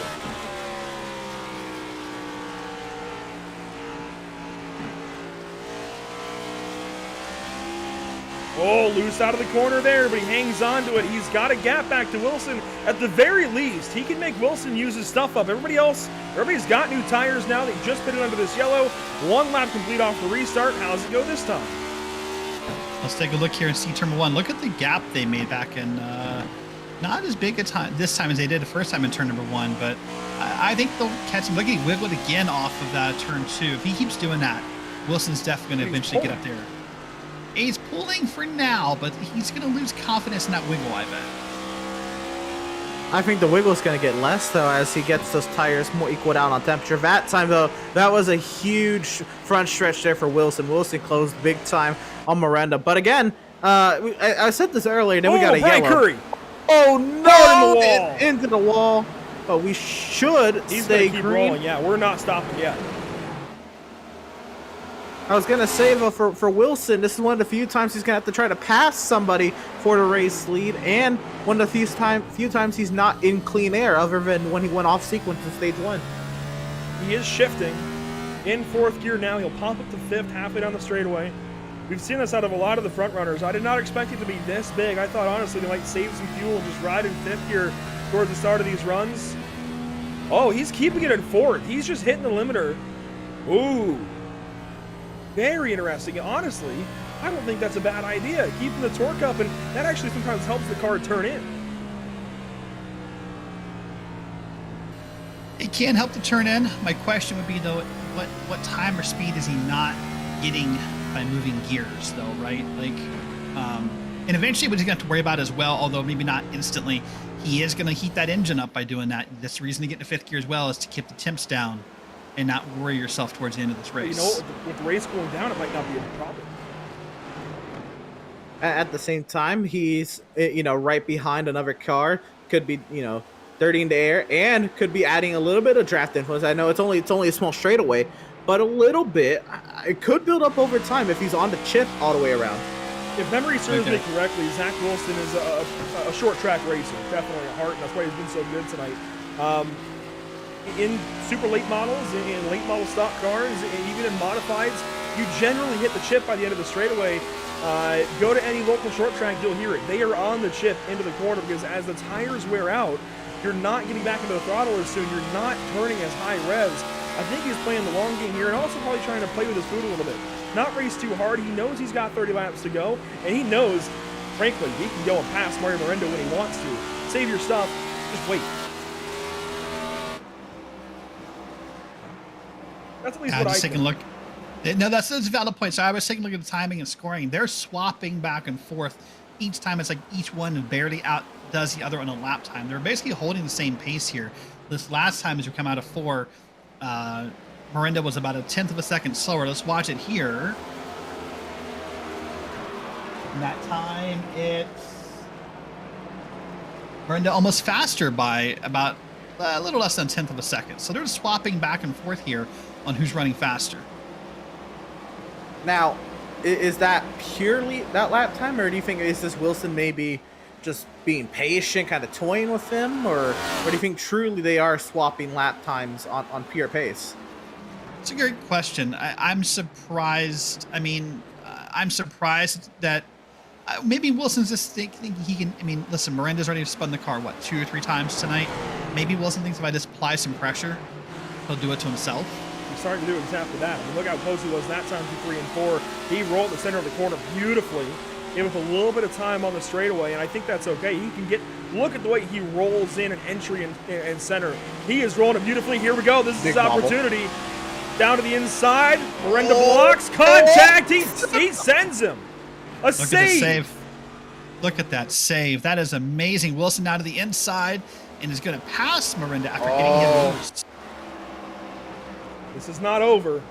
If that BRM 99 Toyota Camry gets back to him, there might be something for him. That is the second week in a row that Miranda has been moved out of the race lead, and here comes Harlow. Training on that outside, goes right to the outside of the 99, takes that second spot away, and Mario is officially on the struggle bus. Yeah, I think now, I don't want to say we're seeing the effects of 2 tires, but maybe now Miranda's going, boy, I wish I had 4. I don't know if it, I per se the 2 tires, but the 2 tires in combination to getting shipped. They're going to be side by side down the back. Harlow trying to. Oh, he gets into Harlow and he's going to turn him. Caution with 25 to go. Guys, I don't want to be the bearer of bad news here, but it's going to get worse for Mario here because. It's an EOL. That's an EOL. Wow. I hate to be that guy, but. Now he's going to be able to put 4 on it. Well, you know, you got a point, Emerson. You are spot on there. Yeah, I would imagine he's getting 4 tires now. Oh, boy.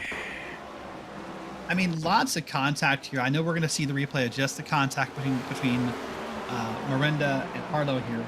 Miranda's going to come up the track just a little bit. This is the lap prior. He did it twice in a row. He was struggling at center, and that's why he got past in the first place. I think he was good on the short run. That would work on maybe a 10-lap run to the end, but he was struggling really, really bad in center, and just every single time Zach Wilson was beating them, and finally he got by him, and then clearly these guys got to him in center, and this happens. And right here, I believe he's just going to slide up, turn Harlow around.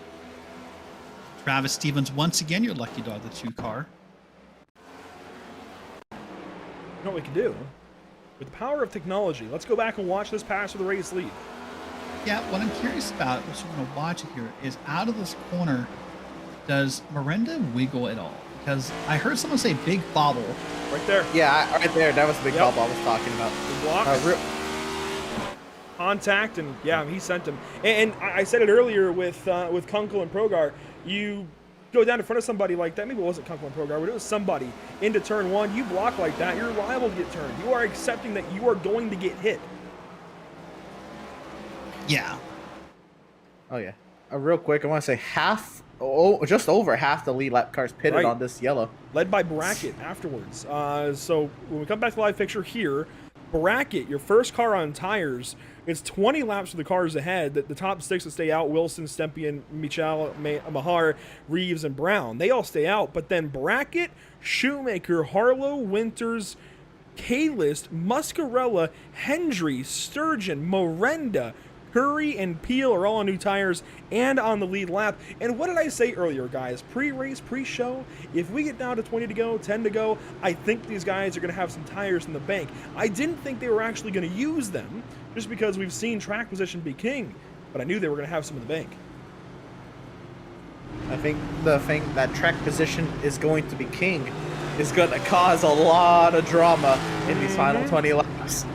Yeah, we're going to have some guys parking it on Apex, I think. Parking right in the center of the corner and just saying, if you're going by me, you're going to have to hit me. And it's a short track. I don't think anybody's going to shy away from that. Unless they don't want to take an EOL. But, I mean, you're not thinking about that when you're racing. No, when you're going for a race win, that's not forefront of your mind. And yeah, we'll see how these drivers settle things out. You're a full-time driver pretty much, Derek. How would you play this? You know, I have to agree with the comment. I don't think the EOLs are playing in my head. Unless it's Mario Miranda. Like, I don't mean that as in he got one. I mean, like, what are you gonna do? If he gets back to Wilson somehow, he's sending him. Well, no, but what I mean now is that when you're Miranda, like, those EOLs are a benefit to you. You're hoping for like 5 more cautions. That's 5 more guys behind you. But maybe at that point, maybe you're a little less, maybe you're a little less. Now you know the penalty. We're gonna restart here with 16 laps to go. He's got to try to make his way up through 16 spots. You're not gonna make a lap a spot here, or a spot a lap is the right way to say that. We've got 20 now of 19. It's gonna be 19. 19 to go. Yeah, that's still almost one a lap. That's probably not doable. So we'll wait and see what happens here. But I don't think if I was a driver they would play into effect. Here's we're gonna go green. Green flag back out. Wilson leads, 19 to go. A massive restart. We knew all night long it was going to be tough to beat car 51. It's going to be even tougher now. 19 laps left. It's side by side for second on back. Michel takes a spot. Stepien falls back into third. Reeves is up to fourth, battling with Bahar. Caution again. You saw a little bit of it there. Shoemaker. Oh my goodness. Clobbered by the 29. Absolutely Massive. clobbered. Oh my goodness. That was well after the fact. I had time to switch cameras and everything, and he got hit. And the yellow was out at that point. I mean, I don't know how much time there was to slow down, but that was well just after like with the yellow Warren, lights. just like with Warren earlier, he might not have seen. We'll see how this all shapes out, though. This will be down to turns 3 and 4 when all of this happens. Shoemaker loose, just tries to save it, spins broadside. Sturgeon chooses wrong, absolutely T-bones him, and car 29 just, I think he was on the brakes. The nose was on the ground there, Derek, but just couldn't stop.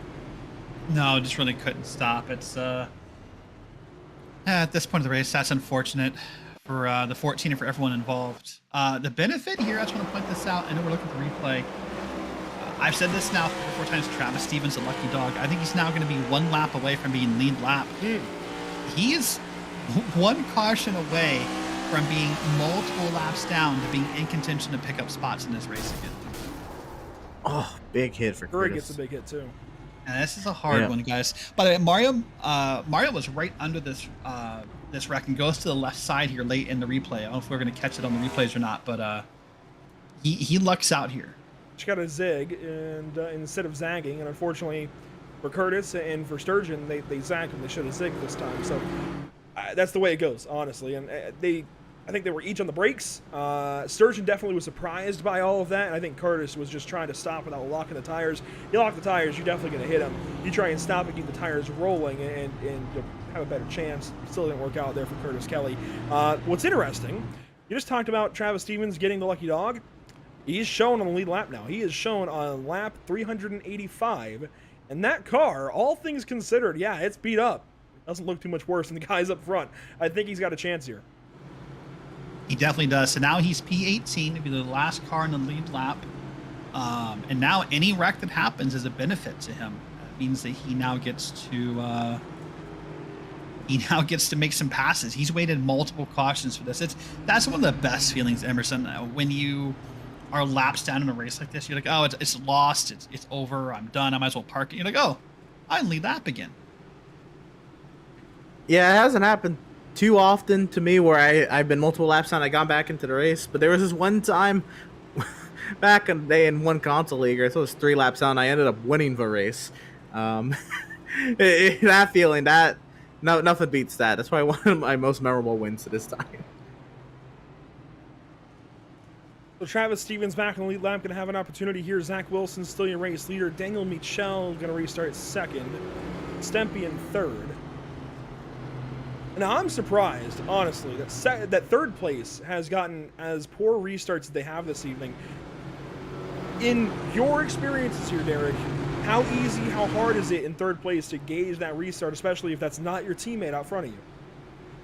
It can be hard, especially when it's not a teammate, because you don't want to, like, your 2 choices are you try and guess the early jump, which at this point I would, because Zach Wilson one thing about us about Zach Wilson that I wish he would do, I wish he would vary it up a little bit, because if I'm in third now, I'm just going to punch it, because, right, like that, he's shown no signs of not jumping the start early. But then again, the downside to doing it is if you're wrong, you're going to wreck your car, you're going to wreck the field, you're going to mess up a lot of things. But I think the best thing Wilson could do here, and Emerson, correct me if you think I'm wrong, would be to wait for the green here. See what happens. Wilson fires off early, Stepien follows, but not nearly close enough. Green flag back out, 13 to go.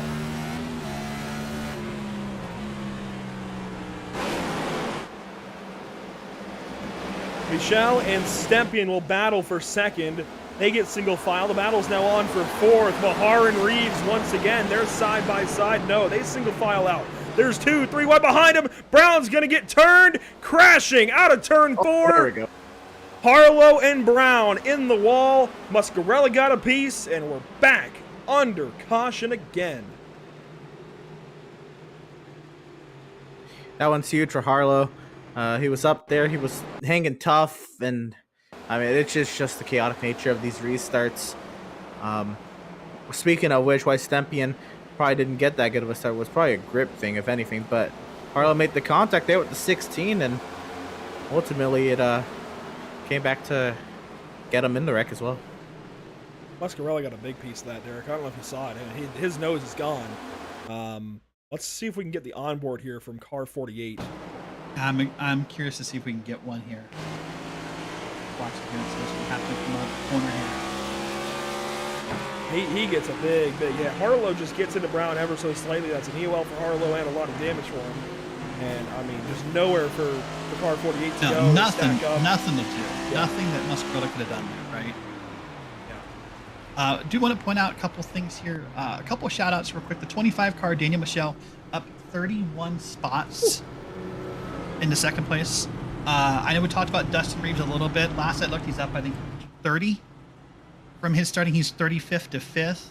And Mario Miranda, pardon me, back up to P9. I know I said I thought it'd be impossible to get back up there again, but I mean, already back in the top 10 and trying to close up in a bunch of points here. I mean, think about this. Like, you know, your points leader is, I think the last I looked, 12 more laps down, 11 laps down. Muscarella is just involved in another incident. This is a time when you guys 3rd, 4th, 5th, and 6th in points could find themselves closing that gap tonight. Absolutely. Totally agree. And, well, you say that. I'll check the points.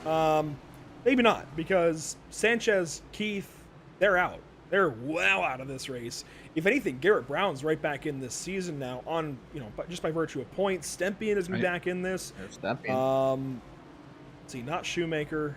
Oh, it should be C. Shoemaker, not S. Shoemaker. Brackett is still up. Brackett's going to gain some out of this. Hendry. Miranda can still gain some points. I mean, in P9 right now, that's going to put him... mental math is getting hard. 10 spots ahead of the leader right now. So that's 10 points at least he's going to gain on... And that's not even factoring in stage point. Right. Now, Reedy did get 10 from the first stage, but I don't think he got any from stage number 2. And if memory serves me correctly, Miranda was at least in the mix. He should at least be able to match that or close to it. So you're looking at guys like Brown, Stempian, Brackett, Hendry. Banks isn't even here. Swavely and Mock, they've had terrible races. Shoemakers have been just absolutely... They've had terrible luck. Bichel, though, 15th. He could pop into the top 10 here, potentially. Bahar? Oh, yeah. Let's see. Stevens keeping his season alive right now. He does not have a win. He wants to race to 16th. That's his goal, of course, on points. If you get to 16th, you know, and there aren't 16 race winners, if you don't have a win, you can make it in. So Stevens right now racing for his season, and it's still very early on. Him getting all those laps back, that's going to be huge. It looks like we are coming to the green flag, potentially. One more lap. One more lap. They double fouled early. They got you.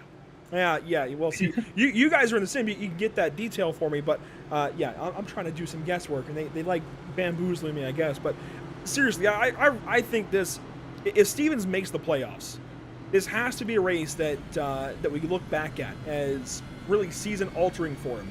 Staying in this race, getting laps back, 3 or more, I think, potentially even 5. Just staying in this race, getting laps back, keeping himself in this, and I think a top 10 is potentially decently likely. I think the guys up front are going to mess something up. They've got 6 laps to go to sort this one out. If I'm Travis Stevens... on 3 overtime attempts, too. Oh, yeah, you're right. If I'm Travis Stevens, I like my point situation because I've outlasted a lot of drivers I need to pass, and we'll see how things go. We're going to have 6 laps to go. Zach Wilson fires off early. Michel, a great restart, but not good enough. Green flag back out. Fanning out behind. Reeves down to the bottom side. Winters was looking. They sorted out side by side for second. Now Stempian on the bottom. This is going to get electric. 5 laps to go. Next time by, Stempian hard on the brakes. Right down to the bottom of 3. Takes that second spot away. Bobble there. Yeah, Bobble. I started to single file, but no, they haven't. They're back to 2 wide for second place again here. And we're going to wait to see how it turns out. They're going to be single file again after the corners. That pass is made. Oh, Stempian loose, but he's going to drive it down to the bottom side of the corner. Wow, he powered it hard, and they're trying to get to the inside of Michelle, but he could not get down there. They're 3 wide back. 3 wide back here. Miranda's going to make 2 spots up here in this corner. One of those guys is Dustin Reeves. Reeves on the top side, he just lost a lot of spots. Winners in the middle, Lawson Peel with no hood is on the bottom side of the top 10. They're crashing. Reeves involved, Muscarella involved. Caution is out with 3.5 laps to go, and the Violet defense 6. Well, defense wasn't strong enough, and unfortunately, finally has a bit of damage, finally involved in an incident, but you know what? The car looks pretty okay. Sure it does. Wow. But down to 16th. Didn't really put a foot wrong all day, and on lap 398, you're facing the wrong way. Man. Now I would argue by no fault of his own. We'll see here. Right. Watch the replay. Top side of 3 wide. Peel gets into winners ever so slightly. Who comes up, and Muscarella just absolutely turns him. Certainly not intentionally, but turns him. Yeah, see, this is one of those things I talked about earlier where I don't know how sometimes you assign fault to a wreck, and I'm curious to see what race control does here. There's all kinds... There's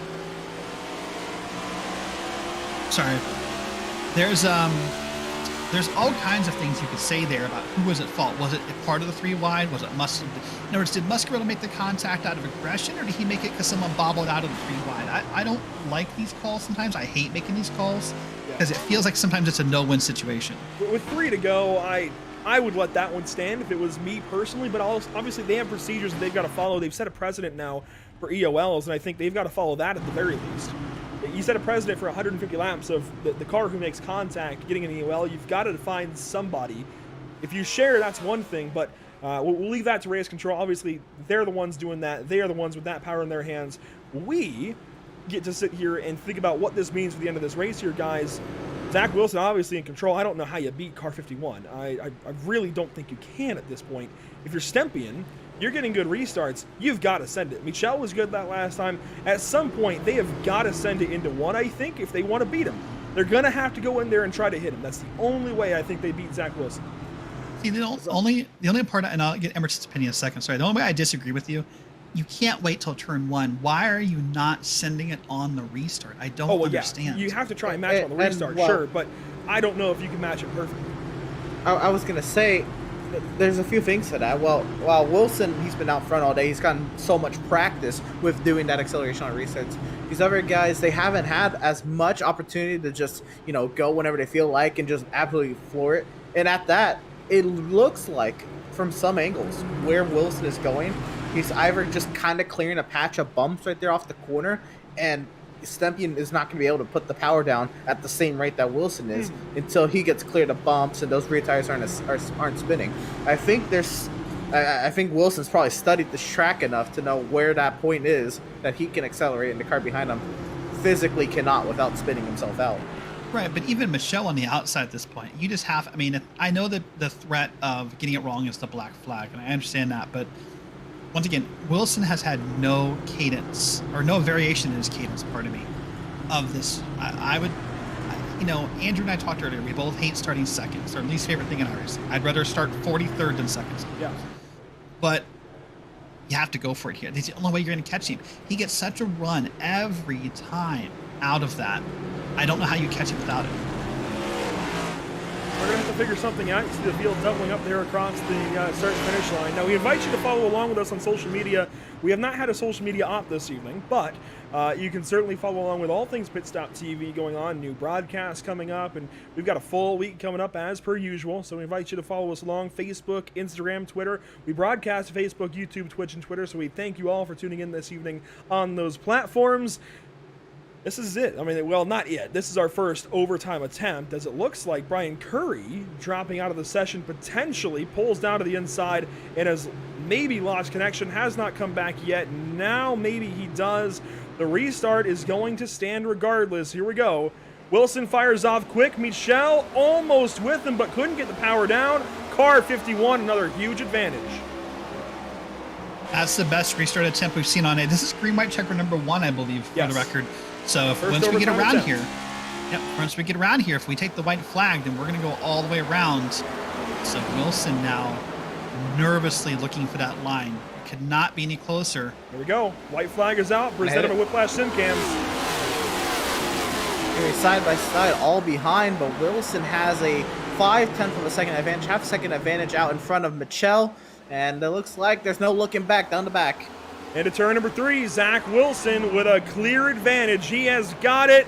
Clear it away. He is going to win the Richmond 400. No contest. Car 51 was the best all night long. Winners lose the spotted line. That is how you get it done, boys. Yeah, car spinning there across the line. That was Winners who went sideways across the line for his race finish. Big props to Zach Wilson. Second place, Michelle. Here comes car 99. Is he going to hit him? No. Mario Miranda, though, gave us a scare. Maybe he was going to go for it, but thinks better of it. As, bit of congratulatory there, gesture there from Steven Stempian. Really commanding win. You want to hear this, Andrew? Only 2 cars had 0x. Zach Wilson, one of them. And the other? The 7 of Isaac Mock. Okay, he had the connection, which was early and backed out of the race. Right. Zach Wilson, fantastic job. Absolutely fantastic. Stellar. Going to find that perfect spot there on the track right there with the Richmond logo to do your donuts. A lot of drivers use that for their social media pictures, and I think he's going to do just the same here and get his congratulatory photos for his Twitter or Facebook or Twitch or whatever. I got to say, there at that spot. It may not have been super exciting at the end, just because the dominant car won today, but that is very refreshing to see a very deserving driver who dominated the entire day come on through, get the win. No contact there, just cleanly, got the win. Nobody hit him or anything. Really, really refreshing to see Zach Wilson get a very deserving win here at Richmond Raceway. Let's go ahead and check in then with driver 51. He's got to be happy. Is he going to pop into Discord here? We shall see. There he is. He is in. And Zach, I can only imagine this has got to be pretty refreshing to you. You led just about the entire day, and you do come on through. You do go ahead and claim this win, dominating fashion. Why were you so good? Man, I don't know. It just clicked out of nowhere. I didn't feel that strong coming into the night and warm-ups and everything. The car felt really good. That first run, we fired off, and man, it was just a rocket ship all night. Really, really thankful for this. Able to get this monkey off my back, man. We've had speed all year long, qualified well. I don't think I've qualified out like the top 7 the entire time, but this is the first race I've actually got to finish since Daytona. So it feels good to finally get one, and we'll start worrying about some more points and stuff now that we got this win out of the way. And not even in the top 20 picture just yet in points, but this is going to change your season. Obviously, playoff eligibility, there it is. You're in. How do you approach the rest of the season now? Obviously, short tracks seem to be your thing. Is that the case? I mean, are you a short track guy at heart? I mean, we've had speed everywhere. It's just been a lot of unfortunate circumstances that's not really been my fault. It's running into some other stuff, which is just racing. You're going to have those slumps. So come out here and get a win. I kind of feel like Denny did today after getting his win. We needed this momentum. We're going to build upon it going to Bristol Dirt here in 2 weeks, so that'll be interesting. But yeah, short tracks are a lot of fun for us. Really good and quick there. So just happy to get this win, man. It's been a long time coming.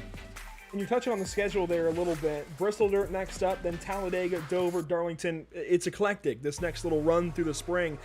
Is there any track you're looking at as your number one opportunity? Obviously, Bristol Dirt, Talladega, complete wild cards, I think, when you really get down to it. What track stands out to you? Yeah, none of those tracks are really similar at all. You take Bristol Dirt, which, like you said, is a wild card. Talladega is a roll of the dice, too. It's being at the right space at the right time. Darlington's really a driver's track. You have to get after it. Dover as well, a lot of tire conservation. I'll be curious to see how these cars are going to run there. A lot of times these are the first time we're getting these cars out onto these tracks with the next gen. So it'll be interesting to see how they handle the rough concrete surface there at Dover and see if tire wear is a factor. But ultimately, overall, good night. Let's quickly focus back a little bit to what happened on the racetrack tonight. You had a bit of a moment there with Mario Miranda. You didn't often have to pass, but when you did, with Mario Miranda, there was some contact there. What happened from your point of view? Hey, that's Rubbin's son. Rubbin's racing. I got the run up out of 2. I was going to pass him clean down into 3, and he kind of blocked pretty low there, so I backed off, gave him a little nudge, but I wasn't going to go around him until he got the car straightened back out, so I let him get straightened back up, and then we went on about our way. I know he was on think he only took 2 tires on that pit stop, so I was on 4 fresh ones. So I think we showed the speed all night to be up here and lead dominant fashion like we did. Unfortunately, I wish there was some more long runs that we've been able to stretch that out a little further, but hey, we still come out with the finish that we wanted.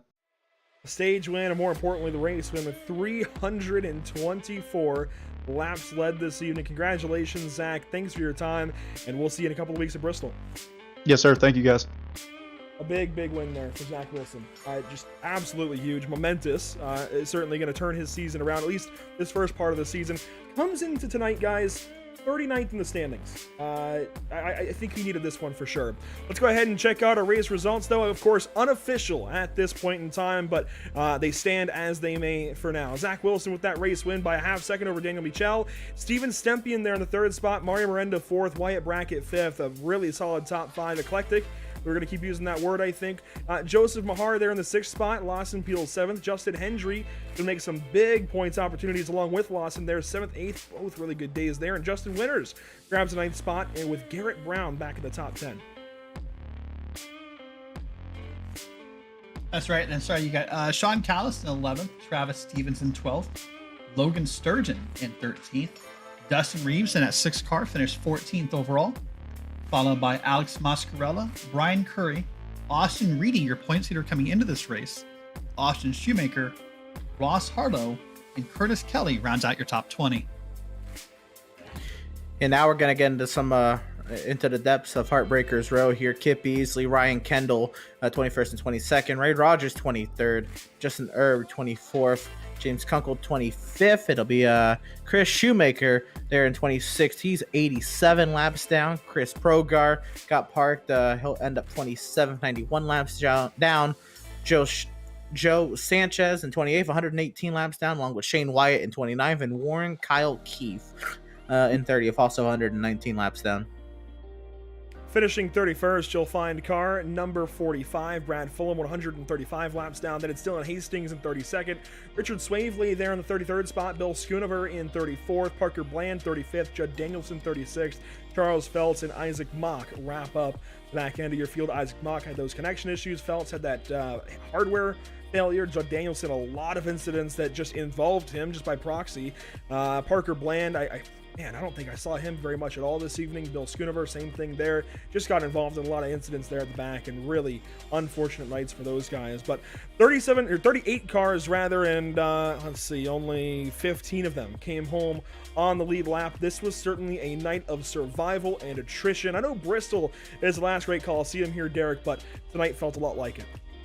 It really did. And Bristol's going to be the same way. The difference in this and Bristol, I think, is going to be it's harder to have single car wrecks at Bristol. So it is attrition at Bristol, but in a different way. This was a lot of single 1 car, maybe 2 car, 3 car incidents. In Bristol, with how short it is, it's going to accordion much worse at that track. But the dirt race will also be a whole new factor for these guys to deal with. And of course, that's the next time that we'll be in action with this series. Now, we're not leaving just yet. We're going to take a quick step aside. We'll be right back to you with some more post-race coverage, a proper post-race show in just a few moments. So we invite you to stick on through with us through a quick post-race break and a couple of messages from our partners here with the MPI Cup Series and Auto Tempest. We'll be right back.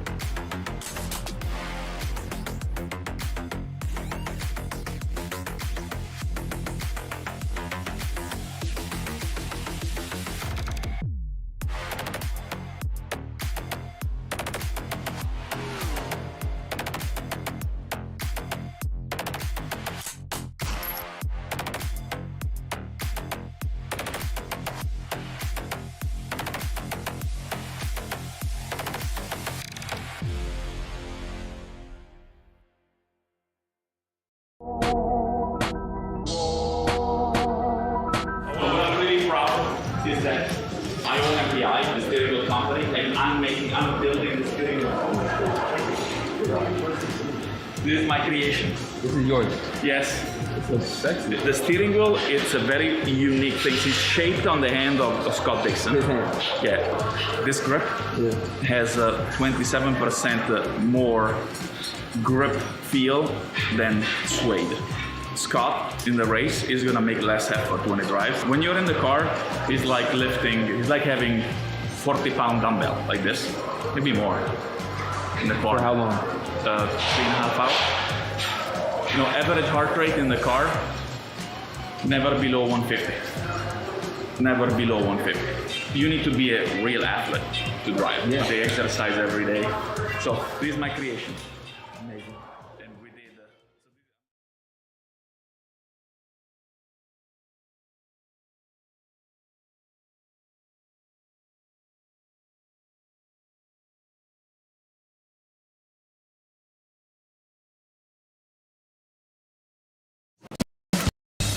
Fuller, Yeah, needed F-150 for Smith build. got it. Yesterday. I know. Don't forget my BMW. Gotcha. Check this out. All the major online automotive sites in one place. BMW, done. F-150, done. How's he do it? I can search nationwide, even those classified sites. Auto Tempest, all the cars, one search. That's how I do it.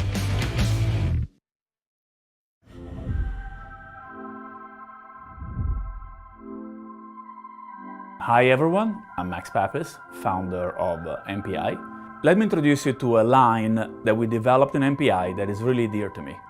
The MPI SimMax.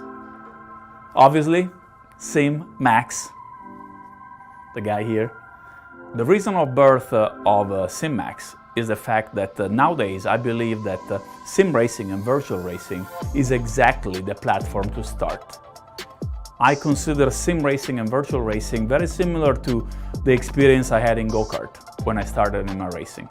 And let me introduce you to our line of authentic steering wheel created specifically for the sim community.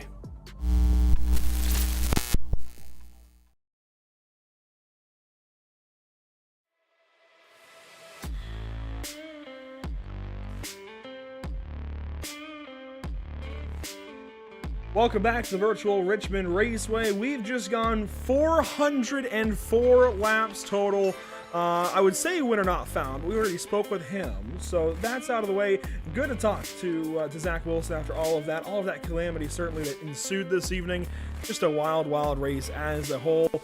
Zach Wilson wins, Daniel Michel second, Steven Stempy in third. We're going to talk with each of them and one more driver here in just a few moments. Glad you stuck around with us at this point here at PitStop TV. We really do appreciate it. Let's go ahead and go back sim side and check in then with second place finishing Daniel Michel. Car 25. It certainly had a wild ride. And Daniel, you had a wild ride last week at COTA. You got into some stuff there with Warren Kyle Keith. Then this evening, all over the place, you end up finishing second, but how? Well, it's a mystery to me too, but I knew I had some speed. I was getting really tight on the long runs, but I knew I could push my car to the limit pretty well. Didn't think I had anything for Zach unless I got a good restart and was equal with him on turn one, but it was just amazing. I avoided everything, started in the back, went all the way to the rear of the field to make sure that I wasn't involved in anything, kept it there, came through the field once the caution started to ramp up, and landed in second. How about those restarts? Derek and Emerson and I, we all talked about how, we hate starting from second. It's never a whole lot of fun, but you did that quite a lot this evening and held your own several times and battled side by side with car 81. How'd you do it? Well, I do kind of hate starting in second. I enjoy that bottom side. Even if I'm in second and the guy picks the top, bottom side's always better because you can see, but I kind of had to predict it. I had to make sure that I was able to hold my ground, and then when the 81 was on my inside, I knew I could run that outside pretty well, so tried to maintain my speed, exit in the corner, get a good run off, send it into 3 if I needed to, and keep the position. And now with Richmond in the mirror, how do you look forward to Bristol Dirt next week? Completely different, and first dirt race with these next-gen cars. How do you attack it? Well, last season, I think I did a pretty good job in the their Bristol race, but I'm not sure how it's going to be with this next gen car. I definitely struggle more keeping it together with it, but you can see. I'm hoping for a good finish, definitely wanting a top 5 there. Maintain good finishes. Well, Daniel, thanks so much for your time. A couple of roller coaster weeks. Hopefully things calm down for you a little bit in the next couple of races, but Bristol Dirt Talladega, I don't think that's going to happen, buddy. We'll be talking to you hopefully in one of those next two and beyond. Congratulations on a second place, and best of luck to you here soon. Thank you, Andrew. Daniel Michel with a pretty big day, honestly, when it's all said and done. A quiet second place, certainly was strong there at the end. And Derek comes over somebody that, again, also looked really, really strong. Car 81 looked fantastic there towards the end. Yeah, Stevens, Stempian, nice job tonight finishing P3. Had a great run all night. Qualified P5, finished P3. Talk us through the race. How did it feel? How are you feeling at the end? How happy are you with your result? Survived. I'm pretty happy to take home third place. Felt like we had good speed all night. We passed a lot of cars. I think I was back in 30th at one point. Got all the way back up to the top 5, but felt good. Richmond's one of my favorite tracks. Love racing here. Don't think I had anything for Zach unless we had like a nice long run, but felt good. The 81 Filter Time Machine was strong tonight. Didn't qualify where I wanted to. Thought I had a top 2, top 3 car to qualify, but it happens. So talk us through the restarts. We were talking about him in the booth, Emerson, Andrew, and I. Zach is launching off those restarts every time as soon as he can. How hard is it to restart behind Zach, and what makes it so hard to keep up with him? I'll tell you one thing. I enjoyed restarting behind him than in second on the high side. I think like one of the late cautions there. I sent him a message. I was like, "You caught me sleeping on that one," because I think I fell to third before the green-white checker because he just had such a good run. He was spot on his restarts tonight. Just couldn't keep up with him. That's where I was lacking tonight. Gotcha. So next up on the schedule, Bristol Dirt. What's your first reaction when I say Bristol Dirt? It's gonna be a first for me. I've raced dirt before, but never the Bristol Dirt in these cars at least. But then again, COTA was a first for me last week, and I finished 6th. So maybe we can bring home, a top 10. I'll take. Just get a good points day and keep grinding, and try to aim for that championship this year. Awesome. Well, good job tonight. Anyone you want to say hello to, thank you to, anything of that nature? You guys for the awesome job you guys do. Last week coming aboard, really enjoyed watching that broadcast. Can't wait to watch tonight's broadcast tonight. Wish I could have talked to you guys a little bit longer during that interview, but we went green pretty quick. My dad out there watching, my beautiful fiance out there, and then my 9-month-old son out there, and love them all. All right. Well, congrats on the P3 tonight. Congrats on the 9-month-old son. Sorry about that. He is the driver of the 81 machine at Steven Stempian, finishing P3 tonight. Thank you, guys. Steven Stempian, a really strong run there, Emerson, but I think it's going to save his season in a couple of ways. Maybe not save his season. It's going to impact his season in great ways, but it's not going to save his season quite like Travis Stevens lasting through this race, getting back onto the lead lap is going to really alter his whole year in a really, really big way. I think gets him right back into this fight for the playoffs, and comes home 12th place, and he's alongside here. Yeah, absolutely. A test of endurance today. Travis Stevens was outside the top 30 at one point. He was 3 laps down with less than 100 laps to go. Travis, how did you manage to bring that bad boy home to a lead lap finish? Like you just said, endurance and persistence. I run a lot of endurance races, and one thing that I've always told myself in all of the endurance races is never give up. Keep fighting, keep going, and especially with these long races like this where it's full length, you can make up a lot of places because a lot of guys will back out, quit, have just sit in the pits the rest of the night. So you can make up a lot of places in these long races like this. Now, That I love that, by the way. That is an amazing mindset to put on. But is that the mindset the entire time, or you know, where you at one point in the race where you're just like, man, I mean, how much more can I take it? I might just end up getting into more accidents. Like how deterring was it in the mid portion of that race? Not at all. Knowing, like I said, the mindset the entire time after I get into a wreck is just keep going, because like I said earlier, guys will back out, guys will wreck, they'll yeah. Fair enough. Well, again, from what this race could have been to what it is now, how much more confident does this make you as you try to race for a playoff spot? A lot more. I think this is my best career finish of the season so far. So these next gen cars have been tricky to learn, but each week I feel like I get better and better with them. Right on. Well, that's 12th place finisher Travis Stevens, who again was outside the top 30 and then 3 laps down at one point within 100 laps to go. Travis Stevens again battled back through so much adversity and came home to finish on the lead lap. A great story tonight, Travis. Congratulations on, again, that amazing effort you put on tonight, and best luck to you the rest of the season.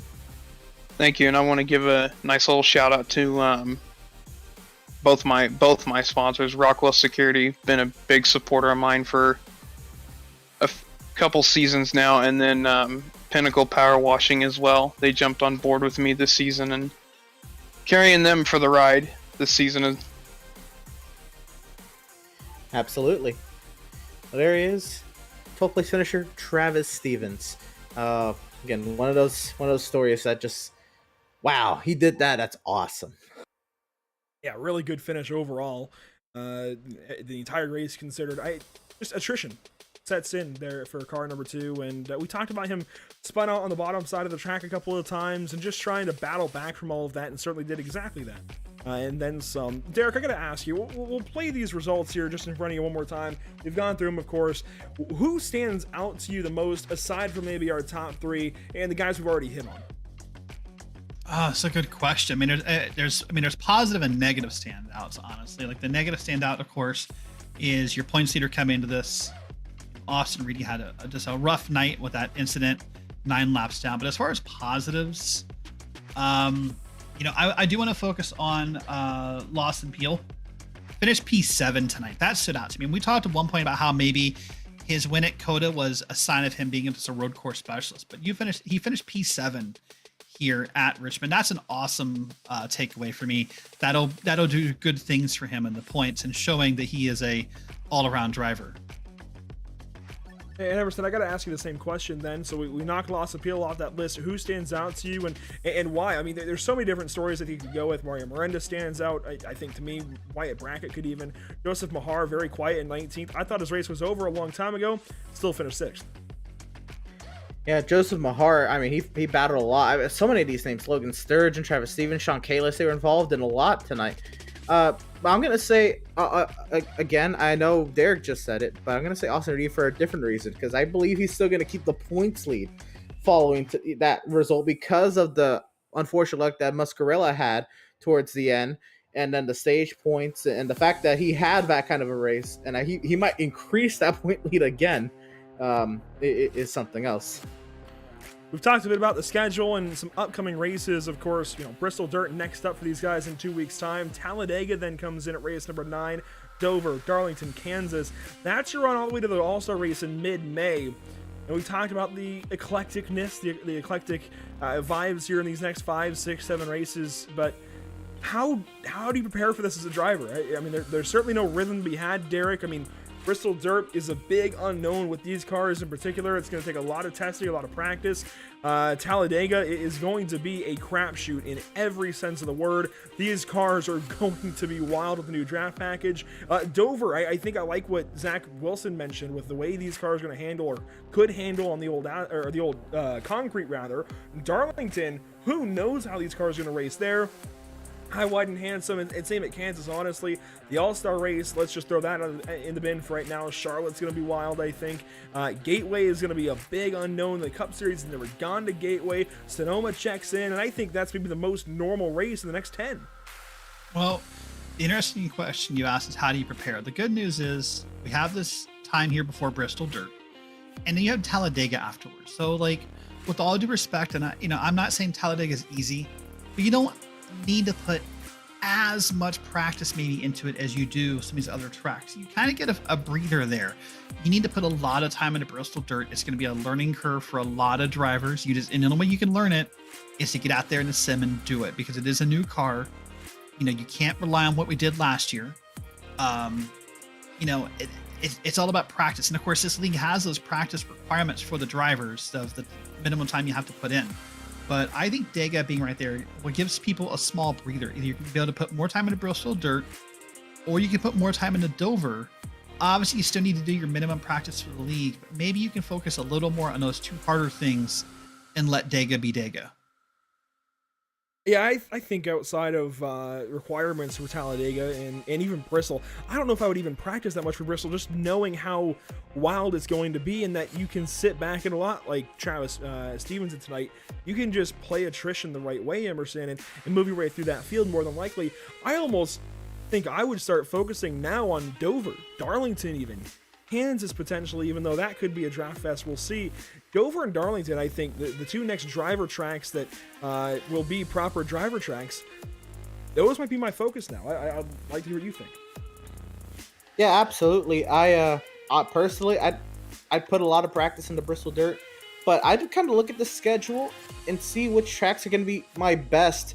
And I mean, unless you're going to be like a driver that's like a surefire driver towards the front, like most weeks you see Mario Miranda and, Zach Wilson, I think he came in today with the plan to dominate.